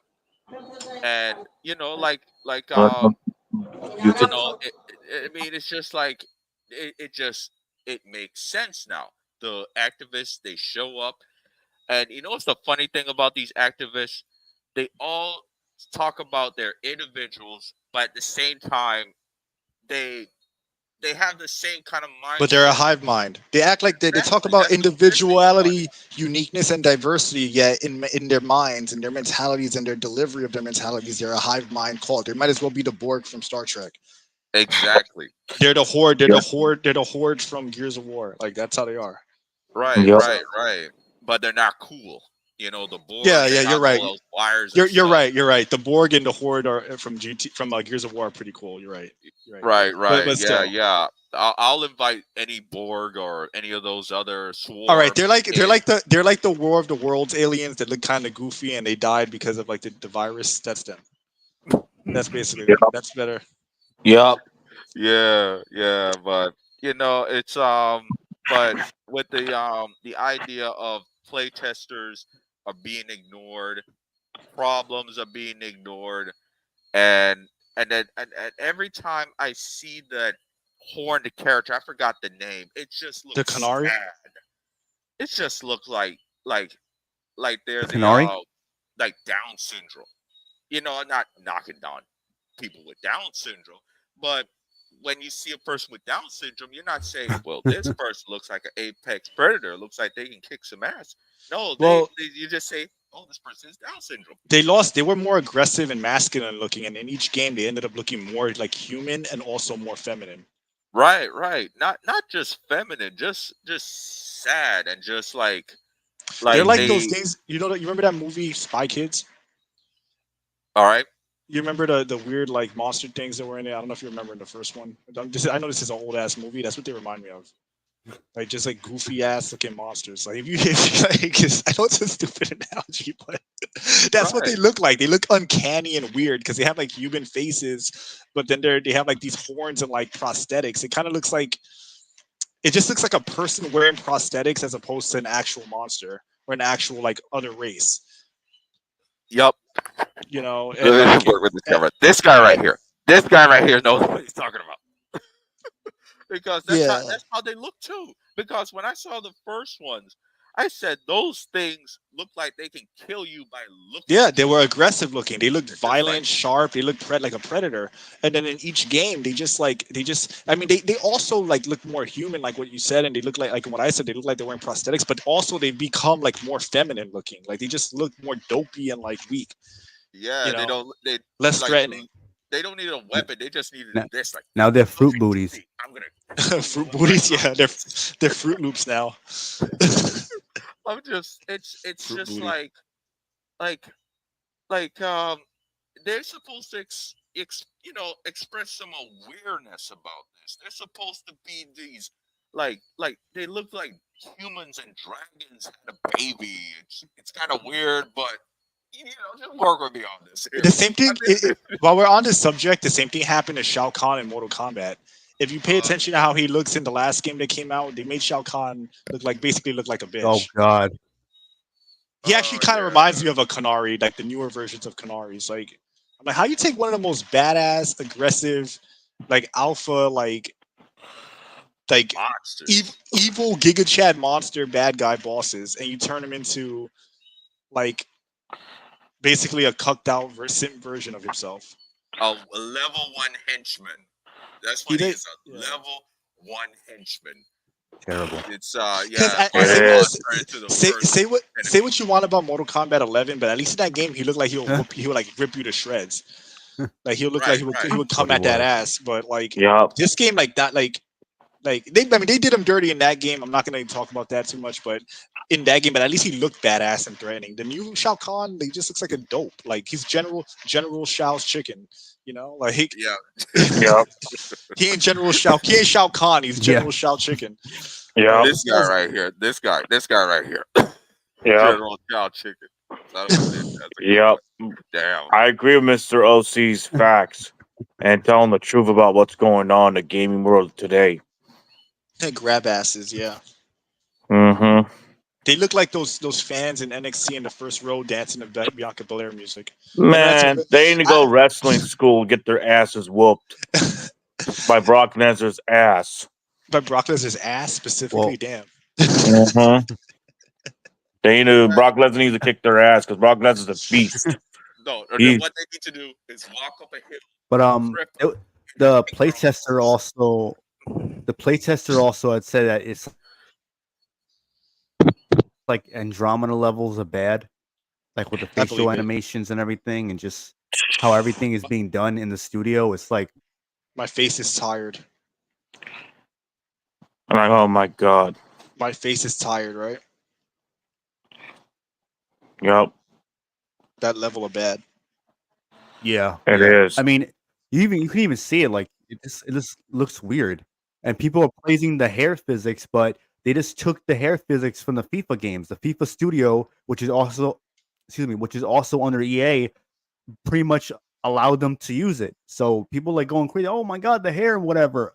All right, what about everything else? These characters look fucking ugly. The character creator is like something an Antifa member would create, and it just everything else about it like is a mess. Like they got I think it was the lead writer, or the director saying it's purposely queer and all this other shit. Like if you see the dev team there, they look fucking weird. And you don't got to tell you it's made for queers. You just know it's made for queers. You even see it in the character creator. It's like they're trying to, represent the dev team.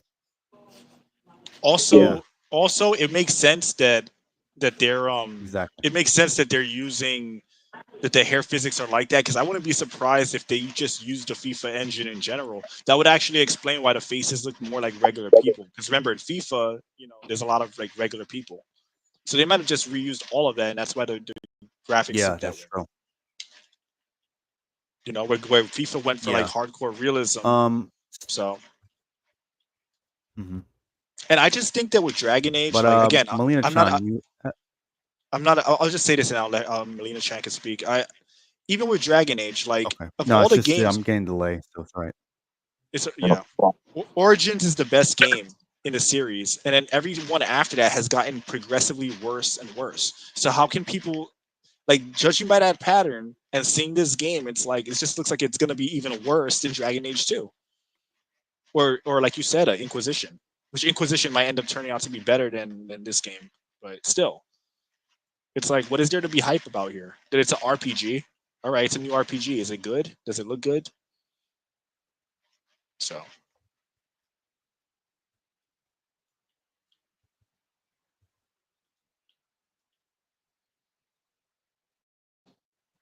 But yeah, Melina Chan can speak now. She could give her thoughts on it. I think Revenant's like really delayed. That's what it feels like, at least from my end. I don't know if I might be the one that's delayed, but. It might be me. Briefly, I'm sorry. What is try refresh? Failguard again? Dragon Age Veilguard's character creator, how it looks, and then I'll let Revenant explain. Well, a playtester was on alleged playtester, just to be safe. You never know.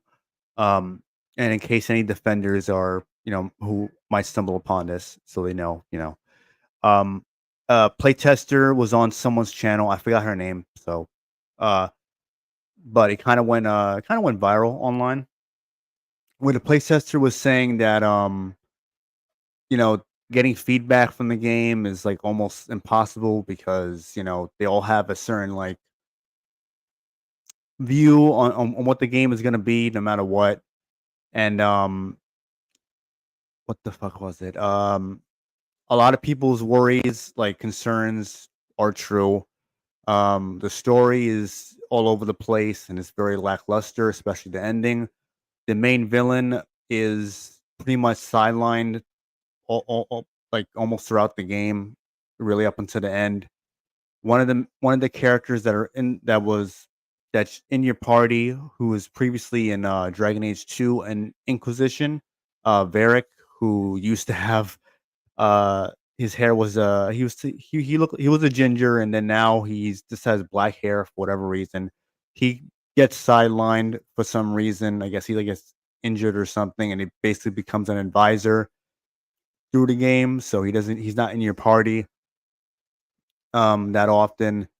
Apparently, the facial animations are very similar to Andromeda's, Mass Effect Andromeda's, which was a mess. In case anyone forgot about that game, and just overall, like the how it's structured, it's like they don't want to hear criticism, and you know, of course, you have the character creator being a complete mess, and it just seems like they're just riding off of like, oh, Dragon Age Veilguard is going to be the queerest game ever, so, and that's all that matters because they're not really addressing or improving on anything. So Notice yeah, they said that that's same thing pretty about much. Agatha all along. I think I said this in the last podcast. It's just weird that like another two separate companies have both said this is going to be the gayest iteration of that thing ever, and it's just a weirdly specific thing that both the Dragon Age people said and the Marvel people said over that show Agatha all along. I just find that connection kind of like it's like I feel like that's gonna be the new thing that's gonna be pushed, like specifically that like this Assassin's Creed's gonna be the gayest Assassin's Creed ever. Didn't they actually say that about Assassin's Creed Shadows as well? Wasn't that like one of the Well, things what with they that said exactly? that That's gonna be that the this would gayest. Oh no, no, it's the one after that. I think it's Hexy or something like that, yeah, or yeah, Hex. Hexy I forgot the and name. both and remember both games, both Dad and the and Agatha all along have magic in them, and they both have that Yeah, tagline. yeah, This is gonna be yeah, the because gayest whatever, and then on top of that that, one's gonna be about the Salem witch trials. and then Dragon Age is also using that tagline. So I wonder if like there were a bunch of people sitting in a room somewhere and said, "All right, what's the next thing we're gonna push? This is gonna be quote unquote. This is a new tagline. This is gonna be the gayest iteration of XXX and the third ever." You know, it's just kind of a weird thing that I don't think is a coincidence. That might just be like like not the new agenda, but more of like the direction they're gonna push. And when I say Oh, they, I mean like Subnautica right. too. Yeah, I So, seen some of the characters look fucking awful. yeah, I just Just to think answer it's that weird. question. It's a weird thing to be a coincidence. Yeah. So, Melina, that's the gist of what's been going on with the game, and also it comes out on Halloween. So, you know, Oh yay, the horror. Yeah, yeah, that'll be the scary. real horror. Well, Yeah. with that, Yeah. when you see that canary, you're gonna be screaming. You're gonna be screaming. It's gonna scare your ass off. Oh my goodness. What is this Canary? Is that a character or Oh, That's a that's a race within the that game's universe. that's a race that Oh, went oh, from speaking of which, badass I'm to sorry. goofy. I just remembered. The playtester also said that a Canary in your party. I'm not sure which one it is because I seen some of them, so I'm not sure. But one of them introduces themselves to you, but says that they are a non-binary.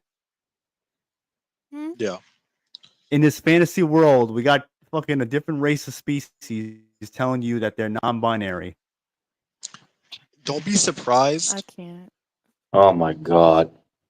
Don't be surprised. This I've said this before. I think all those RPG games like Dragon Age, Mass Effect, Baldur's Gate, whatever one you want to name, I think they're bait for like those. For some reason, it seems to really attract those kind of activists specifically. I noticed like with those RPG games, like don't excuse me, don't get me wrong. I know like most games now have this agenda being pushed, but with RPG specifically, there's like a really hard push for like, and these people are like, it seems that fan base, a lot of them are really into like the preference stuff, like the nature of creating a character and being able to romance. It really attracts those types of people. Oh, Oh wait yeah, a of minute, course. wait a Mass minute. That Effect as And then well. they sounds like use the Mass something excuse. that you Mass Effect too. Especially Oh, yourself. it's just more RPG So why do you want another option for it? Do you want something to pleasure yourself options, with? more options, the freedom for the player. When it's like, no, it's not.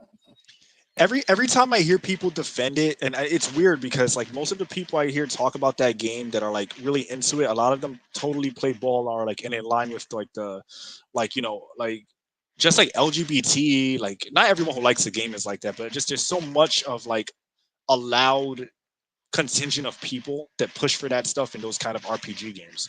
Like all those RPGs like Baldur's Gate, like I said, Dragon Age, um, even like the Ubisoft Assassin's Creed RPGs, even like for some reason those people really love those kind of JRPGs. I think it's because of like the romancing options, like create a character, be whoever you want or whatever, which is nothing wrong with that aspect of wanting to make your character or whatever. But I just find it kind of funny that it attracts that kind of fan base.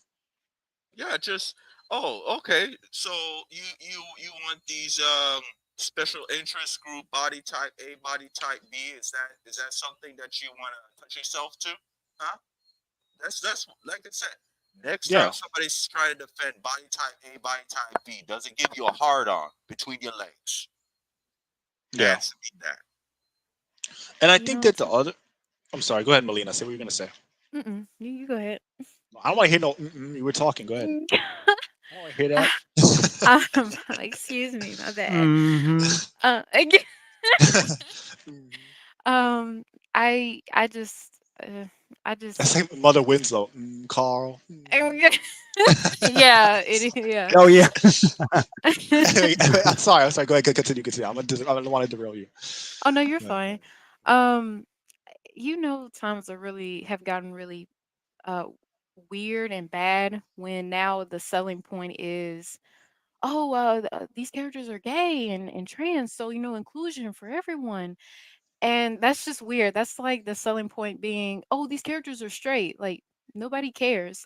Is the game good? Is the gameplay going to be great? Is the story great? And I feel like because I'm pardon me, but I haven't played Dragon Age. So I don't know too much about it. But just for what I can provide, like to add from my point of view, it's just weird that these are the selling points now, and I feel that the message uh is so lost because like when you had mentioned Revenant about the story, like what I got from that was because they're so focused on trying to make sure that in the character create that everyone is included, down to people that have vitiligo, that somewhere something is gonna suffer. So the story is gonna suffer, and it's like that with all the games, like all these remakes, like even like with the Tomb Raider show, things are being sacrificed when one thing is being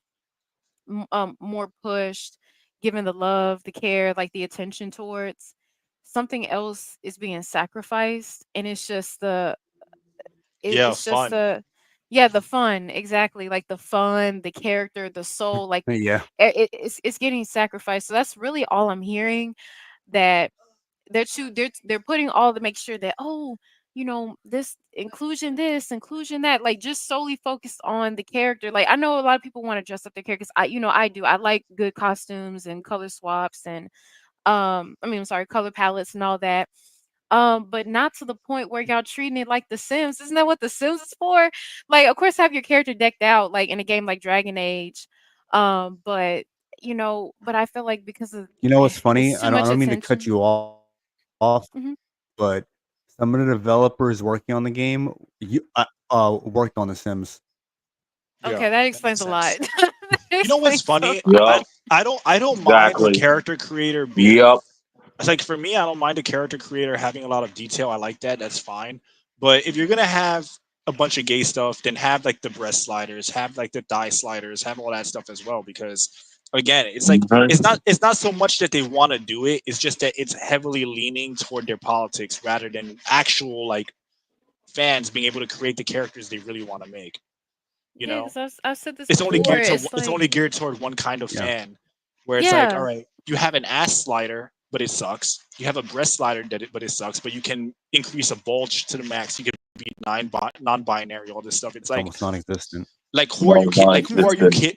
who are you kidding with this stuff? Like it's pretty obvious what you're doing, and that's why I have a problem with it. Like yeah, I get that, and also like it's like you said, like it's not The Sims. Like people are trying to like make it like it's their actual lives, but again, like you can have a character that's looks how you want them to look and what. I don't mind any of that, but you just make it balanced toward everyone instead of Yeah, leading with your politics.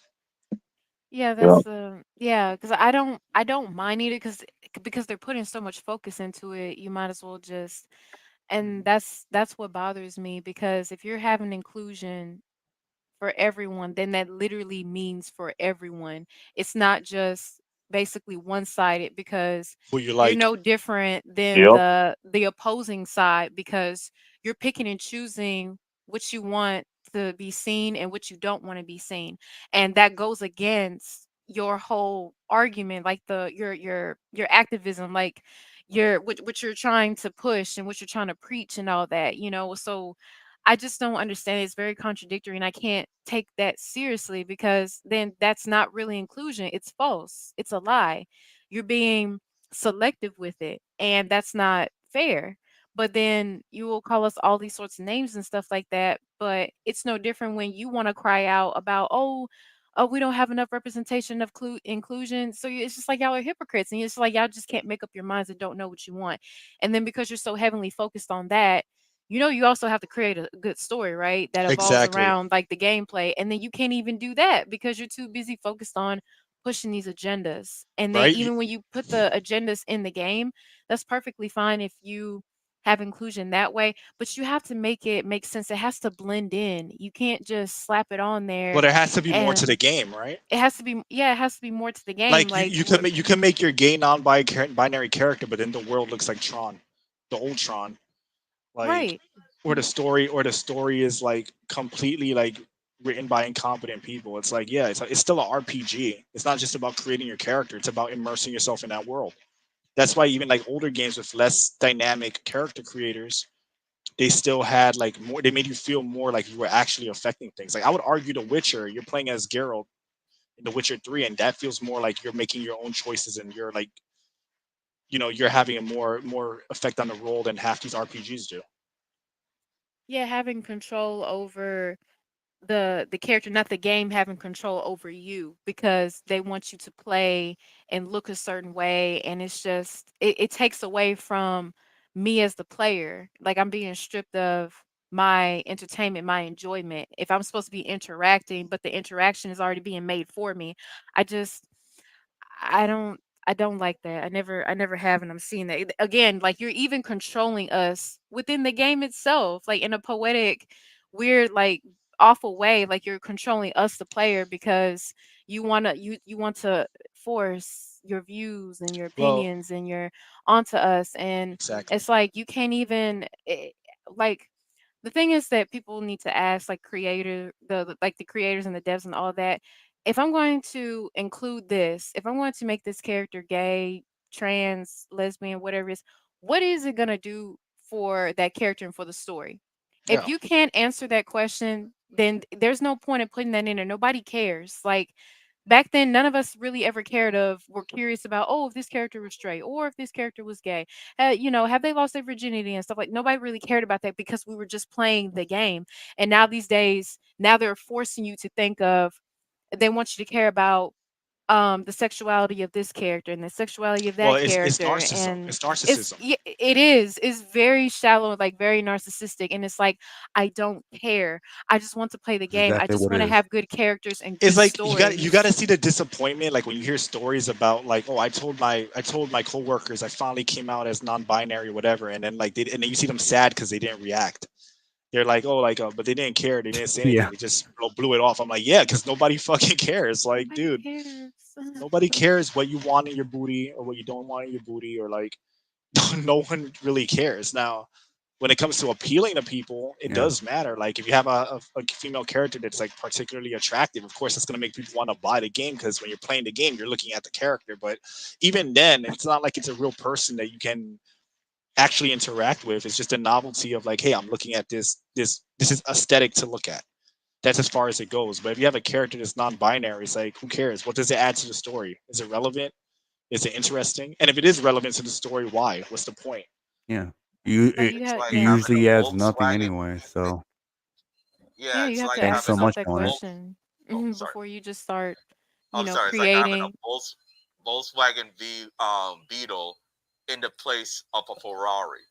You want to see a Ferrari, not a Volkswagen Beetle. If you want to see Again, a Volkswagen Beetle, that's something like a slice of life story. But if it's something like Fast and the Furious, Volkswagen vehicle, what's the first thing that's going to come to mind if you see that cute little Beetle? It's a comedy skit, right? yeah. So they're going to have, let's say they replace Vin Diesel with Morgan Freeman.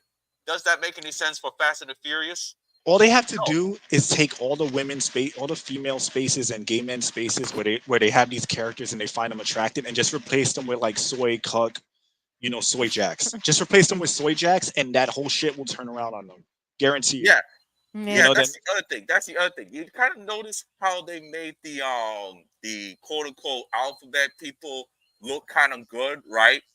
How about we get the most wackest looking people to play as them? Oh, so you won't coon to them, right? Come on now. look. Mary Jane, it's Peter's girlfriend, manjaw, squarehead, all of that. Black Cat, the lesbian, the now bisexual character that's only gonna date women going forward. The only beautiful female in the game, she's gay. So you have two characters: a beautiful female, bisexual. The main character's girlfriend looks like Rocky Dennis. It's So almost like they're trying to that's tell on people it's on this is the purpose, preferred choice. It's and completely also intentional. it's intentional. And also, look at I remember when I played Star Wars. What was it? The Fallen Order. What's the first one? It's the Fallen Order, right? The first game where you play as Cal, I believe. I believe so.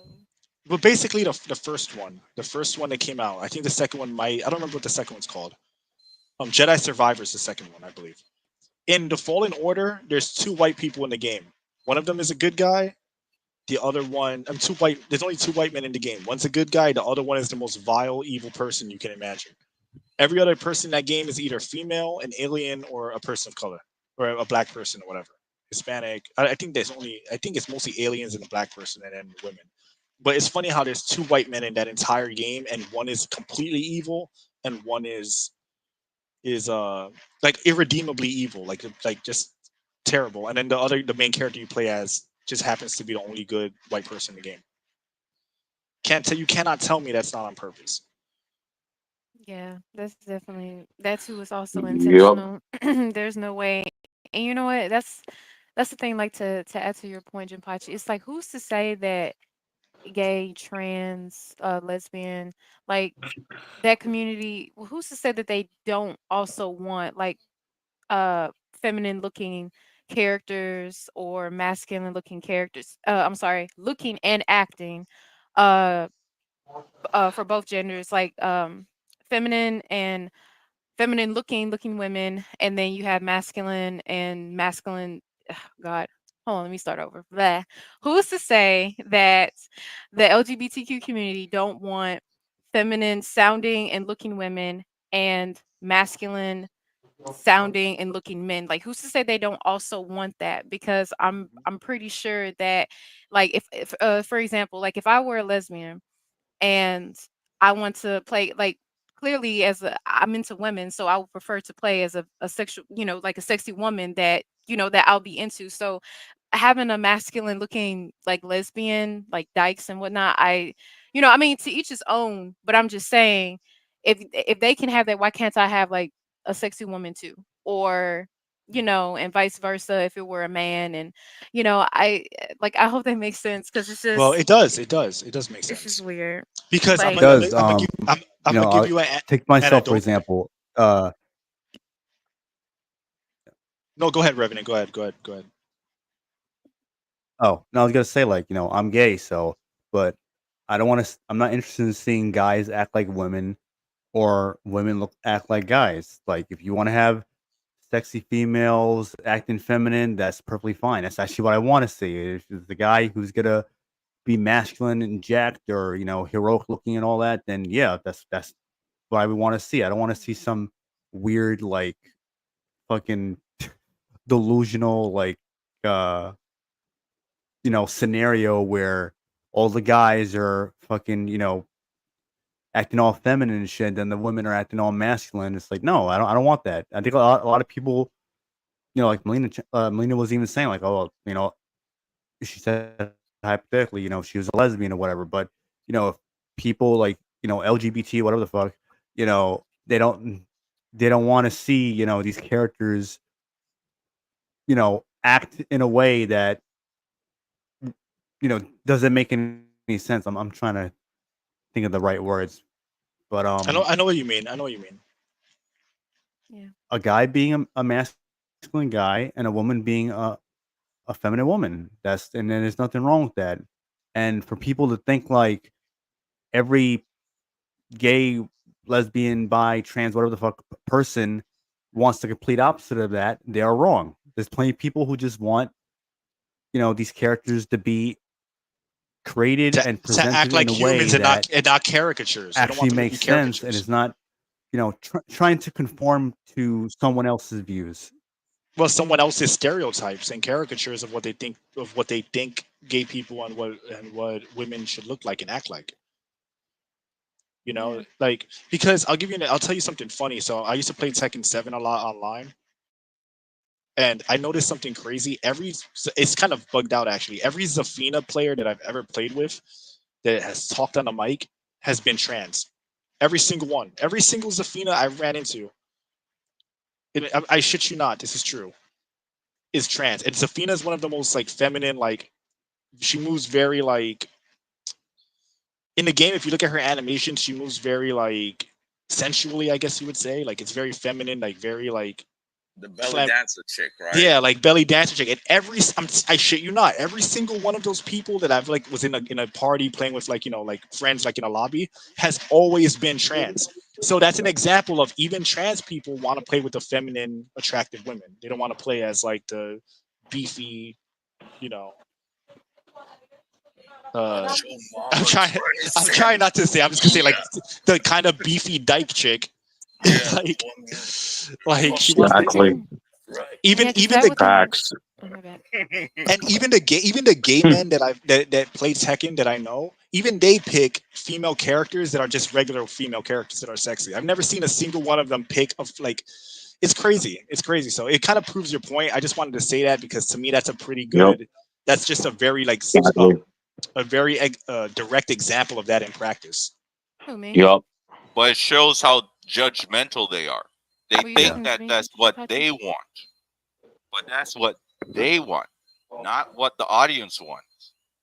And the thing is, the irony of it, they're trying to make these characters quote unquote trans looking, right? Because of trans gays, and some of them Yup. openly admit it. But here's the thing: these people say that, but at the same time, the irony of the whole trans thing is to try and be the opposite. Why would you shortcut it? If you have a character that is projecting those kind of feelings inside of you as a quote unquote trans person, then why would you want I'm something gonna that looks halfway? I'm gonna help you out perfectly. If you're playing a game, you actually don't need trans representation in anything. And the reason why I say that is because if you're a man who I'm basically what you're saying, I'm just gonna make it a little more brief. If you're a man and you think you're a woman, then just pick a woman, make a woman. If you're a woman who thinks she's a man, you'll just make a male character. Why do you want to play as a man? A lot of these people don't even really want that. Like I said, they're picking Yup. Zafina. They're picking Zafina. They're not picking Lydia. They're not picking and like they're picking the like a actual more like aggressive like she's pretty much like a dyke character, to be honest, Lydia, in my opinion. But anyway, instead of Who? picking that character, Lydia, Yup.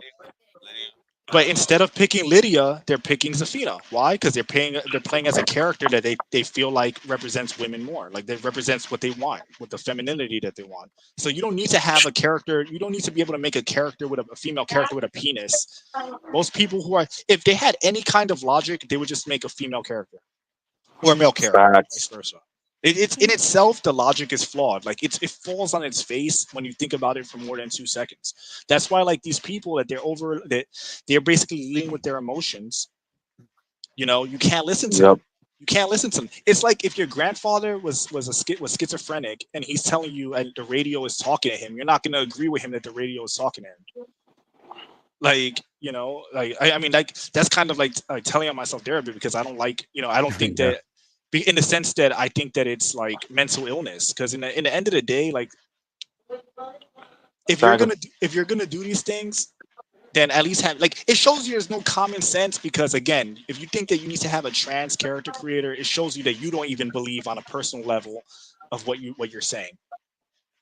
And also notice, and when I say I'm telling myself, is I'm revealing that obviously I don't like the trans shit like that, and I think that those people need help, because look at what happens with in movies. Remember they did those Game Awards and they had They those definitely trans do. people.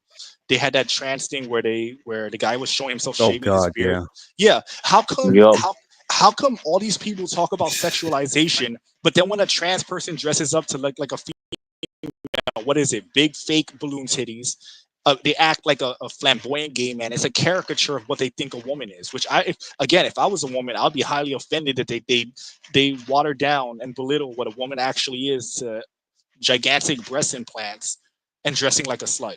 To them, that's what they consider Yeah. femininity. Displaying a These are caricature. Like an idiot. they're playing a caricature. It's just like a men. When you see like women who want to be men or like dykes or whatever, they're dressing like and trying to act like, they try to act like the most aggressive, quote unquote, most negative of traits men have, and they try to make them look like they try to like adopt the most aggressive and negative traits a dude could have.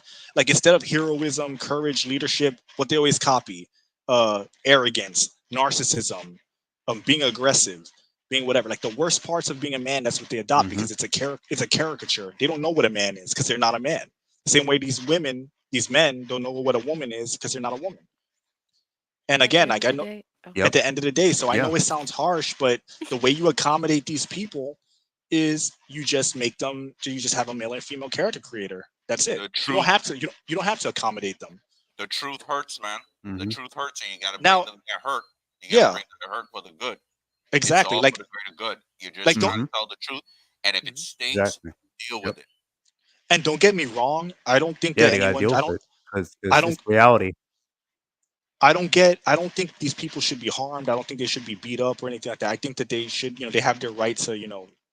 To not be harmed in any way. I don't think people should do that either. But we also shouldn't necessarily go around trying to accommodate them when they make up such an insignificant part of the population.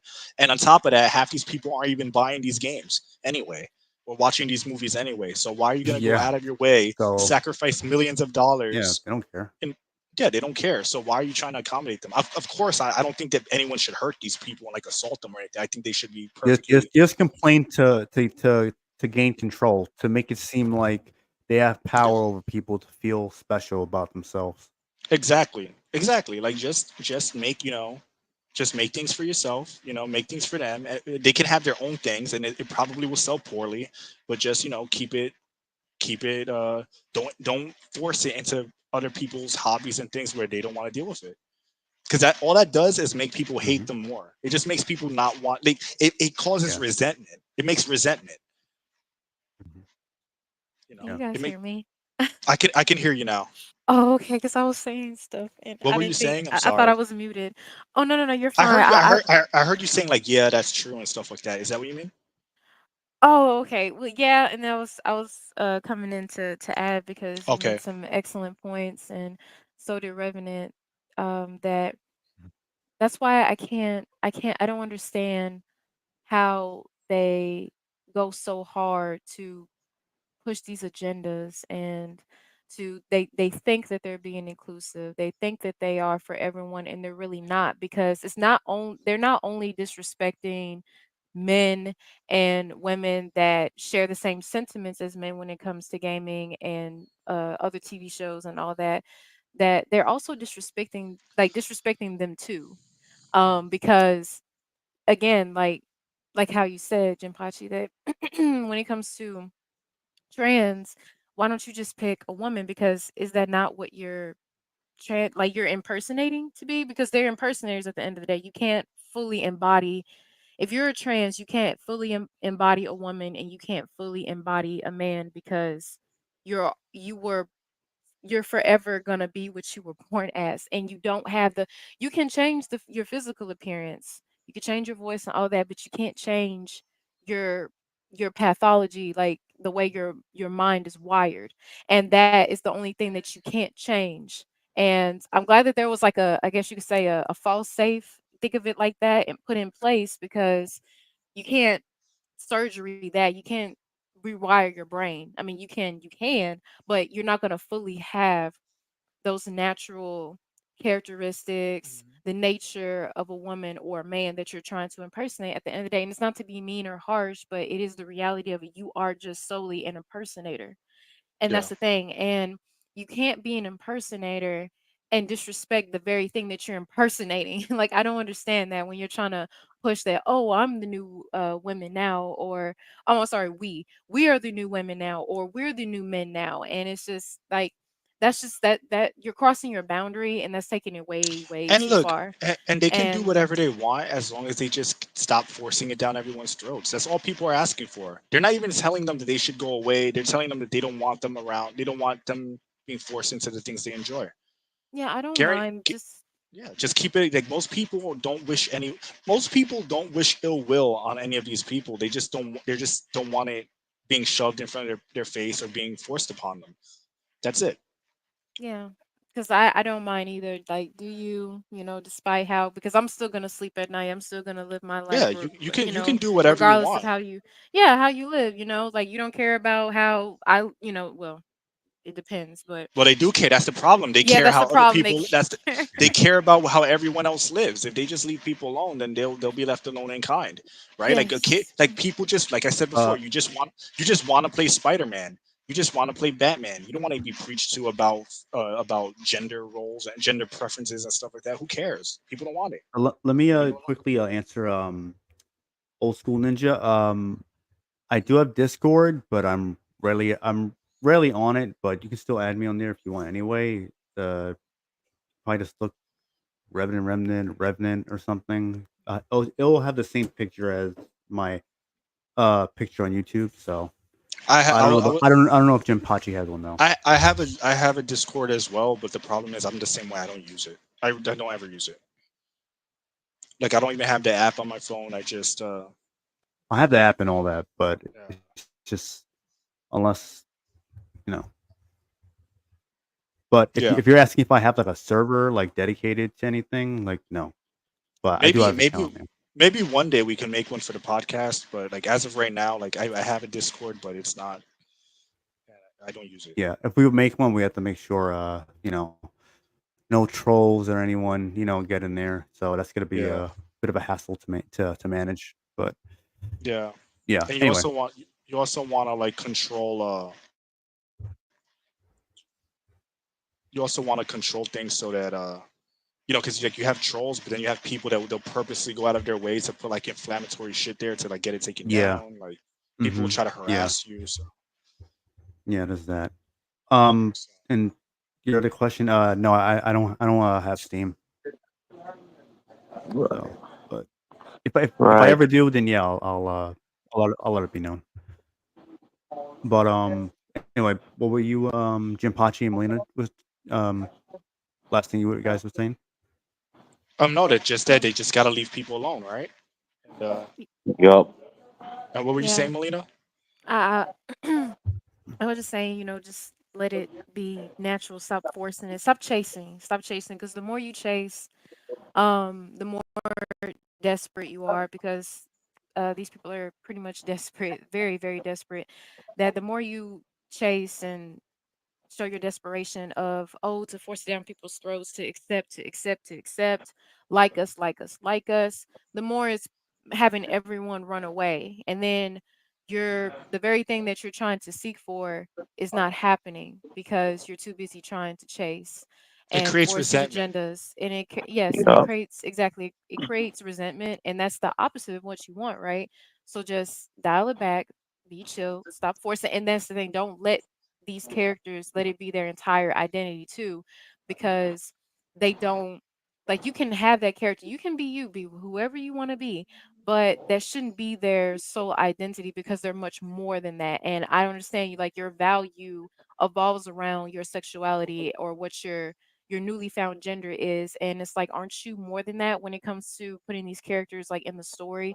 Like it's just, and that's the thing. I don't understand how a lot of like within the community, because I know they're chill gays, like well, I'll say this, there's chill members in the LGBTQ, like Revenant, for instance, and they see it and they don't like it, but the ones that do like it, and it's like you're being disrespected too. You know that, right? Because these devs, they're not even properly representing you, but you're accepting it anyway, and you're still accepting slop. You don't care. You're just looking at, this is my representation, and you're just settling for that even though you're not being properly presented. And then you'll take that and call everyone else all these names and stuff like that. Oh, you're this and you're that, because you just don't want to accept us. And it's like, no, if anything, we're looking out for you in a way, technically, because we don't mind slash care whoever you want to be. And we just don't like the, excuse me, we just don't like the fact that that is your, like, these characters that's supposed to represent you is your entire identity, and it doesn't make any sense. And it's just, it's all over the place, and it's terrible, and it's the sole focus. Like, wouldn't you want to be properly represented in a way that you just naturally blend in? Like, you're all these great attributes that you see the characters that have been long time, like Lara Croft, Kratos, a lot of the Resident Evil characters. Like, wouldn't you want them to be pretty much like them, but just trans or gay or lesbian? Like, why do they have to, be so all up in your face and just solely what their sexuality or what their newly found gender is? Like, I understand, like, I don't see how you can accept or support that either, because you're pretty much in the same boat as us. You're just, no one is being properly represented at the end of the day. Like, we're all just pretty much, but some are just gonna take it and some don't, and that's where we're at. Yeah. Thank you for coming to my TED Talk. Yeah. So no, yeah, you made good points there, and yeah, like just leave people alone, they'll leave you alone. Try to force things, people are gonna resist it, and that's gonna make them not like you. That's true of anything, even. Um. So yeah, there's any more subjects, Revenant, that we had, or is that about it? Last one. We're finally almost out of here. Yup. Some game called Unknown 9 Awakening. It's doing pretty terribly. And Oh yeah, no. Yup. it was worked on by Sweet Baby Inc. Specifically, I think one of the co-founders, which is a guy, I don't remember his name, and the other co-founder, Kim Belair, who also was a writer for the game. Also, Bandai Namco are the publisher for this game, and apparently they bought the development studio specifically for this game that the studio was working on for several years now. Apparently, it was announced like years ago. I don't know how many years ago exactly, but and I don't know if the game is simply called Unknown 9, like that's like the name of it, or if it was a series and this is the ninth one, because I never heard of it, so it probably has the right name, Unknown. So it's been doing pretty terribly. It's glitchy, it's a mess. Of course, it has a woman who literally is at some point in the game was talking about how empowered she is and whatnot. Um, the face model, allegedly, because they don't properly scan these characters. Well, they do. It's just that when they're done doing that, then they, you know, fucking take the fucking hammer and chisel and ruin everything. Well, they took that The woman who actress and messed played her face up. Yennefer Yeah. so the woman who played Yennefer in the Netflix Witcher show, I don't remember her name, but they modeled her the main character's face after hers. You wouldn't know if you actually saw the game because Nope. fuck was terrible. Of course, she has the big ass jaw. No makeup, bags under the So, eyes. and the Looks like game overall, looks like she hasn't slept in days. yeah, the game, yeah. So the game overall looks very like unpolished, especially for a AAA game. And so The player numbers are pretty terrible on Steam, at least as far as we know, because we know PlayStation, Xbox, they don't give you that information, which I wish they should. I mean, I wish they would. But while I look for the play numbers as of right now, because this game came out, I think on Thursday or Friday, so we would assume there will be a lot of people on there, but there's not. But while I look for the numbers as far as how many people are playing, you guys can give your thoughts on it, especially if you've seen the gameplay or know anything of it. Okay, the Steam numbers. At one point, they had 300 people, and then it just dipped. So after that 300, it didn't go up. It just went down and lower and lower. And when it comes to it, I've been seeing some people playing the game. I am not touching that. I don't care if they sent me a free copy.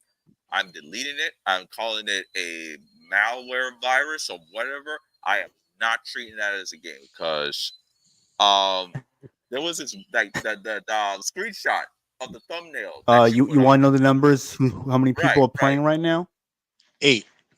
So on Steam, the player count right now is 96. Oh. And think about how much that game cost to develop, by the way. Yeah, and they had all kinds of different things going on. This thing was supposed to be Bandai Namco's next thing. They had movies, this, that, and the other. I saw no marketing for it at all. Right. I didn't even know the game hard for it. Yeah, I didn't even know this game existed until I saw it fail. It's living up to its name. It was unknown. Yep. Yep. Exactly. And yeah. This game, what I saw, guys, it was talking about, the bad guys are white males, and she's like killing all of them because she wants revenge on her mentor bullshit. Oh yeah. No Name says I've seen like 30 minutes of it like, and stopped. Yup. Oh yeah. I don't blame you. I would have done the same thing. I don't blame. So stupid, man. The main villain is like a stand-in for Jordan Peterson. So Jordan Peterson, oh my god, they made a villain out of him. Oh, come on. Come on, man. Band of DC did dirty made D-Day Cobra into a villain. You saw that? You know, that's fucked up. You know what's crazy though? Bandai Namco has been doing this for a while. They've been showing, they've been playing ball. They did it with Elden Ring with the DLC. They added body type A and body type B into Elden Ring. Dragon Ball Z has some weird ass localization in Sparking Zero, so they're definitely on board with that. And don't get me wrong, Sparking Zero still looks good, but there is really some weird localization. Yep. But I also heard that they canceled a few projects for certain games. I don't know if they were like anime game related. Some people were making mention of Code Vein recently, like, good thing they didn't mess with Code Vein. I hope one of the games they did end up canceling wasn't a Code Vein 2. However, at the same time, if the localization is going to be shit in all their games going forward until things change, I'm kind of glad if one of those games was Code Vein 2. Yeah. I wonder how they got away with that. Because it's like, how did they I like to get into this kind of stuff. How did they get to convince Bandai Namco, a Japanese company that is known to produce the best Japanese franchises that is recognized in the world? How did these gaijin showed up and told these people, listen, you need to go all in on this and put everything on the table, put millions of dollars into it, scrap the other projects, and like, what did they do to convince them to do this? Anybody? It's Kim Belair and Sweet Baby Inc. piece of shit. They were listening to them, right? Well, I that's the only thing I can just. I mean, it just comes to a point where that was you one of just them. have to really ask yourself that, like, how did this happen? I mean, And why they bring Jordan Peterson involved? Well, I know why, because they're targeting conservative. That's what it is. well, I know one thing. This is a pitch. Hey, I know you did a villain You want to drive a for message? D-Day Cobra in one of your DC comics. Look at me. I'm your next villain. Make me a villain, bitch. I'm sorry. I'm just chilling. I'm chilling. I'm just. I'm Oh telling you. yeah. Make me Oh, the The next I'm villain, villain. gonna the send a villain message to OC. them. I'm gonna send a message to Sweet Baby Inc. Oh, make me a villain. I fucking dare you. Do it. Make me a fucking villain. I'm, Do go- it. I'm gonna tell you exactly what they did with Bandai Namco. They basically said, hey, the company, not the actual writers and artists, the company said, hey, we want you want your game in our market where you're gonna have to change it a little bit to suit Western sensibilities. They dangled some money in front of them, some investment money, and they also scared them into not being able to release their game in the West. How we know this? Because the Dragon Age creator basically exposed that. I mean, we all knew it was true, but he just confirmed what people already knew. So you could wonder, how did they do it? It's because greedy Japanese company wants their products released in the West, and the people that are in charge of like the marketing and like they handle the red tape behind that, they've convinced them that people want the woke stuff. That's why even Japan says, "Hey, we don't understand what's going on with Americans. We don't know why they want this stuff." That's what this guy said from Dragon Age, more or less. I'm sorry, not Dragon Age. I meant Dragon Quest. From Dragon Quest said more or less in that, oh, that we don't understand this American sensibility. It's ridiculous. It's crazy, whatever. But it's not us. It's the people that are in charge of those marketing divisions, in charge of international release, convincing them of Yep. things that aren't true. And then because they're They afraid of get losing money, influenced. and then to get influenced. So it's not even just DEI money. It's just scaring them into thinking they can't release their game in Western. Because remember, Japan is a small company. I mean, I said small company, a small country, and because of that, if they want to make their money, they have to do international releases. So you basically strong armed them into doing it, and then when it trickles down to the creators, now they're putting restrictions on the creators. Now these publishers are being told, well, listen, you guys are going to have to change this female design because the Westerners don't like it. That's why they did. And then the sad thing is, it's making us look bad as Americans because it's not Yup. most Americans that want this shit. So that to me Yup. is the picture that I get of what's going on.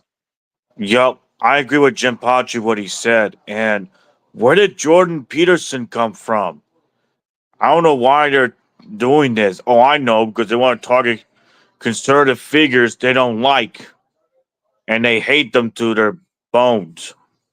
I'm just tired of these people targeting conservatives, man. What Also, do you think, Jim Pachi?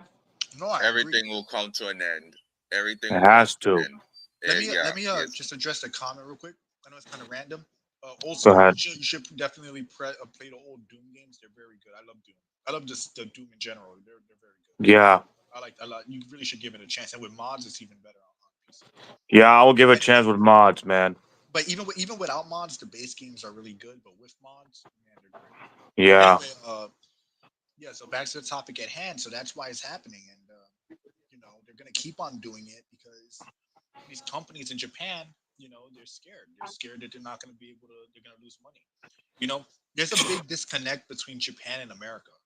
Like people think Yep. like we're not on the same page. Like what Japanese people. If you look at the people on the streets, what they think of Americans, what these corporate people think of Americans and think of America, and what we think of Japan are they don't reconcile. We both have like a lot of misconceptions about each other, and it's just being exploited to help because the people in the West that are making these terrible games, these woke games, they don't want Japan to be a true competitor. They can't actually beat Japan in terms of creativity. All they can do is scare them into playing ball with their ideologies. That way, even if they're not directly making money with their games, they're at least continuing the message being spread. Well, the only way to stop the message, we all need to close our wallets, say no to this garbage. People need to wake up and see what's really happening around them. And I hope a great awakening comes and they can stop this mess. And I hope all this is gonna come to an end. And I hope these game developers realize how stupid they were, listen to the wrong crowd. Some Maria Giga Chad Jaw. He's right. Well, she's right. He's right. Am I But right or what, guys? No, it's true. You just gotta not support. No, you're right. This Yeah. all needs to come to an end, like But I Mr. OC said. Yeah. But I think Gotta Japanese speak devs. with your wallet and speak out against, all the bullshit that's going on. That's how they'll learn. Yep. People that And the push Jap- back and are more vocal about it, then they'll see. Because if you're talking online, like, I know what you're doing, I don't like it, but then you also go ahead and support anyway, then they're not gonna get it because they're gonna keep doing it. But if you say what you have to say online, of course, you do it, in a way where you're not threatening them or anything crazy like Nah. that because you don't want to be that person, more or less. You don't So, wanna No, be I a just rat. rather do and rants on these you know, people. You don't want to be an extremist and be like, oh, I'm yeah, gonna that's kill all. this.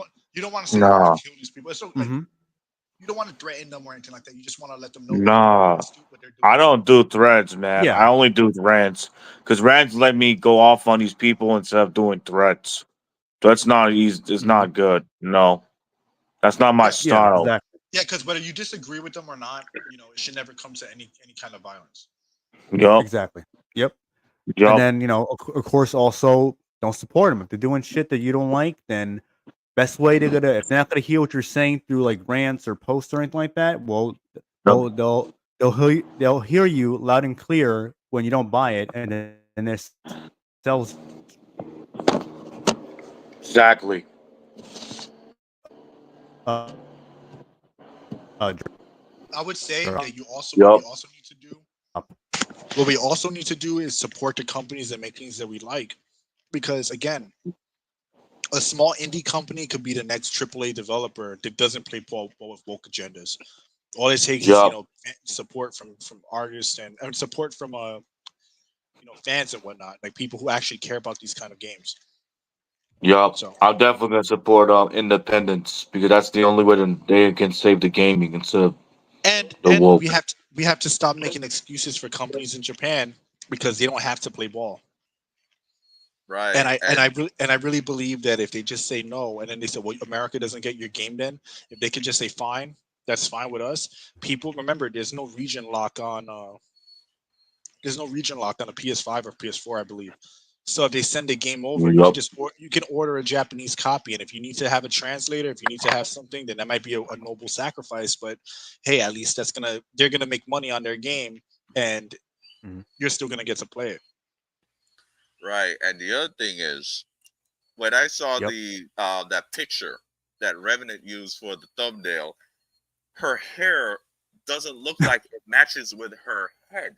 It's like a wig. It's like it's gonna flick off, and it's just like the way how Yeah, they right. design the character, her face, everything. It's just like these people forgot how to make image pop out good looking characters, because when you look at this character, she looks sad. She doesn't look like she is somebody ready to go and fight. She looks like she is in a bout of depression.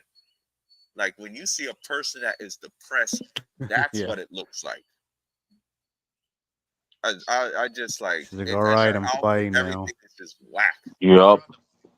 straight up Yup. whack. But Right. Melina, So do you have any thoughts on it before, and then we can? I don't know if you just gave a chance to see anything yet, but then we can start closing things out. Because it's almost going on 5 hours now. I think that Yup. So, Melina, do you have any thoughts on it? Do you want to talk about it? Did I hear my name? You did hear your name. I can Oh, assure you. oh, I don't know. But I thought I heard, but I think it was you, Jinpachi. Sounded very I far might, I, away. might- I might, I might have faded out. I was saying that. What are your thoughts on everything? Okay, give your thoughts because we should start probably Yeah, it closing sounds kind out of soon. muffled. Oh, no, We don't should. worry. My pointing is not gonna Yeah. take long at all. I don't care. You don't care Um, about what? I don't care about this unknown 9 because I didn't even knew it existed until I saw, I think, Mugen's video on it, and I'm like, oh, where did this come from? I don't recall seeing any trailers or anything of the sort like that. And how the main character looks terrible. She looks nothing like her. I forgot her name, but I did remember that she came from The Witcher, and she's beautiful, and but her character that she's playing as doesn't look anything like her. So and to me I've looked at it as like another Forspoken. So I don't care. I'm not interested, and Oh yeah. agenda sucks. And that's it. And you know what's the worst part about that? The worst part about that is that game was made for you. That's supposed to Well, be for me. it's supposed to be for women, women that are black, Hispanic, Indian. It's supposed to be for you, but I'm sure, like you said, you have no interest. That game basically is for no one. Yeah, hell no, that ain't made for me. I mean, it ain't interesting. No one. They only got 96 people playing. At least on That's sad. Steam. Isn't that more than Concord, I guess? This thing came out Thursday.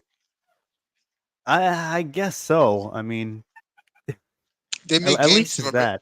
So. They make games that are made for women, but then women don't want to play them because they fucking suck. Yep, they'd rather play Lollipop Chainsaw, Stella Blade, Bayonetta, games like that. Tomb Raider, there you go. Blood Rain. Yes. Oh, I'm sorry. Yeah. My response like that, but I love Blood Rain. My bad. That was terrible. Yes. But that's a good game right there. And that was a game that I wanted remade or remastered. Nope, I don't want it. No, please don't. Leave it alone. No, just leave it alone. Leave it alone. Yep. At least they just made the ports that they brought over the current consoles. At least they made physical copies of them. Yes. That's all they need to do. Oh, the physical. See, I didn't know they had physical copies. I only have the PS2, PS2 one. Then I got digital copies for yeah. So PS5 the one that they made digitally, they made physical copies of it, but I think it's like this kind of rare, so you may have to pay like $40, $50 or something for each one. So. Yeah, because the PS2 I got off of eBay. Oh, see, there you go. Yeah, Yep. but it wasn't that much. So I'm pretty sure it is now. It's of a higher value. But I would rather pay for that than pay for the games that come out today. So. Oh yeah, definitely. Exactly how I feel. I'm willing to pay $70. I'm willing to pay $70 for an old game than pay $70 for most of these like new games, because a lot of them that are even $70 are fucking ass. So let alone $60 or $50. So right. Facts. I like older games. Like I bought this video game called And1 Street Ball. It's nostalgia classic. It's way better than this Awakening 9 crap. Yeah. What were you saying? It is. You said me? Yeah, I didn't hear the last thing you said. You said most games now like walking simulators, right? Yeah, they're like walking simulators. It's not really anything to get out of. They're just like I can't really interact. It's just a whole bunch of walking around and bland gameplay, and then when they move, it's so sluggish. Like the pacing in a lot of these games are terrible. Have plenty of great female characters. Mm-hmm. Was that Jinpachi? You sound a little muffled. Excuse my sister in the background. I know y'all heard that. Never forget Classic Jill, Classic Claire. Oh yeah. Yep. Classic Ada. Never forget them. And that's what they want us to do too. They want us to wipe our minds and forget about them and put the new ones in our face. Remakes. And Dino Crisis, yeah, that's a good game too. There's and I was just like, I'm not gonna forget. I'm gonna always remember, because if it wasn't for them, then what would you be remaking? Like I'm just saying. Yep. But those are they're running out of ideas. Those are the games that are made for. Those are the games that are made for like women that are actually good. Not that old Resident Evil was made for women, but obviously there's an appeal to those female characters as well. I would imagine. So again, like these games like Mighty Number 9. I know it's not Mighty Number. I'm joking, but that games like that are just fodder. That's like at least they did better than this. Yeah, true, right? They make those games for themselves. They make those games to like virtual signal in their echo chamber. But the problem is that this is just like Concord and Dustborn. It's a multi-million-dollar echo chamber circle jerk, and that's unsustainable. So it is what it is, and It's it's really gonna it's making it for nothing and nobody because they're not playing it themselves. Like, how you gonna make a product go so hard for these agendas, and it's like you're not even playing it. We're never gonna catch Kim play her own games. or We're it's like never Anita gonna. Yep. Sarkeesian. She admitted she never played those. Nope. Yeah. We ain't gonna catch her play a game. Yeah, exactly at all. You're not gonna even catch them play. They're not gonna have any let's plays. Alyssa, all these women, you're not gonna catch them playing these games. So it's like, what's the point? Oh yeah, just to push agendas. That's what it is. And y'all hate us, so it's okay. Yep. And we're not gonna. Y'all gonna have to find some other way to keep your lights on and put food on the table because we're not supporting. We're not. Exactly. Those days have come and That. gone. And your Yep. co-leaders are not gonna gaslight us to make us Hmm. make it like to make it seem like we're Oh going yeah, Kingdom crazy Come or Deliverance we're 2. I'm spoiled looking forward to brats and that. we're unfair. You're just stuck in the old days. This is what hip. This is what's new. Ah, forget all that. If it ain't good, then why invest? You know what? I hope True. these cult leaders go to Gitmo. They belong in Yep. Gitmo for life. Getmo. Yep, So that's Guantanamo Bay Prison. yeah. That's what it stands for. They belong in there. Guantanamo Bay. So Mm-hmm. They do. everyone Yeah. gave their perspective on it yet. On I know I did. Melina did. I think you did. Did Octo give his? Octo, did you say your piece about the Oh, game already? oh yeah, I'm Hmm. good. I'm good. I All said right. my take on Yeah. it. How about you? How about you, Rolls? I already did my perspective. That game is hot garbage. It's a turd. Hard pass. It's I'm not I'm not gonna say it. I can't. I'm It's not gonna say that. But it's yeah. It's bad. It's bad. It's bad. yup. It's bad. It's bad. I It's give it a bad. hard pass. Hell no. Close my wallet. Save for It's older camel fit. games. Oh Yup. man, Camel fit. I'm glad I stopped. I'm glad I stopped what I was gonna say. It was not. It was Yeah. I'm crazy. glad you But did. Don't. but but anyway, so we all gave our perspective. It sucks. Yeah, It deserves to fail. It's not gonna go anywhere. I mean, that game. nope. I don't think even they thought that was gonna make money. So moving on. I think that was They everything. You guys want to? Bandai built the studio for that game, so Maybe yeah. Yup. Maybe they did think it was gonna be a success. I think Japan is being. I think a lot of them, the corporations in Japan are just being straight up tricked as well. But that's Yup. a whole You nother know what? thing. oh yeah. You know what? I just thought about something really quick. This can also be partly Tencent making a power play by making decisions that does not go according to proper production of sellable content. So what happens? Layoffs. That's the first thing. Next, the developers, because those are the first people to go, because it's hard to take down a publisher because they have all those IPs that they can use to make money back and stay irrelevant. But the developers, they get dissolved and they get moved into another company. Third phase, completely wiped out with the developer and probably even the publisher, like probably one of Mm-hmm. these small indie publishers. And then all of a sudden, there's going to be a point where they're going to see multiple companies consolidate to stay afloat so that they can stay afloat and stay relevant and make, still make some kind of money. And they're going to come together and they're going to be under the umbrella of Tencent Well, because that yeah it's yeah.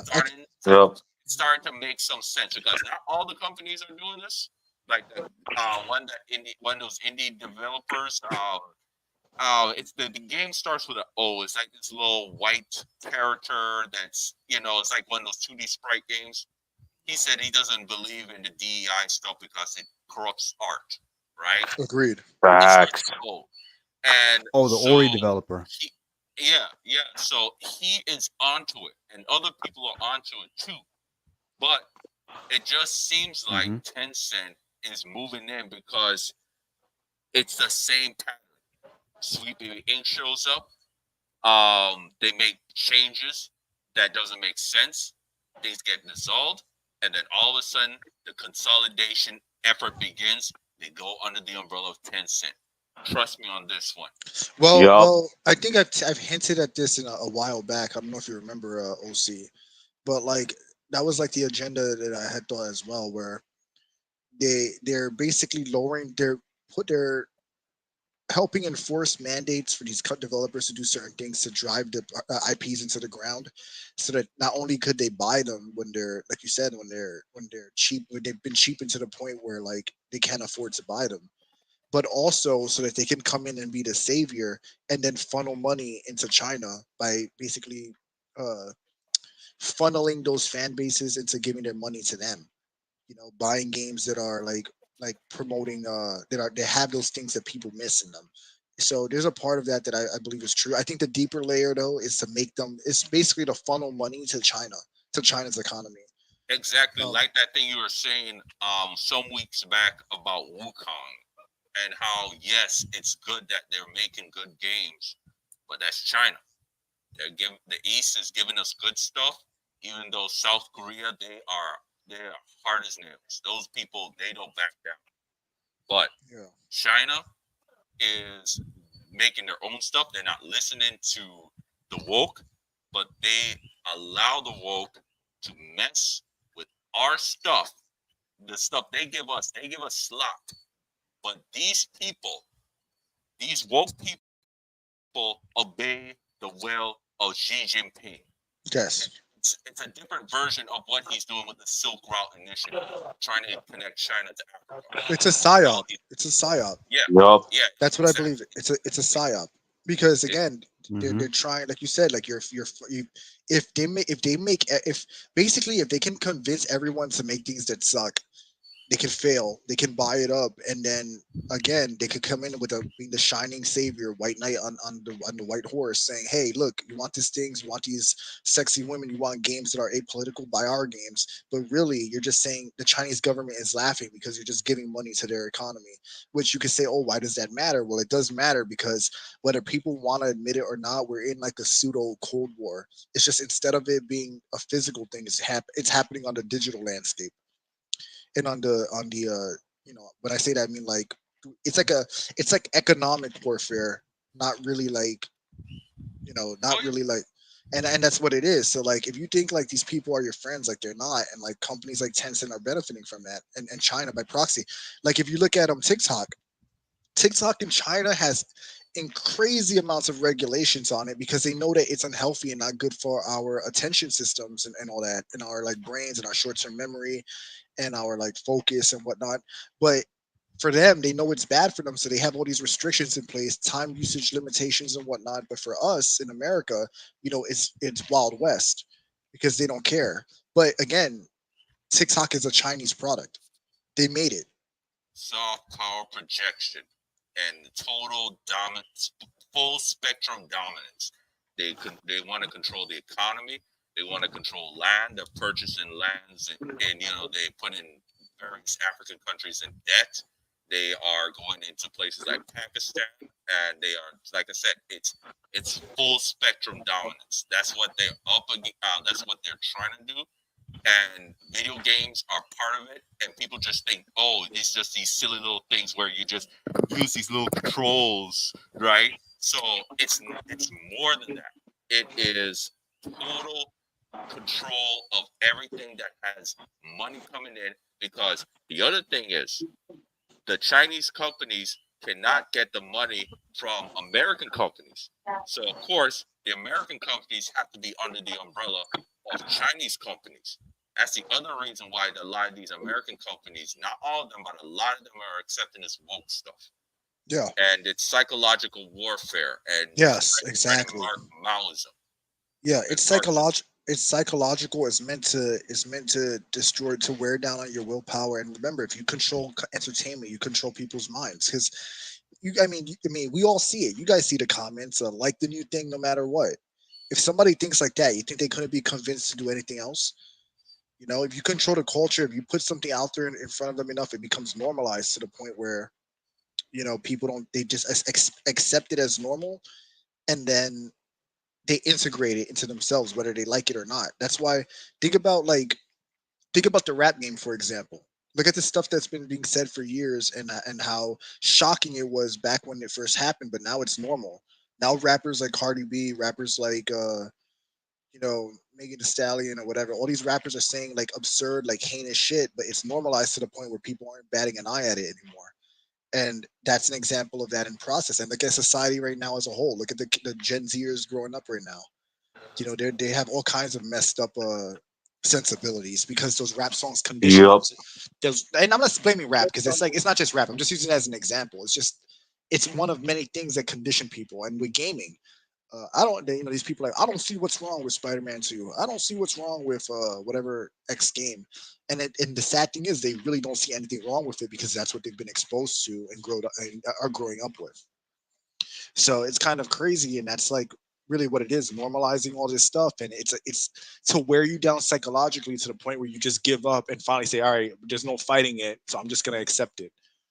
And all the people that are in the comment sections of like Revenant's videos where like, oh, you like I'm tired, like they want people like Revenant to be like, I'm tired of being ganged up on. You know what? I don't care anymore. Like, all these idiots are right. I'm just gonna accept wokeness. So it's kind of a thing like that. I mean, I'm just gonna end it with this, and Fine, I'll be non-binary. I'll just leave it at this. There was a thing about monkeys where monkeys would there was a thing where there was like a bell or something, right? And every time a monkey would climb up, all the other monkeys would get hosed down, like hosed down. It was an experiment. So the monkey would keep doing that, and every time a monkey would go up and grab the bell, all the other monkeys would get hosed down. So the monkeys would get pissed off and beat up the other monkeys. And after a while of doing this, the monkeys knew not to grab the bell, and any monkey that would even look at the bell would get beaten up. Eventually, they stopped hosing them down, but the monkeys would climb up, and the other monkeys would beat up the other monkeys anyway, and not even know why. Like entirely new generations of monkeys that never experienced being hosed down would beat up the monkeys because they created a culture within their community where if you do this action, that's the result.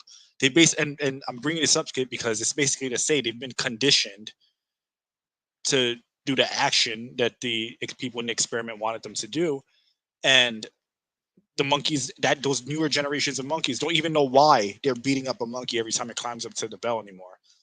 They don't even know. They're only doing it because it always has been what they've been doing. It's become normalized within their group, and that's what they're doing with media. Keep putting trans characters, keep putting agendas, keep putting whatever, and eventually people are going to defend it and not even know why they're defending it. Which is what you see nowadays. Kind of like how it is now. Yeah. Yep. So I think that was we all kind of like said our points. I think we should close things out. Yeah, because it's been 5 hours, bro. 5 Yeah. and a quarter hours. Yep. A lot of words have been said. A lot of words. Yep. Yes. When Melina came in with So the whoever wants Lara to go Croft first, pick, so she gave us some eye candy to go with the I had to podcast. represent. Yep. Yes. This new Lara. No. No. That's not even Lara. That's Laura. Laura Craft. Laura. Yeah. Laura Craft. But all right, so everybody want to do their outros? I'll let Revenant decide the order. I'm gonna just Right. Royce, you want to do yours first? What? Your outro. Your outro. We're gonna close my things intro? up. I mean your All outro. right. Your outro, because we're gonna close things up. Outro. My name is Royce Rayan. And if you want to find me on YouTube, find me on Facebook, Instagram, anywhere else. And I'm a huge anti-woke. I'm against agendas. I'm tired of characters change, and it's disgusting. We need to rise up and speak with our wallet and call these people out who they really are. Agreed. Well said. Yep. I agree. Yeah. What about you? Appreciate you coming on, Royce. Oh, and thanks No for problem, coming on, man. Always good to hear you. I like to do more of this more often. With you guys, it's fun. Yeah, for sure, man. It's good for people to like hear people from. Yep. It's good because people see that it doesn't matter where people come from. Yep. Most people universally hate this. Black, white, Iranian, gay, straight. People don't like it, and it's good that other people can see like they don't have to feel pressured into staying silent. There's other people. Yep. Exactly. So, Octo, you want to do your outro? All right, I'm Octo Commander, the guy with the crazy outfit. and I am a video game dev, indie video game dev, and comic book creator of the Octavio Camacho series, and I occasionally stream on Twitch, and hopefully I should be able to make some what they call quote unquote grifter content for YouTube since I got this badass Join the club. yeah. So aside from that, Chuds unite. I appreciate everybody inviting me here on this stream, and you all take care and have a good night, morning, or whatever. Be good. Sweet. Yup. Always appreciate you, man. Thank you for coming on and Nice. giving us your opinion, bro. Truly. Yeah, Yup. appreciate it. Yeah, man, that's Yeah, awesome. always And great also, having you on, everyone, OC. he has a game. He has his stuff, like he said. You should check. You guys, everyone should check it out. Give him a follow. Webcomic. Yup. He's on X, so I'm pretty sure. I think you go by the same name, correct? So Yup. definitely, definitely Octo give it a Commander. watch. Yeah, I think it Yup. might be the same. So you definitely give it a watch. Yep.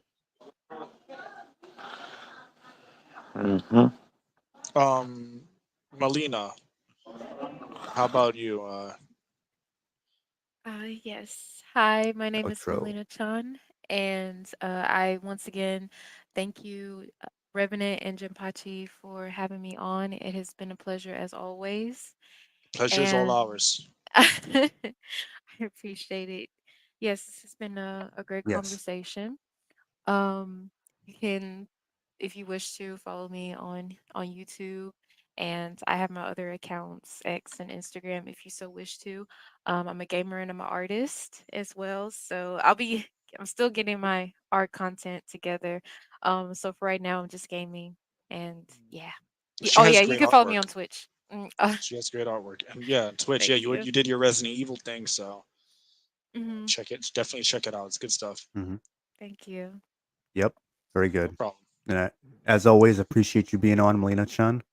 Always great hearing what you have to Welcome. say. So, yep. Exactly. Yes.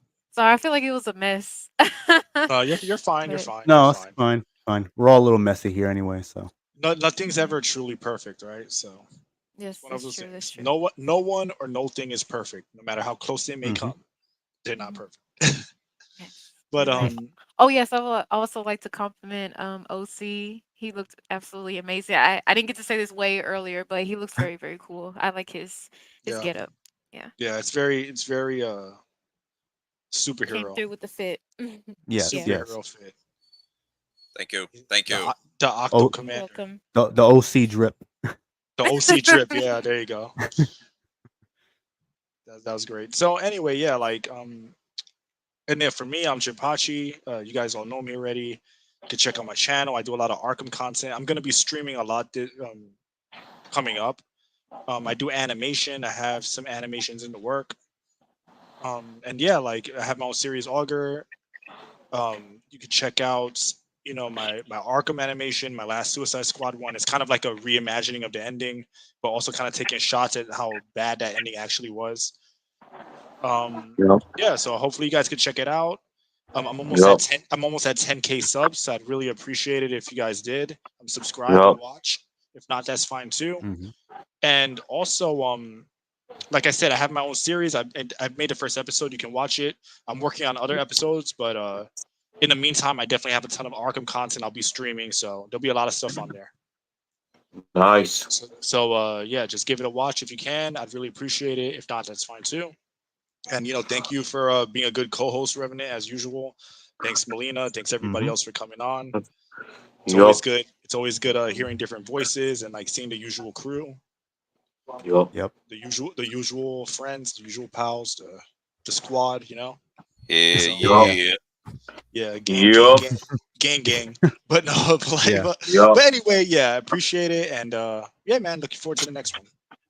Oh yeah. So Maybe me and Revenant will do another video together too, or at some point as well. So that's Yup. a always good down. idea. Yeah. Mm-hmm. Yes, But make it happen. Make it happen. Yup. yeah. So yeah, well appreciate everyone on the panel for coming on. You guys are awesome as usual. Also shout out to Venom Snack for coming on again. Great guy, Yeah. Definitely provides a great perspective on things. So definitely and check No him Name. out. Oh yeah, I'm sorry. Yeah, No Name. Definitely Name, yeah. appreciate him coming on with his insight and on Silent Hill 2 remake, and overall just leaving really good comments in the chat as usual. Yeah, always. Yeah, And even before yeah. today, you always leave good comments, and it's always Mhm. good to have you, man. You're definitely welcome Yeah. on. It was good hearing your Yeah, voice and anytime. you talk. You Yeah. know, and if you ever want to come on and talk, just let us know, or we'll send a link. Yeah. And that's for anyone else if you want to come For your on. for your first so. time, especially. For your first Yeah, time, very especially, good. you did a great job, bro. So Yep. always Yeah, welcome to come so on. and appreciate the chat, everyone else in the chat, for commenting, interacting, really appreciate it. And everyone who was watching, did really good, pretty consistent this time around. So yeah. Yeah. So Yep. and also thank you to anyone who's watching the replay after this is already no longer live. And if you're interested in being familiar with my channel, check out my videos. I'm planning on doing a video on Dragon Age Veilguard this week, so I want to get that out definitely want to get it out before Friday, because Friday's a terrible day for uploading, in case anyone doesn't know. I learned that the hard way, but it is what it is. But so hope you all had a good weekend, and hope this week treats you better. And until then, we'll catch you on the next one. So Yep. peace. Peace, guys. Peace. Bye. Have a good one.